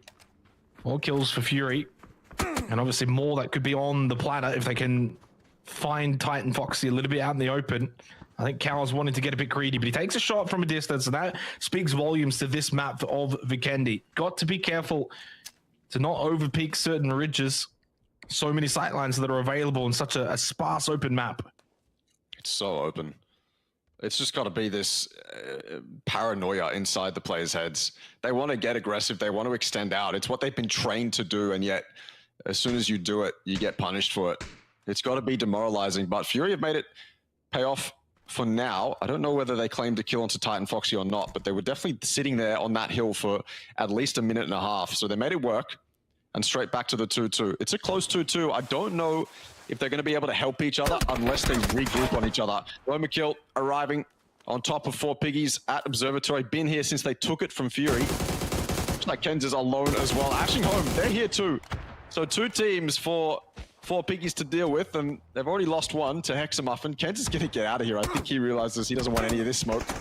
He's going to try and leave, but he gets knocked from Panic all the way in the background. This is shambles for Roman Kill and Ashing home right now. Oh. There's the smoke. While this is happening, AAP, you can see on the western side, close by to Panic. And these are the kind of fights that AAP kind of need to take. I did say middle portion of the game, this is the kind of match where we can maybe see them flex their muscles a little bit more, try and have a bit more of an impact on this lobby. But it's Fury that once again have got all the map control. 2-2 split, center of the circle, holding 2 key positions. They're the ones that are sort of flexing their muscles and taking the high risk, high reward option of going for that 2-2 split. Phase 3, it's still early. You can typically hold these splits. But when it's a map like Vikendi, and there's not much in the center of this circle, and those splits are kind of somewhat close to the edges, and you're holding some of the more key positions that are still available, you've got to be understanding that you could get aggressed on, you could get teams sending on to those positions. One call being one of them that are now just starting to lurk by, close by to high command, and I think it might be Luke 12. And Panic and AAP continue to just go back and forth. Nade from Dusky, Pivy down at the moment. Suspect driving by with the vehicle, gets the elimination onto Net. Pivy gets a smoke coming his way. They'll hopefully get a revive, but it's Alec that gets a good response. He gets a second knock onto Panic. So a little bit scrappy this fight has been. And I'm not too sure if Pivy is going to get the immediate revive, considering that Suspect and Dusky need to deal with the remainder of AAP. They lose Shoehorse for good. Pivy bleeding out. I think they're going to lose him too. 3 kills for Panic, but has certainly been at the dispense of a couple of their teammates. They have won the fight technically, although at what cost? 2v2. Oh, this is risky. Could turn into a... Oh, never mind. I was going to say could turn into a 3v2, but yeah. Crawling in the open like that usually results in the death. So now it's up to Panic to deal with this 2v2. They're the ones kind of pincered. I think AAP might be in better situations to actually maneuver around this compound. Panic is stuck in and around this one building. So the onus is on them to get something done here. AAP can just kind of sit back, watch the angles, watch the left and the right of this building, watch the exits. Panic have to make something happen. But they might just chill. Roman kill, driving very near to Titan Foxy. They know they're here though. They have to get this knock and they do. It's not the cleanest, but they make it work. That's Dipskirt to get it. Now Ryan has to fight back. Nades come out with Dipskirt low. It could pay off, but he's already got that first aid off. So these nades won't be as useful anymore. And nades to retaliate as well. A nade, a molly. Is it worth throwing this much utility away for one person? Those are the kind of decisions you're not thinking about right now if you're Dipskirt, but it might come back to bite you later. Back to this fight as well. Panic's still stuck inside that building. I wonder if AAP can get even more angles on the left and right side. Doesn't matter. Now it's go time. Dusky knocked and flushed. It's a 2v1. Do they actually pull it off? Yeah, they've done a really good job here for AAP. It's not been clean, and they certainly haven't had the impact on the game that I thought they maybe would. To be fair, Circle has eventually shifted away from them, and Panic, the top team, has kind of pushed into them. But Abel, Patrick, and Alec, as the remaining two, have done a decent job. The blizzard comes in, which means that you can't see a thing. You cannot see anything. If Patrick eventually pushes close enough, Suspect is going to be just absolutely kicking himself with that blizzard. The timing, he would have given himself a chance to watch the stairs. He couldn't. He literally couldn't see the stairs. Yeah. And so they were able to push up and eventually get close to him and Panic go out. So that's our top spot team eliminated. Position vacant, available now for the likes of Fury, and also means for one call a chance to close the gap, but they've only got the 3 players, and they've got good position. FTF, AAP though, all a little bit wounded. What can EXO do this game? They've got a good compound, eastern side of the circle. Absolutely have to capitalize. These are the kind of games you must push out, get kills. What a shot, one tap lives up to his name. With the knockdown onto Juan for VIP. One call's position's good, but maybe deceivingly so as we look at the map. Ryan's being smoked up. Doesn't even know he's there, maybe. He's going to run into him. He's going to step over him. Ryan's not shooting? There we go, finally. Pickies goes down. Pickies was smoking Ryan right then. 4 Piggies losing players left and right. One tap again in the kill feed with that Orm. Showing presence from way off in the distance. Doughty now here. Has to deal with Ryan, but Ryan's got that rock. Doughty's in the open. Yeah, he's got mollies. He can deny space. That one hits, actually. That one might be from a teammate from behind him. That's good. Ryan down to very low HP, and the molly will finish it as well. That had to be 2 mollies to deal with him. Juan gets flushed for Roman kill, but still they've dealt with one of their most immediate threats. This is one call's positioning. I think it's good, or at least it was good, but it seems way too open to be able to realistically hold for too long. Seems like they're just going to get pressured from behind. Everyone's going to come in. All the teams that are going to make wraps on the edge are going to probably end up in one call's position. So I think that's what's made them kind of turtle up in a little bit of a bowl that they've got. I think that's the smartest play they can make, because if they tried to fight the edge, they might just be overrun. Yeah, they can play the terrain though. That's one good thing about one call's position. They've got the terrain around them. So you can use it as sort of defensive cover, or you can kind of use it offensively. You've got to be careful as to obviously what you can push out to, being watched potentially by Bendados or EXO Clan. What angles have they got? There goes AAP, 11th place in the end. It doesn't end up, you know, a massive game, 3 kills, 3 points, that's it. I mean, all that really does as well is match Panic's 3 kills as well, so they don't gain anything on the fact that Panic went out early. And unfortunately for AAP, it's another game where they're still quite a distance behind in terms of points. Only so many games remaining. Circle up. And one call is still in. Same with Pindados in their compound. And Exo Clan will be sitting pretty. And this is the kind of game. 0 kills, but who cares? Get the win. Got to focus on the chicken dinner here. You haven't done it so far this tournament. Get the win. Get 6 kills or whatever, because you clean up the last couple. So you get your 16 points. And it gets you back into a position where you can build off that going into Miramar. That's the way I kind of view it for Exo Clan. You're holding that compound, deal with any pushes if they come through, but otherwise play the long haul. Don't worry too much about the kills. As WhoKDR finds a couple for FTF, getting rid of Miller and Killaroo, and Bandit stay in last place. Agreed for Exo, incredibly important. One tap again with this Orm. Unstoppable. Like a knocked. They're going for the flush as well. The car has been parked to stop the Orm from doing any more damage. The DMRs as well. Smokes will be going up inevitably. It looks like the car for now is enough. And they might even save tires on that car. The rest of VIP aren't going to go pop the tires on that one. So they'll be able to keep it and leave that smoke when eventually they do get the res. This blizzard has totally denied any information for Pindados. So as soon as this blizzard goes away, they're going to be completely worried that a team like Irrelevant has gotten incredibly close to their compound. They might not even be able to hear these cars as they roll up directly onto them, but I think they're close enough to hear that straight outside this guy's building onto the walls. Irrelevant have taken full advantage of this blizzard, of this new game mechanic to get close inside this compound. Can they actually pull it off and transfer it into owning the compound? Pindados looks like they've got a decent defense set up. But the problem is you can't see anything either though. Flex just doing a 360 because he's wondering where am I taking this damage from. I don't think either team can do anything right now. Both are incredibly limited. This has got to be super close, but even if they do get this trade, they can't make the next step. This blizzard stops them from taking step 2, so. Well, Red Sea pushed into Exo's compound. That one a little bit more clear cut considering there is no blizzard involved. Monty down to 3 HP. They've already lost Rip. He's able to just barely stay alive. Never mind the blizzard actually making its way up. It's actually just making its way from this position. And coming out of the smoke, that's an easy one for Akita. He gets rid of Epic. They deal with Red Sea. They get all of the 4 kills, losing just the 1 player. I think at this point in the game with 8 teams remaining, I think you take that 4 kills for 1. Hiker trying to deal with the remainder of VIP. Smoke just obscuring the vision. Keeping VIP alive a little longer for 1 tap. He goes down eventually. Bawater on the outskirts of this fight. When he grows up, eventually spotted. Hiker though, wow, what a firing shot from Bawater, my friend. That was strong. Gets the kill on the Hiker, man. Eventually Fury 2 deal with him because Cal gets the kill, but they lose 1 from that. Down to 2 now for Fury remaining. Nandu gets bled out. Chibret though gets the kills onto FTF, and 1 call now got up to 4 kills this game. And just like that, down to 5 teams remaining.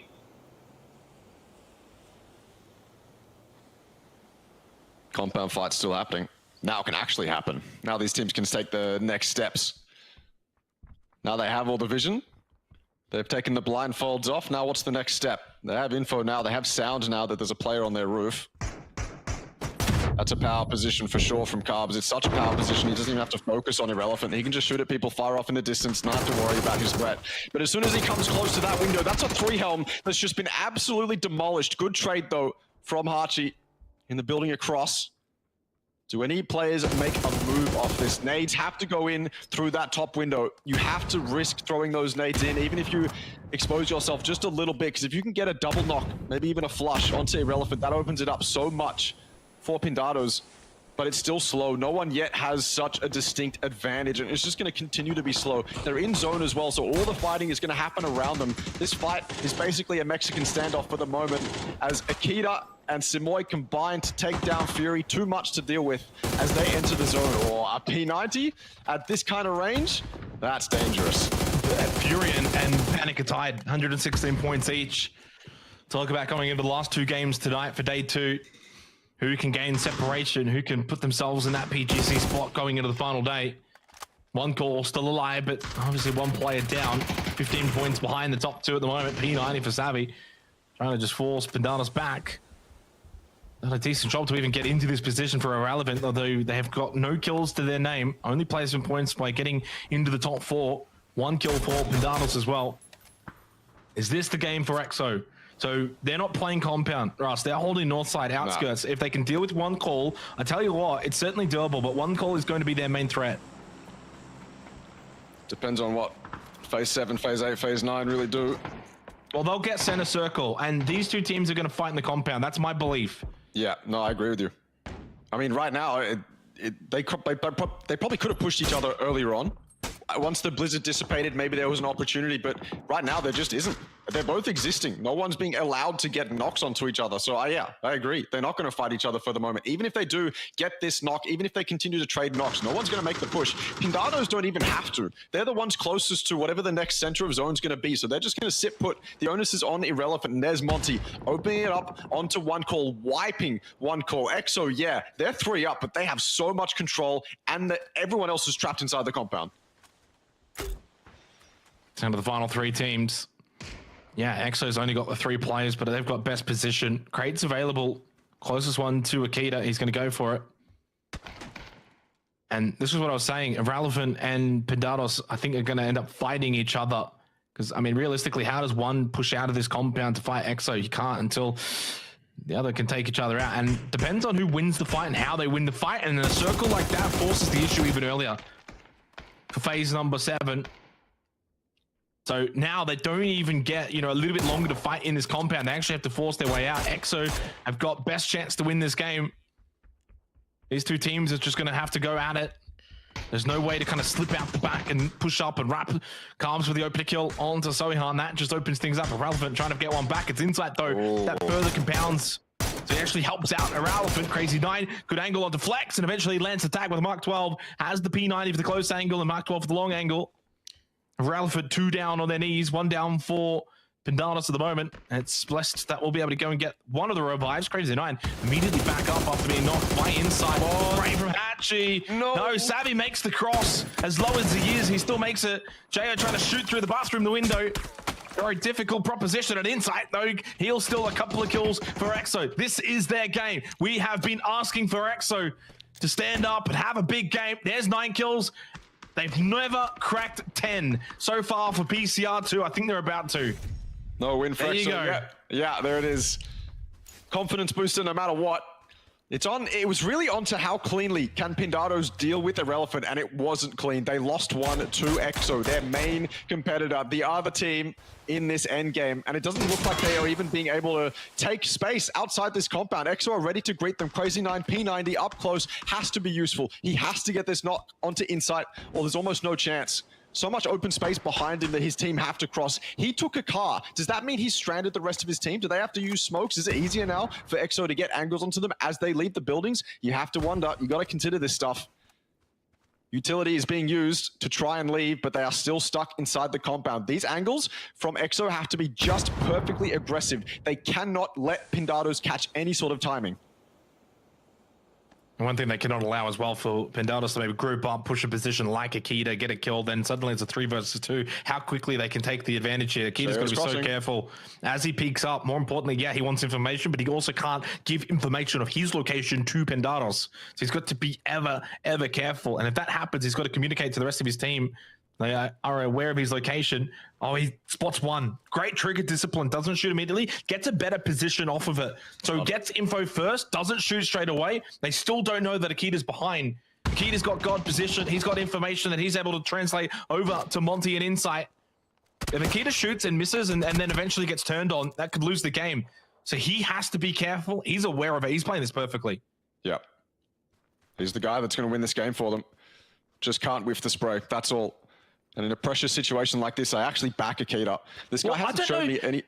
I don't know if he does anything until Pindados actually start pushing or shooting the other members of EXO. Yeah, when he does take that shot, though, he'll time it perfectly. Don't you worry about that. It's just about hitting the shots. I'm interested. I'd be so interested to be in EXO's comms right now. What is Akita saying?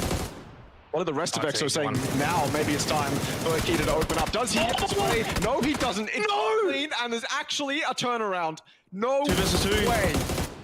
Hachi and the punishment, and down to Monty now in a 1v2. Crazy Knight's low, healing up. Monty with the AUG, broken helmet. Akita will be kicking himself. Certainly a massive opportunity goes begging here. Surely EXO haven't just thrown away this game. Monty's certainly capable. Goes for a rotate, repositions, and he's got time. He's got space. He doesn't have to rush this. But it's a 1v2. And if Hatchie and Crazy 9 just play close together, they should never lose this game. Although vehicle play gives Monty information. Hatchie pulls up close, doesn't get a little peek of the head. P90 up close, and they are going to play together. Monty to peek the ridge, get a headshot, and he does. Gets him low, one flash, one chance, and he has to push off that information. Headshot, lands it, last player, low, it's Crazy 9 with the P90. First aid kit, Monty's going to get it off. He's trying to peek for information.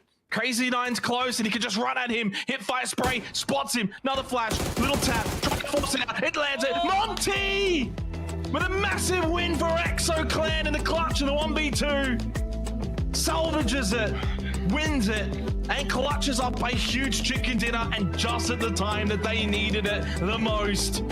When it seemed like this tournament was maybe fading away from EXO, they make a big statement on Vikendi. 13 kill win, 6 from Monty, 5 from Insight. The new guys getting it done.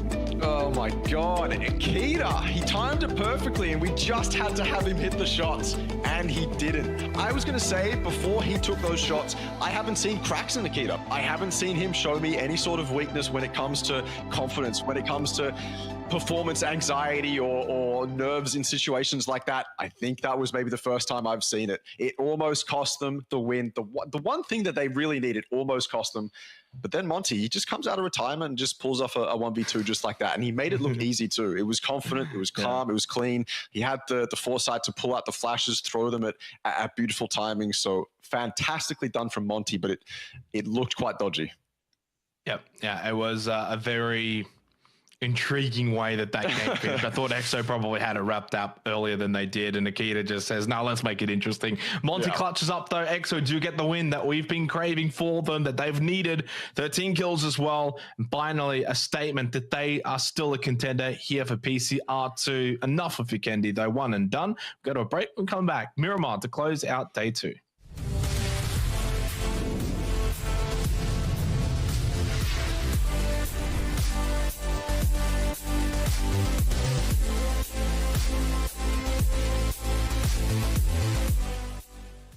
Welcome to the update 26.1, where you'll experience a rejuvenated Erangel, the return of tactical gear, the launch of a new rank season, and much more.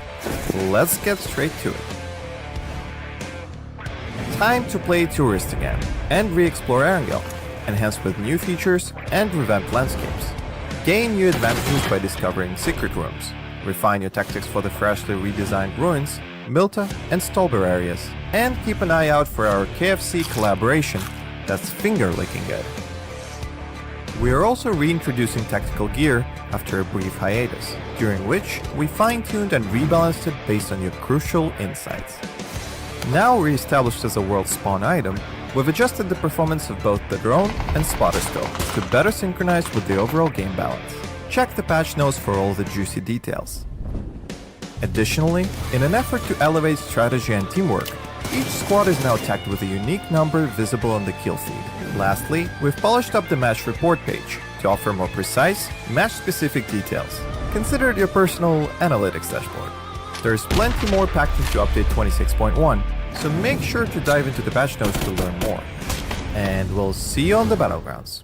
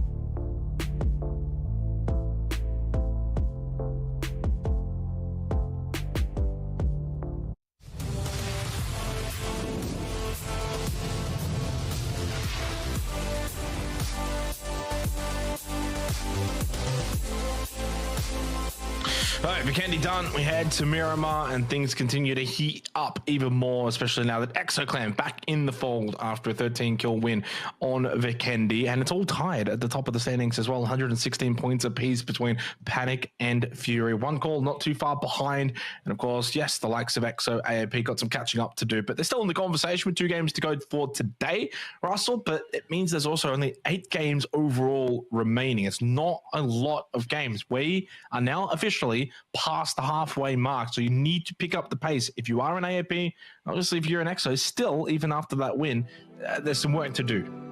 Yeah, that win makes 40 points still look like quite a big number. So more work to do for EXO. But then you think about AAP, who didn't really have the greatest performance that game. It's like, okay, well, they've got even more work to do. We're definitely at that point now. It's crunch time now. Like, you're missing out every time you don't have a big game now. So it's getting quite rough, actually. We're seriously running out of time.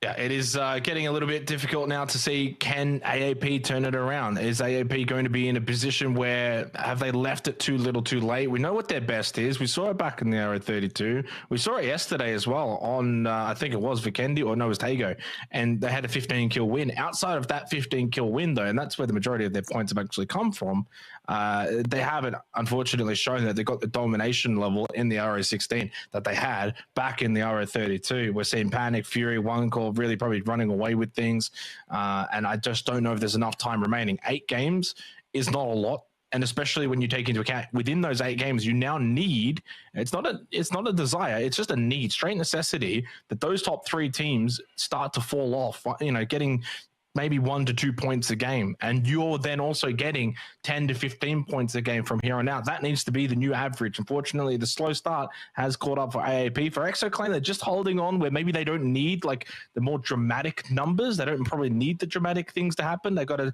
chance to still kind of rely on themselves to turn it around, and who knows, after that win, maybe confidence could be brought to the table, but we'll have to wait and see. As we head to Miramar, though, one thing is for certain, Russell, this has been the home of Panic so far. Panic with the back-to-back win yesterday to close out on Miramar, and while it wasn't seemingly out of nowhere, they probably weren't as close to being the top team as what we've seen from them since then, but now they're in a position at least where, hey, we get to go back to Miramar. We're still at the top somehow, even though it's tied with Fury. Can we extend that lead going into tomorrow? Yeah, fantastically played yesterday from Panic. And yeah, I mean, they've showed us, I mean, they had a win, right? So that's already the sign that momentum has carried through to today. Erangel wasn't the best, but now we're on their home turf. Now, well, I guess it's seemingly their home turf. It seemed like yesterday, when they were playing this map, they just kind of knew how to do it. No matter what spot they were in, they understood the timings. It seemed like the terrain, they were part of the terrain. It was excellent, and that resulted in 2 big kill wins. I think Fury's 8-kill win was the only like low kill win we've had. Everyone just keeps popping off. I mean, this is APAC, you expect that. But yeah, can Panic repeat that performance going into game 5 and then again going into game 6? Yeah, we'll have to wait and see as we head into this one. It's our last 2 games of the night for PCR to Miramar. Once again is where we head for Panic, as they picked up 16-kill win and 14-kill win yesterday on Miramar. Well, they even betted that earlier today, and that was, of course, on Tago, where they picked up a 17-kill win. So yes, they're not just a Miramar-only team. They can do it elsewhere. It's just Erangel that's seemingly where they've kind of struggled a little bit. Now, I thought that they were tied on points, and I'm actually not too sure if it seems like this in-game leaderboard is from the start of last game. It's like it hasn't taken the Vikendi result into equation. So bear with us. Leaderboard is incorrect as things currently stand. That was the round 9 leaderboard. I'm not sure. I guess maybe Vikendi doesn't count anymore. Vikendi doesn't count, unfortunately. I mean, that's basically what these players are thinking at this point. Eventually, it's going to have to count. I mean, in a tournament like this, it has to count. We're at crunch time now. A map like that's got to count. It has to count tomorrow as well. Are there going to be any hot drops? People have been close to each other. Lots of car contests I've seen as we go into, we were on a wrangle before. I saw a lot of people go very close to cars, but didn't result in any kills. Looks like Fury might have from the future to kind of just hang on to as they go parallel up towards Power Grid, up towards San Martin, but they probably will not collide. They probably don't want to collide. Panic. Right next to Impala, inside Impala as well. Vivi's got all the warehouses to himself. You gotta be jealous if you're. So see what happens. We'll see what kind of loot he gets. Yeah, we'll see. Obviously, it is going to be this sort of western side game for this particular game of Miramar. Fury around that vicinity. Exo fresh off of the win from Vikendi, also in a good position for this. Panic, our kind of Miramar leaders, if you will, all the way to that eastern side. So they've got a bit of a distance to Demers, although looking at the map, the majority of the teams actually do. When you kind of look at where a lot of the hotspots are located, it is towards that kind of southeasterly direction. So a kind of more northwestern circle has betrayed a lot of these teams, except for obviously Exo getting to El Pozo, Fury close by, one call over towards Monte Nuevo. So those three teams in particular, I think, will be again pretty content with the start that they're going to have here for what is a very important game. You want to close tonight off in good fashion, put yourself in the best position tomorrow. So you're not going to bed tonight thinking, how are we going to make up 40, 50 points? Rather 10, 20 points, certainly a lot more feasible. First kill of the game, it's going to be Crazy Nine with the elimination onto one tap. So VIP down to 3 players for the remainder of this game. Carbs, Hatchie, and Crazy Nine for Pendatus Esports, all kind of in the mix as they are pretty much in the middle of VIP, who went for a bit of a spread just outside Kintara and Minas Generalis. And it is indeed, though, one tap who loses his life. So down to 3 for them. Same with Titan Foxy. Fury setting up. He'll let me know if my mic's okay. Not an idea. Looting Power Grid. These warehouses are ripe for fantastic loot. And I always get jealous. Even though I'm not playing, I actually do get jealous when I see people loot warehouses like this, because I know they're going to get those 8Xs. I know they're going to get those attachments that they want. So maybe it's just a nostalgia thing. Maybe I should go back to competing. Actually, probably not. That's a dumb idea. I would never do that. I'm washed up. Sure, you know what they're doing. I do not. Interesting to see where they decide to extend out. Definitely going to go towards one call. Get up on top of these 2 fantastically playable unplayables and get a buttload of information. Yeah, a higher ground position that you can get earlier, always going to be very beneficial, where you can scout, get that information, as you said, and from that, play off it. More importantly, with this kind of circle, you can kind of actually spend the time to do it, right? You don't have to over-rotate. You don't have to go a long distance to the other side of the map. You're already in that phase 1 circle, and you probably are not going to want to position yourself too much just for phase 1 anyway. So it's not so much get position for the sake of position. It's more so let's put ourselves in positions where we can get information for phase 2, for phase 3 as we move forward, figure out where everyone is kind of coming in. I'll see north side pretty clear, south side, a lot of contests, a lot of congestion. So that's the kind of stuff that Fury will be able to gain from playing these high ground positions, whereas on the flip side, you know, a team like Exo Clan, they'll have a little bit better loot. So they'll have the better loot. Fury will have maybe less loot, but they'll have more information, and it all just kind of evens itself out throughout the game itself. So a lot of teams, though, needing to make their way into this phase 1 circle slow as you go. Yeah, but then you also don't get the best positions. To be fair, one good thing about Miramar, especially coming from Vikendi, there's a lot more cities, there's a lot more buildings, there's a lot more safe locations. You can play the terrain as well. Adds a fallback option, lots of ball positions. So Miramar's not the kind of map where you have to be like, oh, let's get to this position straight away. You can kind of take your time. You can come in quite late and still have a very good game. Panic making their way up. They'll go northern side here on the rotate as they eventually make their way just north of Minas Generalis. Lots of information to be gained from Fury, as you were saying. One call's got to be careful if they're setting up here and Fury decides to get on that unplayable. These tires will be claimed very quickly. Probably won't even go for the shots on the players. I'll just take the tires instead. Probably a lot more damaging. Pindado's catching Suspect and Pivy in rotation as well. almost actually catching them out fully. Pivi's got to be careful. He's got a teammate in that car he's responsible for as well. But they do get out of dodge, which is fantastic to see because they need to not go out early here. They need to keep that chance that they can extend that lead. I wonder how much pressure's on them right now. I wonder how much pressure they're actually feeling. It's a team that, I don't know how often they've been in this scenario where they actually have a fighting chance at qualifying for an international. So I have to wonder whether that inexperience is going to come back and bite them. But for now, I mean, they've been playing phenomenally, so I got no reason to think otherwise. That's true. Good points. Tenax tied with 4 piggies at the moment. A little bit of a distance now from 10th into 9th, so there is a pretty strong sort of top 9, bottom 9 going on in terms of split. I think the majority of the teams have actually made their way towards the more northern side of this circle, opting to not go for what would be a bit more of a congestion towards the south side. But with that, when you kind of have 3 or 4 teams all kind of decide the same thing, well, you take that congestion actually towards the northern side now, and south side's actually not so bad, and Tenax will feel the reprieve of that. They'll get to fight 4 piggies if they want to. Instead, they go for the pickup, and they'll get Cherry out of there. Speedy with a creep up though, close by to Fleaways, and he might just catch him off guard here. Still a bit of a distance between the two. Org shot misses, gives away his position. Fleaways now where? Spotted Rain, and Rain's got a nade in hand. Couldn't necessarily shoot back. Fortunately short. The shot's missed from Fleaways, and Rain survives. Nade actually is perfect, gets him down to 19 health, but first aid kit available for Fleaways, and of course no real knowledge that that nade connected.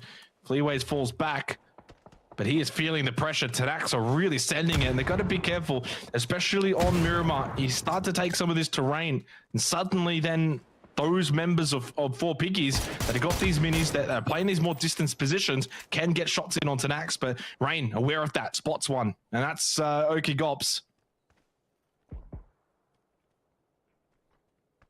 Isolated fight for now too. No one coming in from the south, no one coming in from the north. These unplayables have been lowered a little bit, not as OP as they used to be. So if teams were to come and try third party, Tenax would be a little bit exposed. Are they deciding to back off before 4 piggies get way too much advantage here? They could be. Looks like Rain and Speedy are already getting out of here. Jeff and Sherry are sticking around. Is it going to cost them lots of damage down from that org spray? But no knock, and I think that's probably the final push they need to actually get out of here, and that's also, weirdly enough, 4 piggies signal to get out of here too. So both going their separate ways. Still a minute until phase number 2. Couple of teams still in the blue. VIP, Red Sea, Roman Kill all have at least one member inside of the blue, especially on Miramar where there's a lot of space. Yeah, you don't want to come too late, but not necessarily as if you can't find ways into this circle. You don't have to overthink it, especially phase 1, and it can still arguably go just about anywhere. So even just pushing in, hold edge, plenty of spaces on the edge of this circle. Really nowhere are there sort of roadblocks set up. You don't have to cross bridges. You don't have to go through main cities. Lots of highways, lots of roads, lots of even off-terrain positions that you can take to get into this phase 1 circle. No issues. And Foxy have unfortunately though met one of the only roadblocks, which is Ashing Home out on the very far western side of this circle. And the team obviously that already has just the 3 players, now down to 2. As they lose one on the rotate, and that's going to be Tin Double D losing his life to Murayama. Ashing Home have been a sort of quiet team, just the 27 points from 9 games played, or close to that. Now up to 1 kill in this game, holding around that sort of bottom 4 position. And circle number 2 over towards El Pozo. Montenuevo still in. We see this circle actually pretty oftenly, I think, on Miramar games, and there are actually a lot of options in terms of what you can hold. Firstly, the 2 cities, then you got the El Pozo fields. There's those double stack houses as well just outside. You got the ridge lines that you can play. A lot of terrain out towards the western side too. So there are still a lot of options of this kind of circle. Jake, you're forgetting about the unplayables that are now playable as well. I mean, I think most teams would be thinking, okay, well, we can take an emergency parachute here, or at least a couple of us can, and go straight up to those unplayables that are so desirable in this zone specifically. Roman Kill, they're on it. They see it. They want it. They know it's a power position in a zone like this. Plus, you can play below it, keep a couple members up there. and have them gather all the information for the people below. Sandstorm is going to come through and disrupt a little bit if you're on that western edge, but no more than that. EXO regrouping as well as Pivy arrives. That's fantastic shooting from one call. Luke 12 is 0 chances up against those Dragunovs. Nothing that Nico could do from up high either. Maybe just too exposed to that compound on that rotate, cost him his life. Or not cost him his life, sorry. Just a knock. They should be able to get that res, and they're kind of just hoping that one call no push out.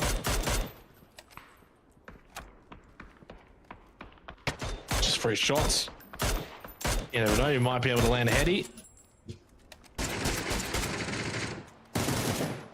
Archangel Predator a little bit closer though. Their shots may have been a little bit more likely, but they've made their way in. Roman kill top of that little mountain, and they'll happily just sit there. Probably the kind of position though where you don't really want to be peeking too much. I honestly think they're probably best to just either all go prone or make sure they've got little fallback positions. So sometimes you can kind of peek over, see down, shoot, but then if you do start getting peppered back, can you take a couple of those little steps back and you're fine? You know, what's your overall safety net kind of like up top on that position? Do you have to go prone? As you got to make sure you understand your sort of whereabouts. So if you got numbers at least, and they do have all 4 players in that, it's not like Jo earlier tonight on the silo on the first game. You're not just a solo, so you can kind of peek and be a little bit aggressive because you've got the numbers. I don't think I've ever seen a team win from taking that unplayable. That's the thing, is I think it's one of those situations or one of those positions you just take, you know that it's going to give you value in the short term, and you're just hoping it provides value in the long term, but you can never be guaranteed, because you eventually have to parachute off. You have no cars, and there's going to be people below you. There's going to be teams below you ready for you to come off. Unfortunately, when you put yourself up there, you make yourself a target. Whether you like it or not, as soon as you have to leave that spot, the entire server is going to be staring at you. So they got to be careful. They got to be thinking about that. Thankfully, again, they have the parachutes in the backpack. They can just jump off and go wherever they want to. Power position for now as well. They're going to be able to keep so much info that you would assume they're able to make a safe play later on when it comes to that crucial point where they're shifted out. But I feel like that's rarely the case. They just kind of get ripped apart as soon as they leave that unplayable. So for their sake, and for my sake as well, I want to see what happens when a team's actually able to pull off a win or a good game coming off that unplayable. See if that happens. So far, quite a game. 13.5 minutes, only 3 deaths, technically 2, since Titan Foxy have just the trio. So a stark contrast, isn't it, Russ, when you go from Tago, Vikendi, then back to Miramar, where it all kind of slows down once again. Tago, Vikendi, you know, you got a little bit in these more unfamiliar routes and the way teams sort of rotate and move and the positions they want to hold. Miramar kind of goes back to that staple, similar to Erangel. You know these positions, you know kind of what you can hold, can't hold, what you can't push. Even more coupled when you add an Alpozo into the mix. And Alpozo is big enough that you can have 5, 6, 7 teams. So you end up in this situation where, because of the way the circle has gone to start here for game number 5 tonight, it's just going to be a little bit slow to get going. But that opens potential avenues later on. That means there's more players alive. That means that if you're in a good position in the mid game, more chances to find kills, rather than a lot of the kills happening early on the rotates. And even if you're in a good position, you can't quite make the most of it. And yeah, like even Patrick looks up and it's like, well, how do we push out now? Yeah. Thankfully for everyone that isn't Roman kill, this next circle should push them out. Unless there's other unplayables that have higher priority than the one that they're on. I'm not exactly sure what the priority in this area is like. Either way, you're assuming that they're going to get pushed out. VIP coming straight onto Pindados. Can they defend it? That's the question. That's aggressive from VIP. Even a little bit exposed, not expecting JO's angle. Fantastic off angle. I'm hoping that, I mean, that's such a smart play. If you're assuming there's going to be a crash, what an angle from JO to play. Such a massive help from his team. It's going to give them time to get that res onto Hachi if they need it. It gives space for Crazy 9 to push out onto this balcony, get a little bit more aggressive, but it doesn't stop Tazzy from opening up onto Carbs. An opportunity has been gained, and a flush as well. This position from JO hasn't been the best, and it's forced him to jump off now and reconsider his options. He loves the high ground, does Jay, but this time, yeah, forced to just jump up and away. Tazzy spotted by Crazy Knight. That's a great spray with the M416. That's clean. Tazzy feels the power of it. Jay going back for that vehicle. Crazy Knight just falls off ever so slightly. Could go for a couple of revives here. Might just relieve the pressure with that knockdown rip, though. Well, pressure's certainly on him. Up close, Crazy Knight, never mind. The flash timing is perfect from Crazy Knight. He can jump off, hit fire spray. Yeah, he gets the job done onto VIP. Crazy Knight, with a couple of crazy kills, lives up to his name. Double kill in the end, deals with VIP, who remain in the bottom three. But ExoClan have got some company. It's bandits inside of El Pozo, and this is what these kind of city fights can look like. You don't know what's safe or where's safe, and in the end, you kind of want to run out of this building, but then there's 3 or 4 teams that have got eyes on it. You can't really push out. Bandits, though, have kind of opted maybe away from getting too over-aggressive. They fall back. For Piggies, though, kind of backfilled into this position ever so slightly, as Bandits did look to maybe kind of spread their wings a little bit inside of El Pozo. Circle shift coming, circle pops, and it goes north, and it does keep a lot of El Pozo in play. And look at the amount of teams, Russell. Southside playing terrain, playing those exterior buildings that are now all outside of the circle. Where do they even have space to go to? I mean, El Pozo itself is already jam-filled. Sands with a knockdown onto Fleaways. So finally, Bandits have spotted that 4 Piggies are pushed up close. Does get the initial knock, but he's inside of a building, can't really push it. And on top of that, you're only the duo as well, so you don't want to get too aggressive. Flowy, the vehicle, pickup truck gets away. This is one of the roughest circles it could have been. There's so much open space in this zone. This might be the one shift that has the least amount of space for these guys to play. Not to mention they have to come from the south, make their way up to the north, even if they want a chance at playing inside the circle. Lots of barricades they've got to overcome before they can get to that point. And if you're inside El Pozo, well, it just gets that much more cozy. Going to be getting very close to your neighbors in a couple minutes' time. AAP very close to the road. If anyone wants to send it down here, which I wouldn't be surprised if a team wants to, AAP is ready to greet you. They'll happily take the points. They need the points. 71 is not enough right now. These last couple games have to be bangers from them. Is it going to be Fury to send it down the road? I think they're too smart to go down the road. They know that that's not a great option, so they're going to go over the hills instead, try get north like that. A couple other teams going to make wide wraps as well. AH and Red Sea, they were on this western side. This was basically their only option. There's that massive unplayable stopping them from doing anything else. There's even Pindado's members up here. They're coming from the north, trying to come south. It's all chaos. It's just shambles as these guys try to find anything that they can play. But right now, all the playable space is, that's devastating. That's not what you want to do on a rotate like that. That's crucial. Yeah, it's not ideal, especially at that kind of timely manner either. K-Mon's going to get finished off. Free kill for Tete. He'll happily take that. No complaints from him. Oi. Push up, close by, man. Dealing with Red Sea, but these are the kind of fights that from the future need to win.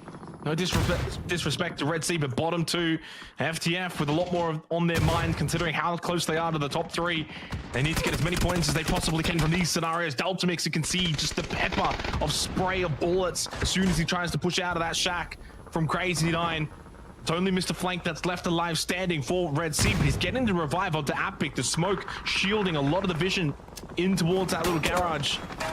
Punye gone, so is Sands. That's the end of the Bandits. Akita and Trick will split 1 for 1. So 2 of the bottom 3 teams eliminated. Unfortunately, the consistency at a rather poor level following these particular teams. And Red Sea, I mean, they're not in much of a better shape either. Panic in the center of Pozo. Opportunity for them to extend their lead. But they're going to have to be patient. All the action's going to happen around them. Kind of same with a couple other teams inside Pozo too. They're not going to have the sight lines that they want. They're just going to have to wait it out. Wait for these teams to finally get close to them. That zone pops. There's a little bit more to the west. A couple of teams going to be happy with that. Coming outside the building as well, Fury sent it straight into Pozo, and it's not easy to leave. This building specifically is a pain to leave. It seems like this one, there's just not much you can do. All the angles are exposed. Everyone around is going to be watching, and in a lobby this competitive, in a city this condensed, it's looking incredibly hard for Fury to get out. And now they have to deal with Irrelevant coming up behind them as well. Savvy, he's going to want to take care of this. Blood in the water. Can he actually capitalize on it, though? The thing is, he has to go out either side. He can't just look straight at Fury. He's got to make a push. He's got to get something done. And he's going to want to wait until his team's ready to Ready to wipe Fury, really, before he wants to make a push. Well, the one good news for Fury, though, they at least dealt with Inside, who's kind of holding a little bit more of that sort of front position. LetsPlay, okay, never mind. As soon as they get out onto the road, that open space, clearly their downfall for Fury, trying to jump the window. LetsPlay closes the door, doesn't reload the orb, senses the pressure ever mounting from Luke 12. He gets on a good little flank. They get the kill, a good response at least for Fury, shuffles them back up into top spot by all tying up with Panic. They've got to go down to the blue for a Roman kill. If we think back to earlier in this game when they held that mounted position on the unplayable, well, that is now playable, but also their downfall too. As soon as they start to parachute off, of course, they are easy pickings for Pandados, who are up into 7th now. 9 kills. They've been able to get themselves out of that sort of bottom half of the leaderboard from a poor day one showing. Sohan gets the kill onto Hikerman. Where's Luke? Holds the angle. Very quick spray. That's an easy one for Luke. Kind of just running out. Gun not really in hand, and Savvy's not in a position. So Luke can get this revive. Fury will keep 2 up. Couple kills, but they've still got to push forward into the next circle. Savvy spotted by Monty. And again, just not able to find an angle to get the flush onto Hikerman. And Luke, though, is he giving up on this? He spotted him. Double barrel through the window. Oh, that's a risky molly. That could molly yourself. He has. That was inevitable. You can see that coming from a mile away, and Luke gets it anyway. No way he actually goes for that. And it doesn't work out. Meanwhile, down go Tanax, AAP making a name for themselves in this zone. They've taken, I mean, look at this. If this isn't a power position, then I don't know what is. How much vision do they have? How much info? How much opportunity for kills do they really have? I mean, people are going to be sitting inside buildings, so maybe that limits them a little bit, but still, what a power position for them to take. So there goes Luke. Was never in a position to get that revive on Hiker. Out in 10th for Fury, just the 4 kills, 4 points. Panic. Opportunity again arises to take that top spot as Evil Patrick will collect another kill for Archangel Predator. 4 for them this game. And the good news for pretty much everyone inside of this lobby, right? Again, that top team goes falling down short, only grabbing the 4 points. Panic, yeah, they're still alive. They can further compound that sort of top position.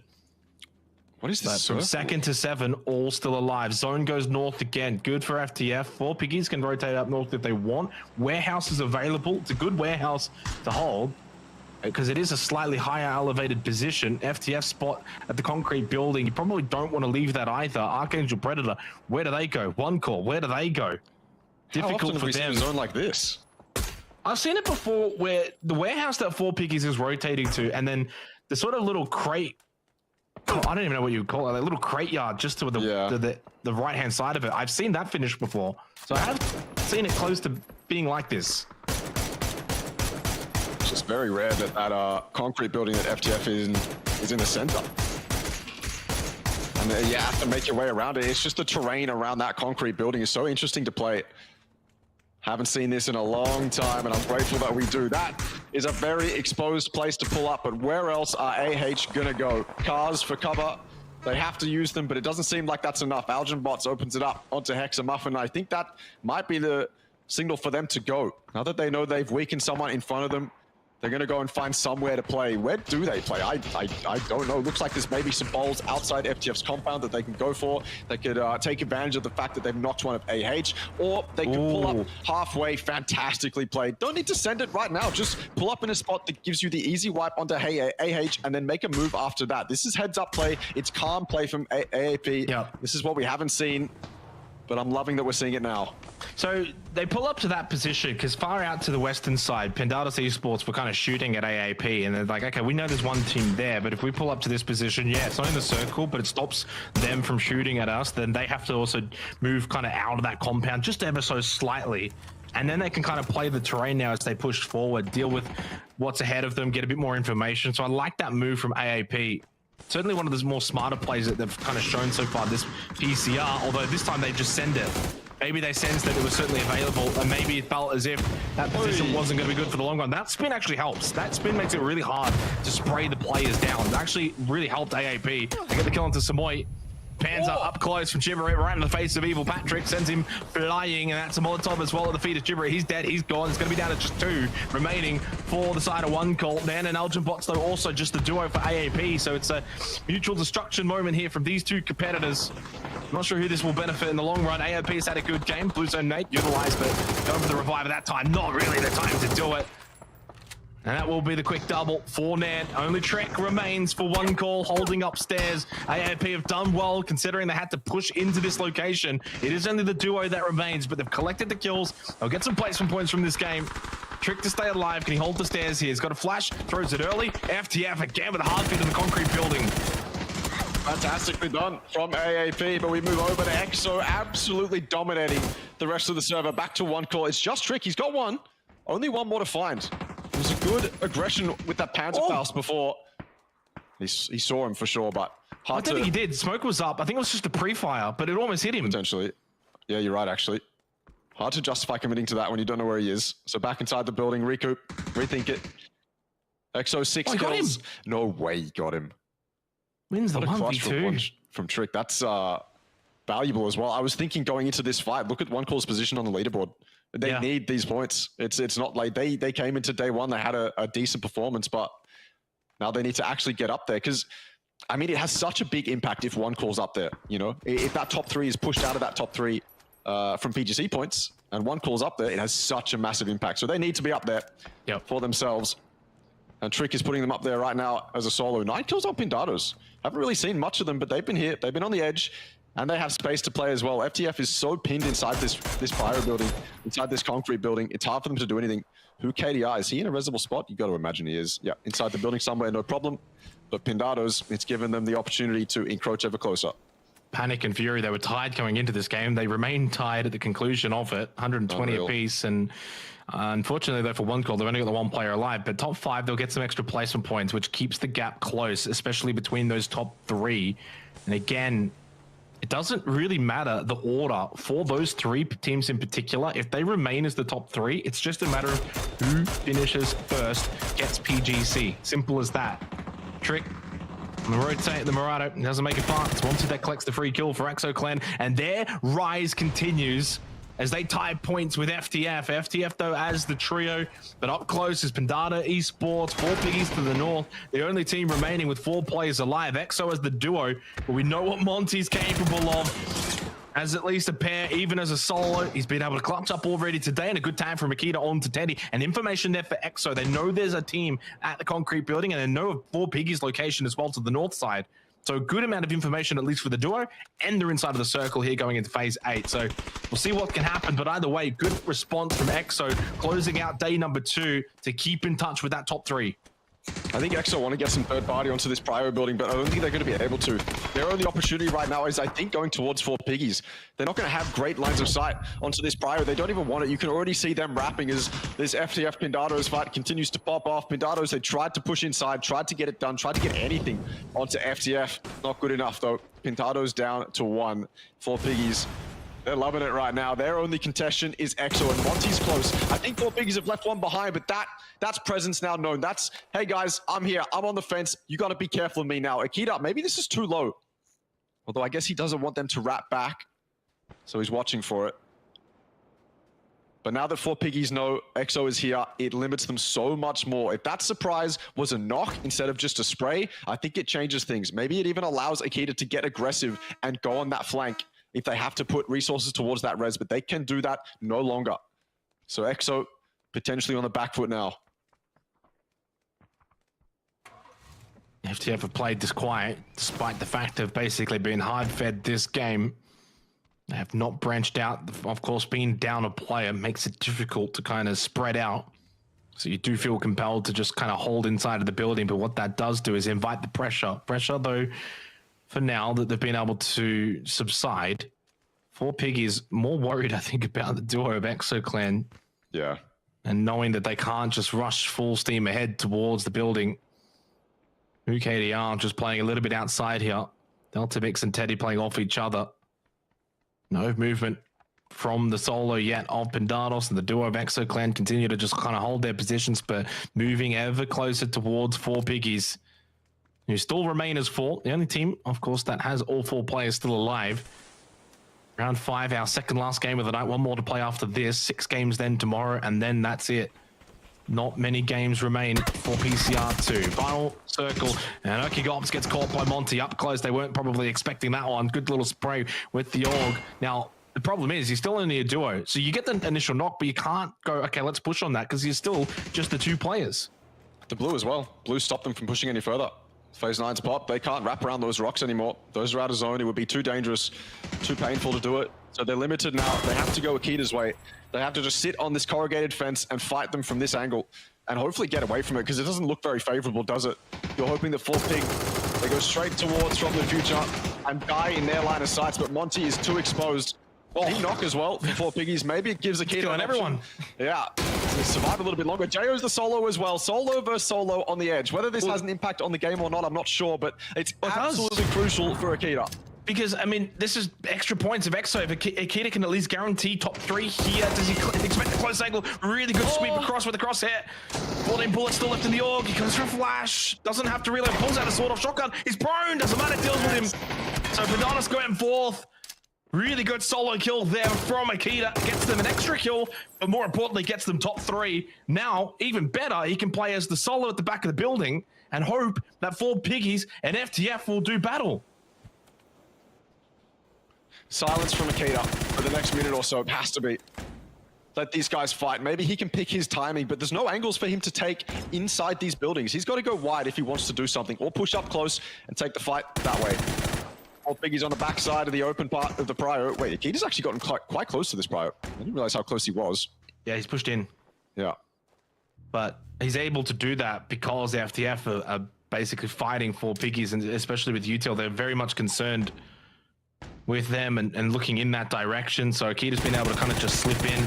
I tell you what, don't rule out Akita being able to win this game. Certainly possible. Yeah. Still 1 bullet left, I think, in the sawed-off shotgun. It might have been able to find some more ammunition. Not too sure. But he holds that up close. It's deadly. Although 1 in hand as well for Teddy, and he's got 1 too.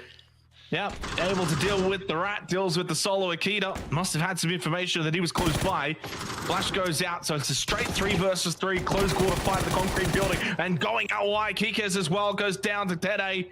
He went out far too wide. There was no immediate trade. Sword-off shotgun comes into play, but the DPS is better than all the sword-off shotguns combined. The DPS is too good. From the future, find another chicken dinner here for PCR2. That was a fun one on Miramar. They get the win. Feels like they needed it to keep themselves in the conversation of hanging around that top 3. Oh, don't count them out. It seems like when they get into the center of the zone, they just know what to do. That was perfect aggression on that DBS. Just confidence. PUBG's a confidence-based game, so screw it. When you got a DBS up that close and personal, you may as well go for it. We saw them messing with flashes, trying to get them off. We saw them pull them out, take them back in. Nah, forget all that. Just go with the DBS, run at them. They're blind. Just go for it. That was definitely entertaining. And yeah, you're right, Exo. They were able to overtake From the Future for a moment, but I think From the Future probably just snapped it right back with that win.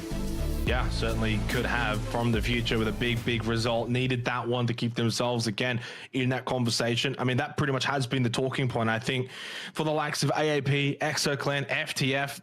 When we've got this kind of proverbial top 6, but there's a bit of a split to the top 3, they're the ones that are kind of fighting tooth and nail, needing to scrape together these points, get these games to go. Wasn't the most biggest win ever. They got a bit of a hard feat, concrete building outside of Alpozo, but they played it well, held their position. They were a 3-man for a lot of the end of that game too.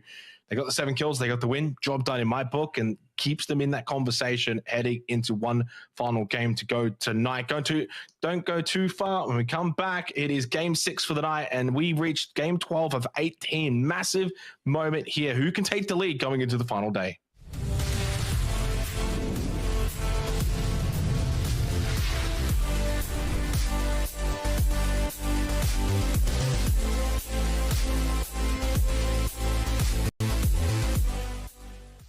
Welcome to the update 26.1, where you'll experience a rejuvenated Erangel, the return of tactical gear, the launch of a new ranked season, and much more. Let's get straight to it. Time to play Tourist again, and re-explore Erangel, enhanced with new features and revamped landscapes. Gain new advantages by discovering secret rooms, refine your tactics for the freshly redesigned ruins, Milta and Stolber areas, and keep an eye out for our KFC collaboration that's finger-licking good. We are also reintroducing tactical gear after a brief hiatus, during which we fine-tuned and rebalanced it based on your crucial insights. Now re-established as a world spawn item, we've adjusted the performance of both the drone and spotter scope to better synchronize with the overall game balance. Check the patch notes for all the juicy details. Additionally, in an effort to elevate strategy and teamwork, Each squad is now tagged with a unique number visible on the kill feed. Lastly, we've polished up the match report page to offer more precise, match-specific details. Consider it your personal analytics dashboard. There's plenty more packed into update 26.1, so make sure to dive into the patch notes to learn more. And we'll see you on the battlegrounds.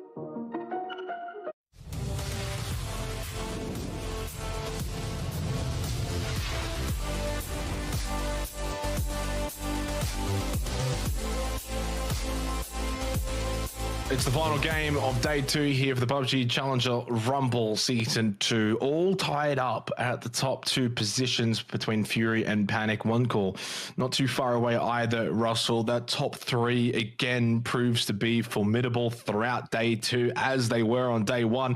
There are some stragglers that are still hanging behind, not too far behind, but unfortunately, as we continue to go through these games, the likes of EXO, AAP from the future, even despite the win, haven't quite been able to really fully close that gap. It's do or die time. You need to start getting massive results now. And the irony in sort of what I'm saying is the last 2 games have actually been won by 2 teams that I've kind of listed in that, EXO and From the Future.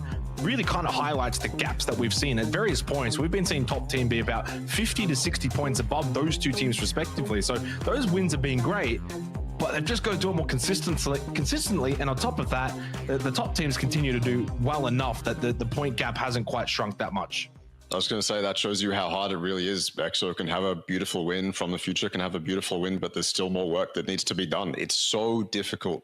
That's why they needed to have a good day 1 even though it's 18 games, which is like the fair amount for competitive esports, they all count. They all absolutely count in a lobby this competitive where you have everyone showing up. It's very, very difficult. And even though they've had wins, it remains hard. I just don't know how else to put it.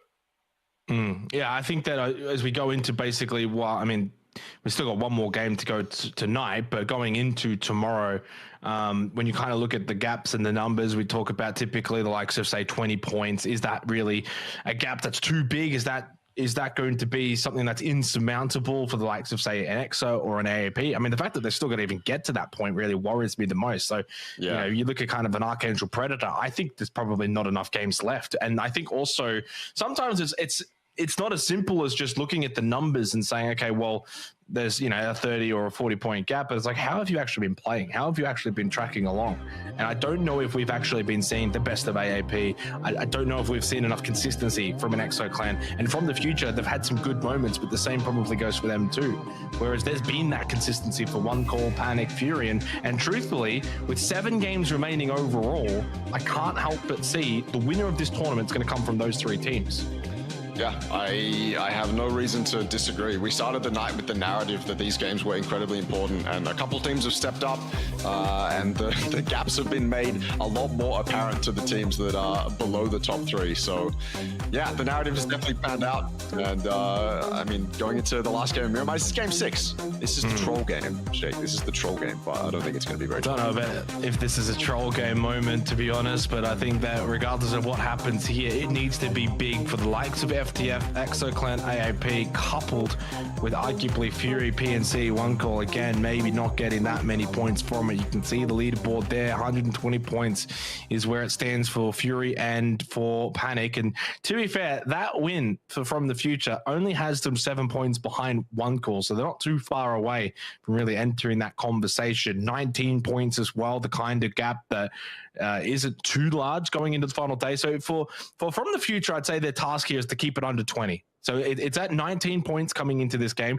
Can you keep it under 20 at the conclusion of this game? That's got to be the goal. I think 20 points is something that is very easily possible going into the final 6 games. So for FTF, the task's not too massive. For EXOClan, the task is, I guess, a little bit higher, 27 points at the moment. The goal for them this game is, okay, can we catch up the 7 or 8 points needed to get it to around that 20-point margin? For AAP, 40 points behind, 7 games to go. They need to they need to start going massive. They need 20-point game catch-ups here. Can they end with a big win? We'll have to wait and see. AAP, I think, might be too far behind the 8 ball at this point in the tournament. But for EXO, from the future, certainly got enough to fight for going into this final game tonight to set themselves up for a big day tomorrow. Yeah, it is getting very too... AAP, sorry. Back-to-back 20 kills. I mean, that's... kills even. It's so difficult, but doable. I mean, AAP, they were the team that made that heroic run in the last qualifiers, I believe, where they just sent it in at like 34 kill win or something like that. So they can definitely pull it off, but it's going to be a little bit difficult for them to do it in this kind of lobby. So it's an eastern side circle here for the final game of Miramar. We had the more strange El Pozo finish up towards the northwestern side. Roman kill against One Call over towards Monte Nuevo. And while you don't like these hot drops and they can always be a bit tricky to play against, this is an opportunity for One Call to probably get some early kills. Roman kill, they've dropped off quite significantly from a top 3 team halfway through day 1 to 9th place now. The points have just absolutely stagnated. But obviously it means that for One Call, there is always that chance someone like a Doughty here with a shotgun, and even more so maybe with the Panzer, could just swing around the corner, unload this, get an easy kill. And that might just happen here as he opens up the door, forces, I think it's Nandu, to go further up the stairs and away. Roman Killer aware of his location on the stairwell. Doesn't necessarily strike immediately with it and doesn't check the close angle, but he still lets go of the trigger. And with that, he gets the kill onto Nandu. Takes himself down, but that's fine. Chipperit got one. In the end, it's a trade. A 1-for-1 trade. And Chipperit's not going to allow this revive to take place with the DPS. We get one. His teammate to get the second, you would imagine. Doughty very low, 10 health. Oh, never mind. Nice shot with the pump here. Juan actually gets the download to his teammate with a nade. Gets the knock on the Savoy. This is a disaster for One Call. Roman killer out. Chipperit will get the double. In the end, they walk away. 3 kills to their name. They lose Nandu, though, so they don't have all 4 players up. But you do confirm the 3 kills, 9 points separation to the top 2. Could have been, honestly, a lot worse, Russell. I don't even know what to make of that. That was one of the most insane fights I've seen for this tournament so far. This might be even more insane as Zur comes hopping off the bell tower to his death. Wasn't the fall damage, it was the ump instead. And now the rest of Titan Foxy are going to try and capitalize on that. There's another one. Keep that ball rolling, Titan Foxy, you need it. The up through the window is not going to pay off, but he is safe, and his teammates will finish the job. Titan Foxy, even though they've been 3, I feel like they've been trying to get in the action. They've been showing up a little bit, whether they're on edge or taking fights like this more directly. They are definitely showing their presence. It makes me wonder what they could do as 4.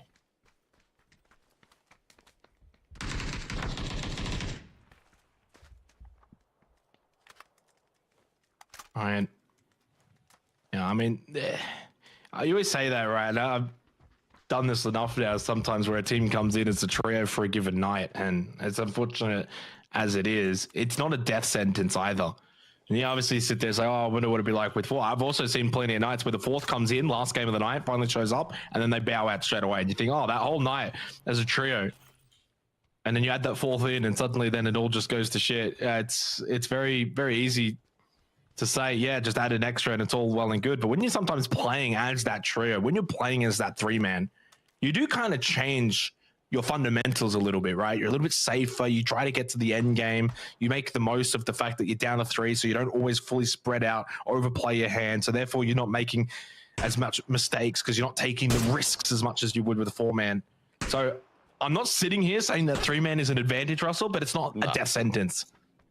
What do you have? What do they have to lose? That's the mindset that they have. That's what everyone as a 3-man is mostly going to be thinking, especially in a situation with where they are on the leaderboard. Just go for it, send it, hope for the best. Try get some practice in. Hopefully they have their 4th come back tomorrow, and they can go from there. But I mean, 11th is respectable. Very, very, very respectable for the situation that they're in. 5 kills as well to start off the game, so see what more they can do with it. Red Sea not making it easy for them to get out of this situation, though. Stuck inside this double building. You have to risk it and run up those stairs. No way they make it. Yeah, thinking better of that. And I don't think Hen's going to get rezzed. No, Hen's going to bleed out. 5 kills for Titan Foxy as a trio. Well, we'll see what Ryan and Tin Double D can do as a duo. And yeah, obviously you commend them because it's not easy playing as the 3. You almost have to play harder and try even more as the trio. Make sure you don't put a foot wrong. You can't make as many mistakes. But I also commend them because they're, even as a trio, still trying to find kills. Kills have actually been a big part of their points. It's not like they're just, as a trio, sending a deep circle, playing late game, getting these points from placement points. So they've done all right tonight as a trio. Certainly done a lot better than quite a few teams who have had the 4 players up. But my eyes firmly more fixated towards the top of the leaderboard. 120 points apiece, Tide, Fury, Panic. The beauty of this as well, and I love that it's kind of played out in this fashion, because truthfully with AAP and EXO getting the majority of the points back from PCR 1, we'd be talking about different calculations. The beauty of Fury, Panic kind of fighting for this, it's just a matter of who finishes first. You know, there's no world in which, okay, well, if Panic finished first, Fury can't finish second, none of that. So it's just a straight 1v1. Obviously could be 1v1 if one call also stays in the picture. So it's the teams that weren't quite at the very top back in PCR 1, those being EXO and AAP, they've dropped to 5th and 6th. So they've kind of dropped right off from the start of the year. 7.5 minutes through the final game of the night. Niku's is just getting some very good information. FTF driving away from their position, and Man and Delta Mix stay as a duo. Close enough, I think, for Nico.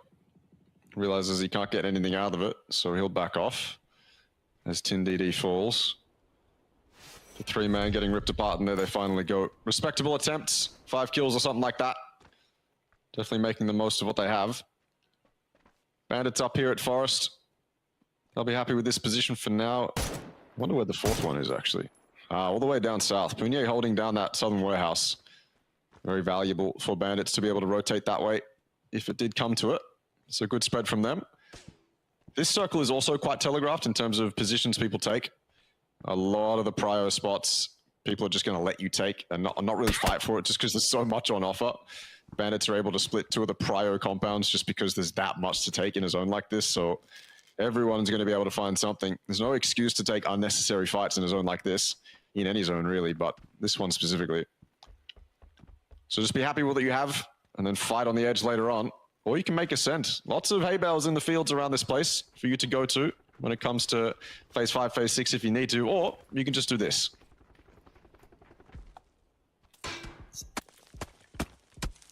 Now feeling the pressure. This is the kind of game where you kind of just want to close the night off on a good note. You don't probably think too much about going massive and play bomb. You kind of want to finish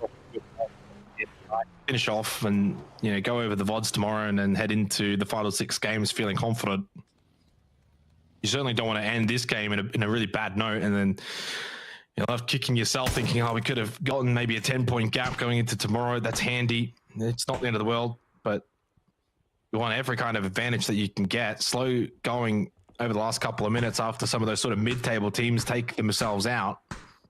The fact that we've lost 3 teams this early on does mean then the middle portion is going to slow down a little bit more. 20 seconds still till phase 2. Not a lot of territory to really fight over. Pretty much everyone looks quite well placed, except up north. Panic's still in the blue. You can also see some members, at least of one call, also still in the blue as well. So both of those two not in great positions. Red Sea, Dean just still making his way in. You can see on the map there as we do get the circle and it shifts over towards Minas Generalis. And that is meaning for a lot of those teams out towards the eastern side having to make their way in. Panic and parachuted really far towards that eastern side. Have had to kind of double back now last second and actually right over Archangel Predator. Mark 12 with the 6 times really strong here. Shoehorse. And he's going to be able to survive these bullets. Yes, reload time for Alec and they'll be able to get away. Opportunity goes banking there for Archangel Predator. And for them, maybe this is the kind of game where you've just got to start trying to push, find kills.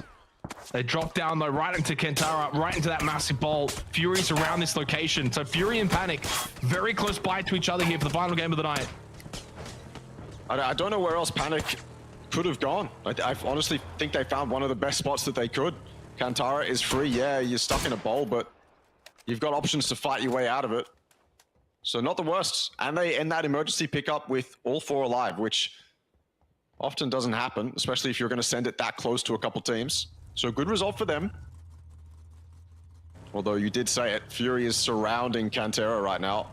AAP close by as well. So Panic are going to have to be careful, but they know that both of those teams aren't going to extend over and try get some peeks off into Kantara right now, at least. Too risky right now, too open to do that. Maybe later on, if it starts to center up on Kantara, they can justify it, but right now there's no point.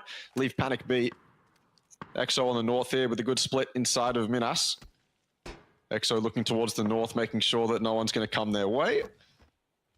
Lots of space still available for these guys. I mean, there's so much space in a zone like this, similar to the previous circle, where you don't really have to take so many fights. I mean, you can still see that Southern Warehouse is available, Catwalk is available.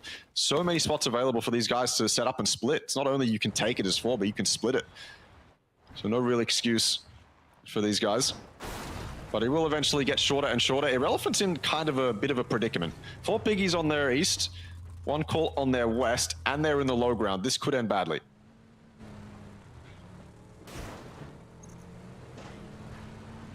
Relevant just making their way up towards 1 call's position. UKDR trying to scout as much intel as he possibly can. Minute till phase 3. And again, because of those early team deaths, not a whole lot of action for P2 because there's just a lot of space and it's Miramar in a nutshell, especially with Minas in play. Guitar, a good location for Panic to kind of just fall into, and Graveyard available for 10x as Samoy spotted Savvy. Really strong spray from Chipperit and Samoy to get the knockdown, starting this little engagement with the Relevant, who aren't actually just going for the beeline straight towards Savvy. They know he's dead. They go for the backline instead. So 1 call have got to be very careful to turn their attention around. They might think this is a bit more a frontal-facing fight. No, Trick ready. He went for the high ground and he got the knockdown onto Flex. Really good, smart positioning from Trick to just fall back, get high ground information on the fight. And this is going to be a big reason why they're going to win it. It's all because of Trick's positioning. He'll get the double. Tripper have been able to get a couple of these kills, but Trick's the reason why. But they still have 4 players alive. And sorry, Han, I don't know what he's doing. Trying to live. Trying to survive. He's leaving one core, going straight back into 4 piggies. Is he allowed to live? Is he allowed to get out of here? That zone is actually quite rough for a lot of these guys. Lots of teams on the east. They're going to have to make their way in because this has gone southwest. All that space I mentioned before, catwalk and the warehouse, it's all free. Sohan, he might be the first one to take some of it. Straight to the warehouse. No way he's not going to get contested for it. Fury's already on the way as well. Although it looks like they're happy to group up in the compound just outside Cantera. So the warehouse is still Sohan's if he wants it.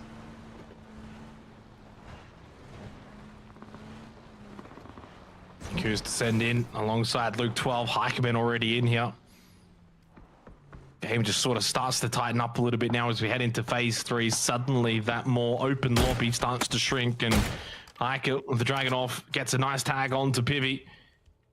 And I tell you what, had he got the knock there, the intel of that being Panic would have been given over to Fury, and of course, well, vice versa, but I think Fury would have been able to make the most of it. I don't know if they changed their plan too much, but having that intel as to where Panic are actually located, certainly an extra piece of information that you would like to have. Yeah. Ivy back on the little bicycle, makes his way back into Kentara. They're going to make their way out. That's going to be difficult for Panic. It's not going to be an easy trek out of that position, even more so when it's Fury that have kind of got the road blocked in. We'll see whether or not they can actually make their way out. Both teams tied on points still. Could you imagine if this was the very last game? Oh my God. Could very well happen by the end of tomorrow night. Got to make every kill count, every placement point available. 15 minutes gone here. Game number 6 for tonight. Tenax still on the rotate. They've got a lot of space. They've probably got the most space out in the western side of the circle. No one's really close to them because everyone's kind of been pushing in from that southeasterly fashion. North sides as well. Been seeing a lot of teams go up towards Graveyard of Minas to kind of go to these more city locations for a bit of safety cover. So Tenax have been able to really spread out, so much so that they've actually pushed into Graveyard. Here's the thing for Tenax. I feel like they want to simultaneously hold their spot and deal with Red Sea. But I don't know how much of a threat Red Sea really is to them. Jeff can just leave. They can go and hold that southwest side, the space they already have control of. Leave Red Sea to struggle as soon as they have to leave Graveyard. Or they can do what they are now and kind of angle towards Red Sea. Jeff gets knocked though. He's isolated. Do Red Sea know that he's all alone over there? Speedy's going to go straight for that res before they get the info that Jeff is alone. So decisions, very crucial ones, having to be made from Tenax about what they want to do, how much space they want to have, and they certainly don't want to throw this away. Committing too hard to Red Sea, I feel like would be a mistake. They're all committing inside Graveyard, and all the space that they previously held is now fully available for anyone else to take. So right now, it's not going to bite them, but it certainly could later on. Never mind. Circle shifts all the way over. Maybe now committing to Red Sea is the right play. Towards Kentara, that is a bit of a reprieve, to be honest, for Panic. Don't have to make their way out anymore.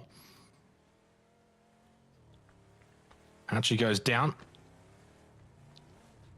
And Irrelevant down to 1 player as the weakest team remaining inside of this lobby. Everyone else 3 and up. This is the kind of circle now where Fury have to be careful that they don't get aggressed on. Holding that 2-2 split. Making sure that Panic inside of Kentara could not make their way out of that location. Well, now they're not so bothered. Now they don't have to make their way out. Suspect's been knocked down. Trying to see where that actually is located. EXO also need to move out of their position up onto the northern side. FTF have got a good location inside of this circle. Phase 4. There's a knock on to Pivy from Nan. Big fight here for AAP. Nan getting the initial kill, and he'll get the flush as well quickly to follow. No response from Panic. Suspect did get revived, so 3 up still for Panic. That's a very ambitious nade. Has it made its way in? No, it just falls short, but it did get actually a good amount of splash damage onto Suspect.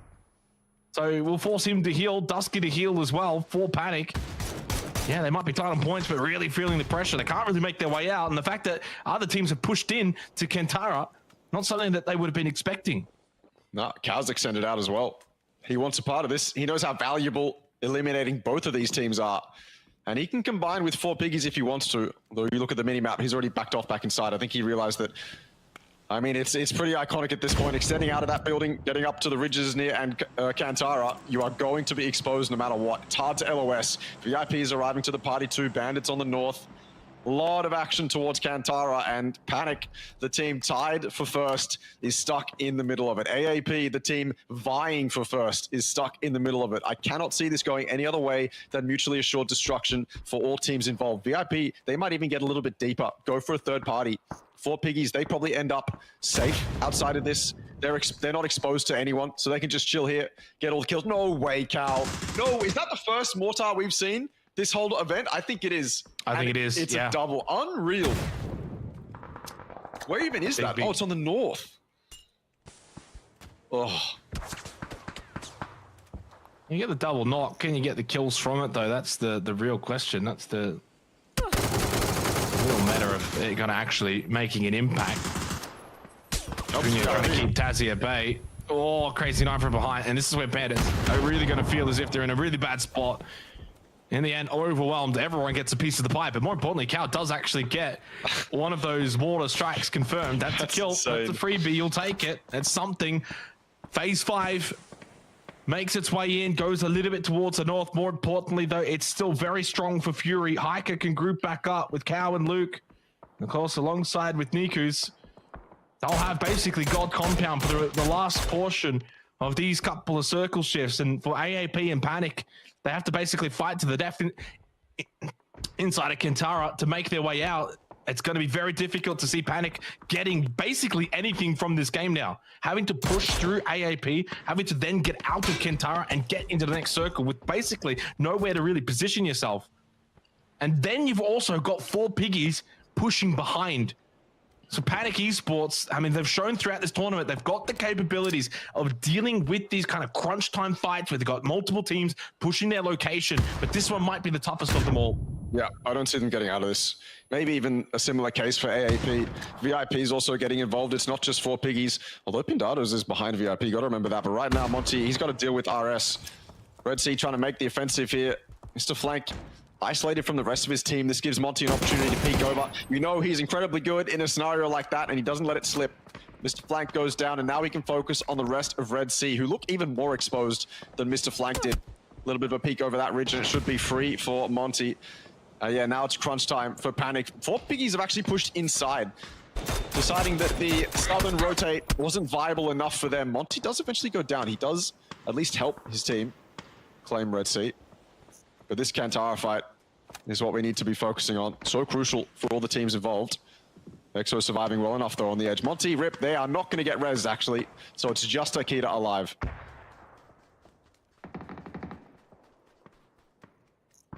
Rip ties to the zone. Minute left until phase 6. Alec actually going to go down to Chibrit, so that might be a bit of a reprieve for Panic somewhat. The fact that AAP have just lost the player evens things up. That's at least a good kill for 1 call again, up to 6. 5 of those through from 1 call. Of course, Trick's been good as well. And suddenly, Fury and Panic, they've had quiet games. To be fair, Fury haven't really had a whole lot to do, but 1 call with these kills have just closed the gap to 7. Fleaway's knocked down by Elgin Bots. Chloe just trying to smoke on up. The Lucky Gops and Fleaway's already down. Pack is going to go down as well. This is strong from AAP. Got to just deal with Flowey. Spins around, but it's AAP that confirmed the kills. Needed a strong finish here for the final game of the night. That's certainly one way to do it. 6 kills in this game, 87 points, but immediately eliminated. So they only get the 7 points from this game. It's not enough, really. And that's kind of what I was talking about before coming into this game, Russell. They're just no longer in a position where, you know, getting 7 or 8 points is good. It's honestly not good anymore. It won't work. They need a big 20 bomb. Yep. Suspect with the kill on to Trick.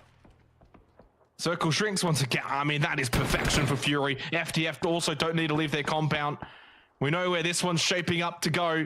And while Panic held that top spot ever so slightly, they are once again tied, but they're also eliminated, and Fury are going to collect some pretty big points to close out the final game of the night.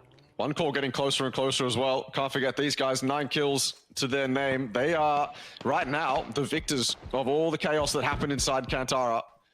They'll be absolutely ecstatic, putting themselves closer to the top 2. But yeah, we could see it coming from a mile away. AAP, Panic, destroying themselves along with basically everyone else inside Kantara.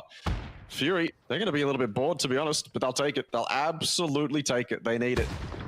They're not going to let this one slip. Not unless the circle tells them otherwise. Pindado's as well on the edge, struggling to get inside, exposed to the likes of From the Future and basically everyone else. Tanax, honestly, had forgotten about them, but they're making their presence known, driving down the side of a hill in a vehicle. Oh my god, look at them, all covered in dive bombing, eh? They've got position, not inside zone, but they're here, they can take a fight. Yeah, they can push in from behind. One call. Chibret more concerned with Pindados Esports. Carbs actually getting knocked there. One good thing From the Future is they've only got Akita to deal with as the solo for EXO. What? And that's a bit of a strange one. Speedy gets the blow up onto Samoy. Maybe a bit fortunate there. Jeff did get initially knocked by one call. Chimberit, 2 to deal with. He doesn't expect them to be that close. And it is one call eliminated. Jeff does get finished off. Cherry and Speedy as the duo for Tanax. 5 teams remain. And now this is really where Fury do their best work. 8W Web though from Speedy with a quick knockdown on the White Kick and Mukau. But they clean up Jo and Carbs. 2 more kills. Fury are going to be in first place going into the final 6 games tomorrow, Russell.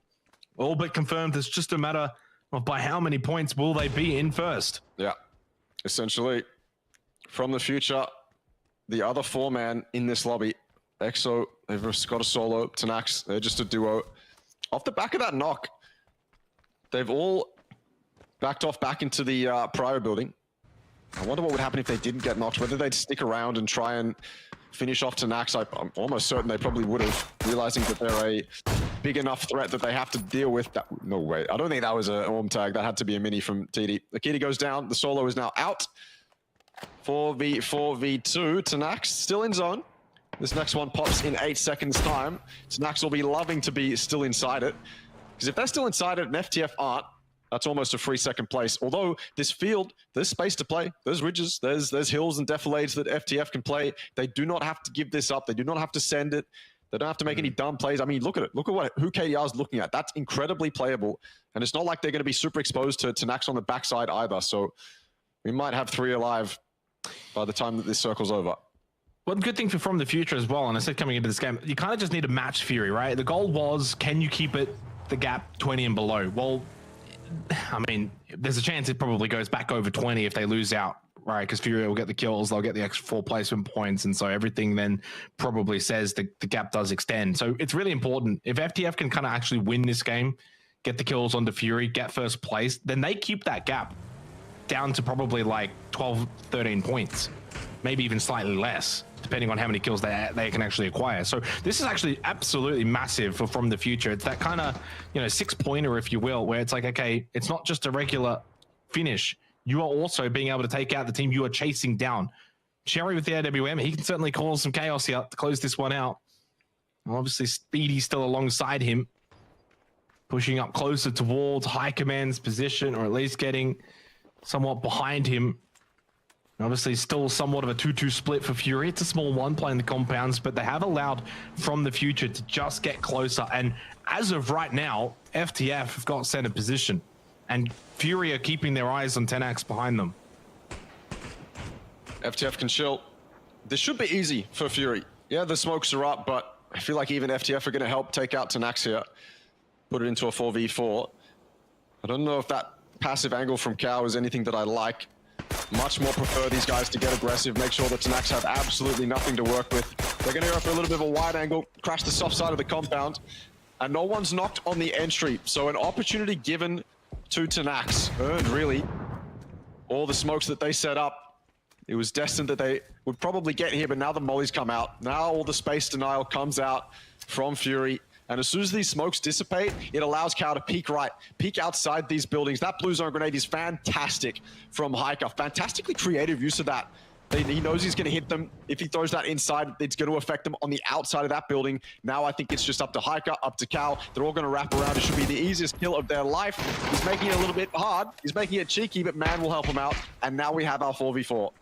Yeah, Man steals one though. He'll happily take that one. So 4 kills still apiece. 19 points the gap. So this is an opportunity for FTF. I think they can get it down to 11. If they can get all 4 kills plus the win, the gap would then be 11 points going into tomorrow. and basically puts them in a pretty similar position to Panic and one call. And I'm going to be honest, I think while I wouldn't put a line through EXO, I'm happy to probably put a line through AAP. I just don't think they've got what it takes to come back tomorrow for the last 6 games. So EXO will be sort of the very dark horse, though. They've got a lot that they would have to do. They'd have to go massive, but the top 4 are all in really, really good positions. 4 kills apiece, close this one out. Phase 8, center up in terms of the final circle will go the way of FTF. That's one thing to note here. Fury will eventually have to push out. So it's a matter of where and when is the question. Luke might just go a little early here with the vehicle, start getting it kind of in position. And typically, I think in this scenario, Russell, you kind of want that first knock. If you're a Fury and you can get a knock, force someone to go for the revive, that's 2 players effectively down. So you need to then push off of that. Well, so scout, play the time that you've got, try and get that knock, see if you can get it, and then you can push off of that. Problem is if they get a knock now, they're not really in positions to capitalize off of it. Like, I'm feeling like Luke, Nico, they need to get on the opposite side of this ridge from the future, do nothing, hope that Cow or Hiker gets a knock with that Orm, which could absolutely do it, and then activate. Then get that second knock even, or secure that flush, and then get that second knock, like you said, on the person rezzing, or just do that. Get close enough to throw nades over, watch them go. Throw them at the cars. Yeah, it's go time now for Fury. They're not going to let this one slip. No way. Big nade from Luke gives them the entry. Cow's already up close. Smoke's obscuring a lot of the vision, but it's all just one-way traffic. Fury have pushed up. There is a player, though, holding out. 2 KDR. He's got the flank position, but he needs to get involved right now. Spray comes up with the AUG. Oh, they just make quick work of FTF from the future. Well and truly dealt with. Fury, a commanding position going into day number 3 tomorrow, which will be the final day. 6 games remain, and they are the team best placed to go to PGC with 6 games remaining. This is their time, this is their chance, and they played that to perfection. From the future, barely even fired a shot. Yeah, they had 0 chance. It was just, once the nades come over, you know where to nade again. Once Luke gets that first nade, he's like, okay, I'm just going to follow it up in the same position with a second nade. So yeah, it becomes very simple when you get the opening knock with a nade. Fury won 3 out of 6 games today, man. They are in a very commanding position, not only on the leaderboard, but mentally for themselves as well. They were, honestly, kind of a question mark coming into this, because I don't think their performance leading up to this was incredibly exceptional. Didn't live up to their own expectations, but damn, 3 out of 6 wins, that's something. It certainly is something. I think that they are a kind of team, though, that would probably leave their best for these kind of nights, these kind of situations. And I think, you know, things like RO32, RO64, irrelevant to them. I don't think that's something that they'd probably focus too much on. And they're showing that they've just kind of gotten better and better, really, as the tournament's gone on. Not that they necessarily started bad, but I think they're just playing their better and better PUBG as we've gone on, Russell. And yeah, it's a lead. It's nothing too crazy. You certainly don't hang your hat on it and say, okay, this is all locked in. We're going to PGC. I think it ends up being something like 15 points. It's a nice buffer to have going into the final day. Give us your final thoughts as we wrap up day 2. The teams that didn't really perform yesterday showed up today. I mean, it's exceptional to see Fury, who were, as I said, a question mark, get 3 out of the 6 wins. EXO finally got their win. They showed up. I think you're right. They're a very dark horse. But then obviously I think the biggest storyline of today, for me at least, is AAP. I agree. I think they're out of it completely. I don't think they have a chance. They need to perform exceptionally tomorrow with consistent back-to-back wins. And then they need the other teams to slump as well. And I just don't think that's going to happen. So it sucks to see a team that performed that well in round of 32 fall out completely. But so that's just the way it is sometimes. Yeah, they need a lot to happen. And I think I've probably got a line through AAP. I think EXO, yeah, they probably are. That's still very dark horse. They'd probably need to win almost the first 2 games to give themselves a chance, but that's still something that can theoretically happen for AAP. Yeah, I mean, they probably have to win the first 3, to be completely honest, and I just don't see that happening. Either way, we close out day 2 for PCR for what's been a magnificent tournament so far, and it only just continues to heat up. It's a very close finish. Our top 4 teams absolutely neck and neck going into the final day tomorrow. Make sure you tune in tomorrow, same time, same place, for our final 6 days to see who we send to PGC from the Southeast Asian region. We'll see you tomorrow. We started off with an absolute banger. Had probably the most competitive lobby in years. Good nade like this before. Hold it. Off an emergency parachute. That should be good enough. The spray coming out. That's 1. That's 2 there. Oh my. and no trades to come through. The Groza, it's sharp, it's 3 for B2. So Slightly doesn't let a single shot here onto Axel driving by, but he hits the flick headshot with a mini. That's a little bit better for Irrelevant. Rain spotted, top floor, they've seen him. He gets the knock onto Savvy. Does he get the second? He does! Onto the Bam Bam!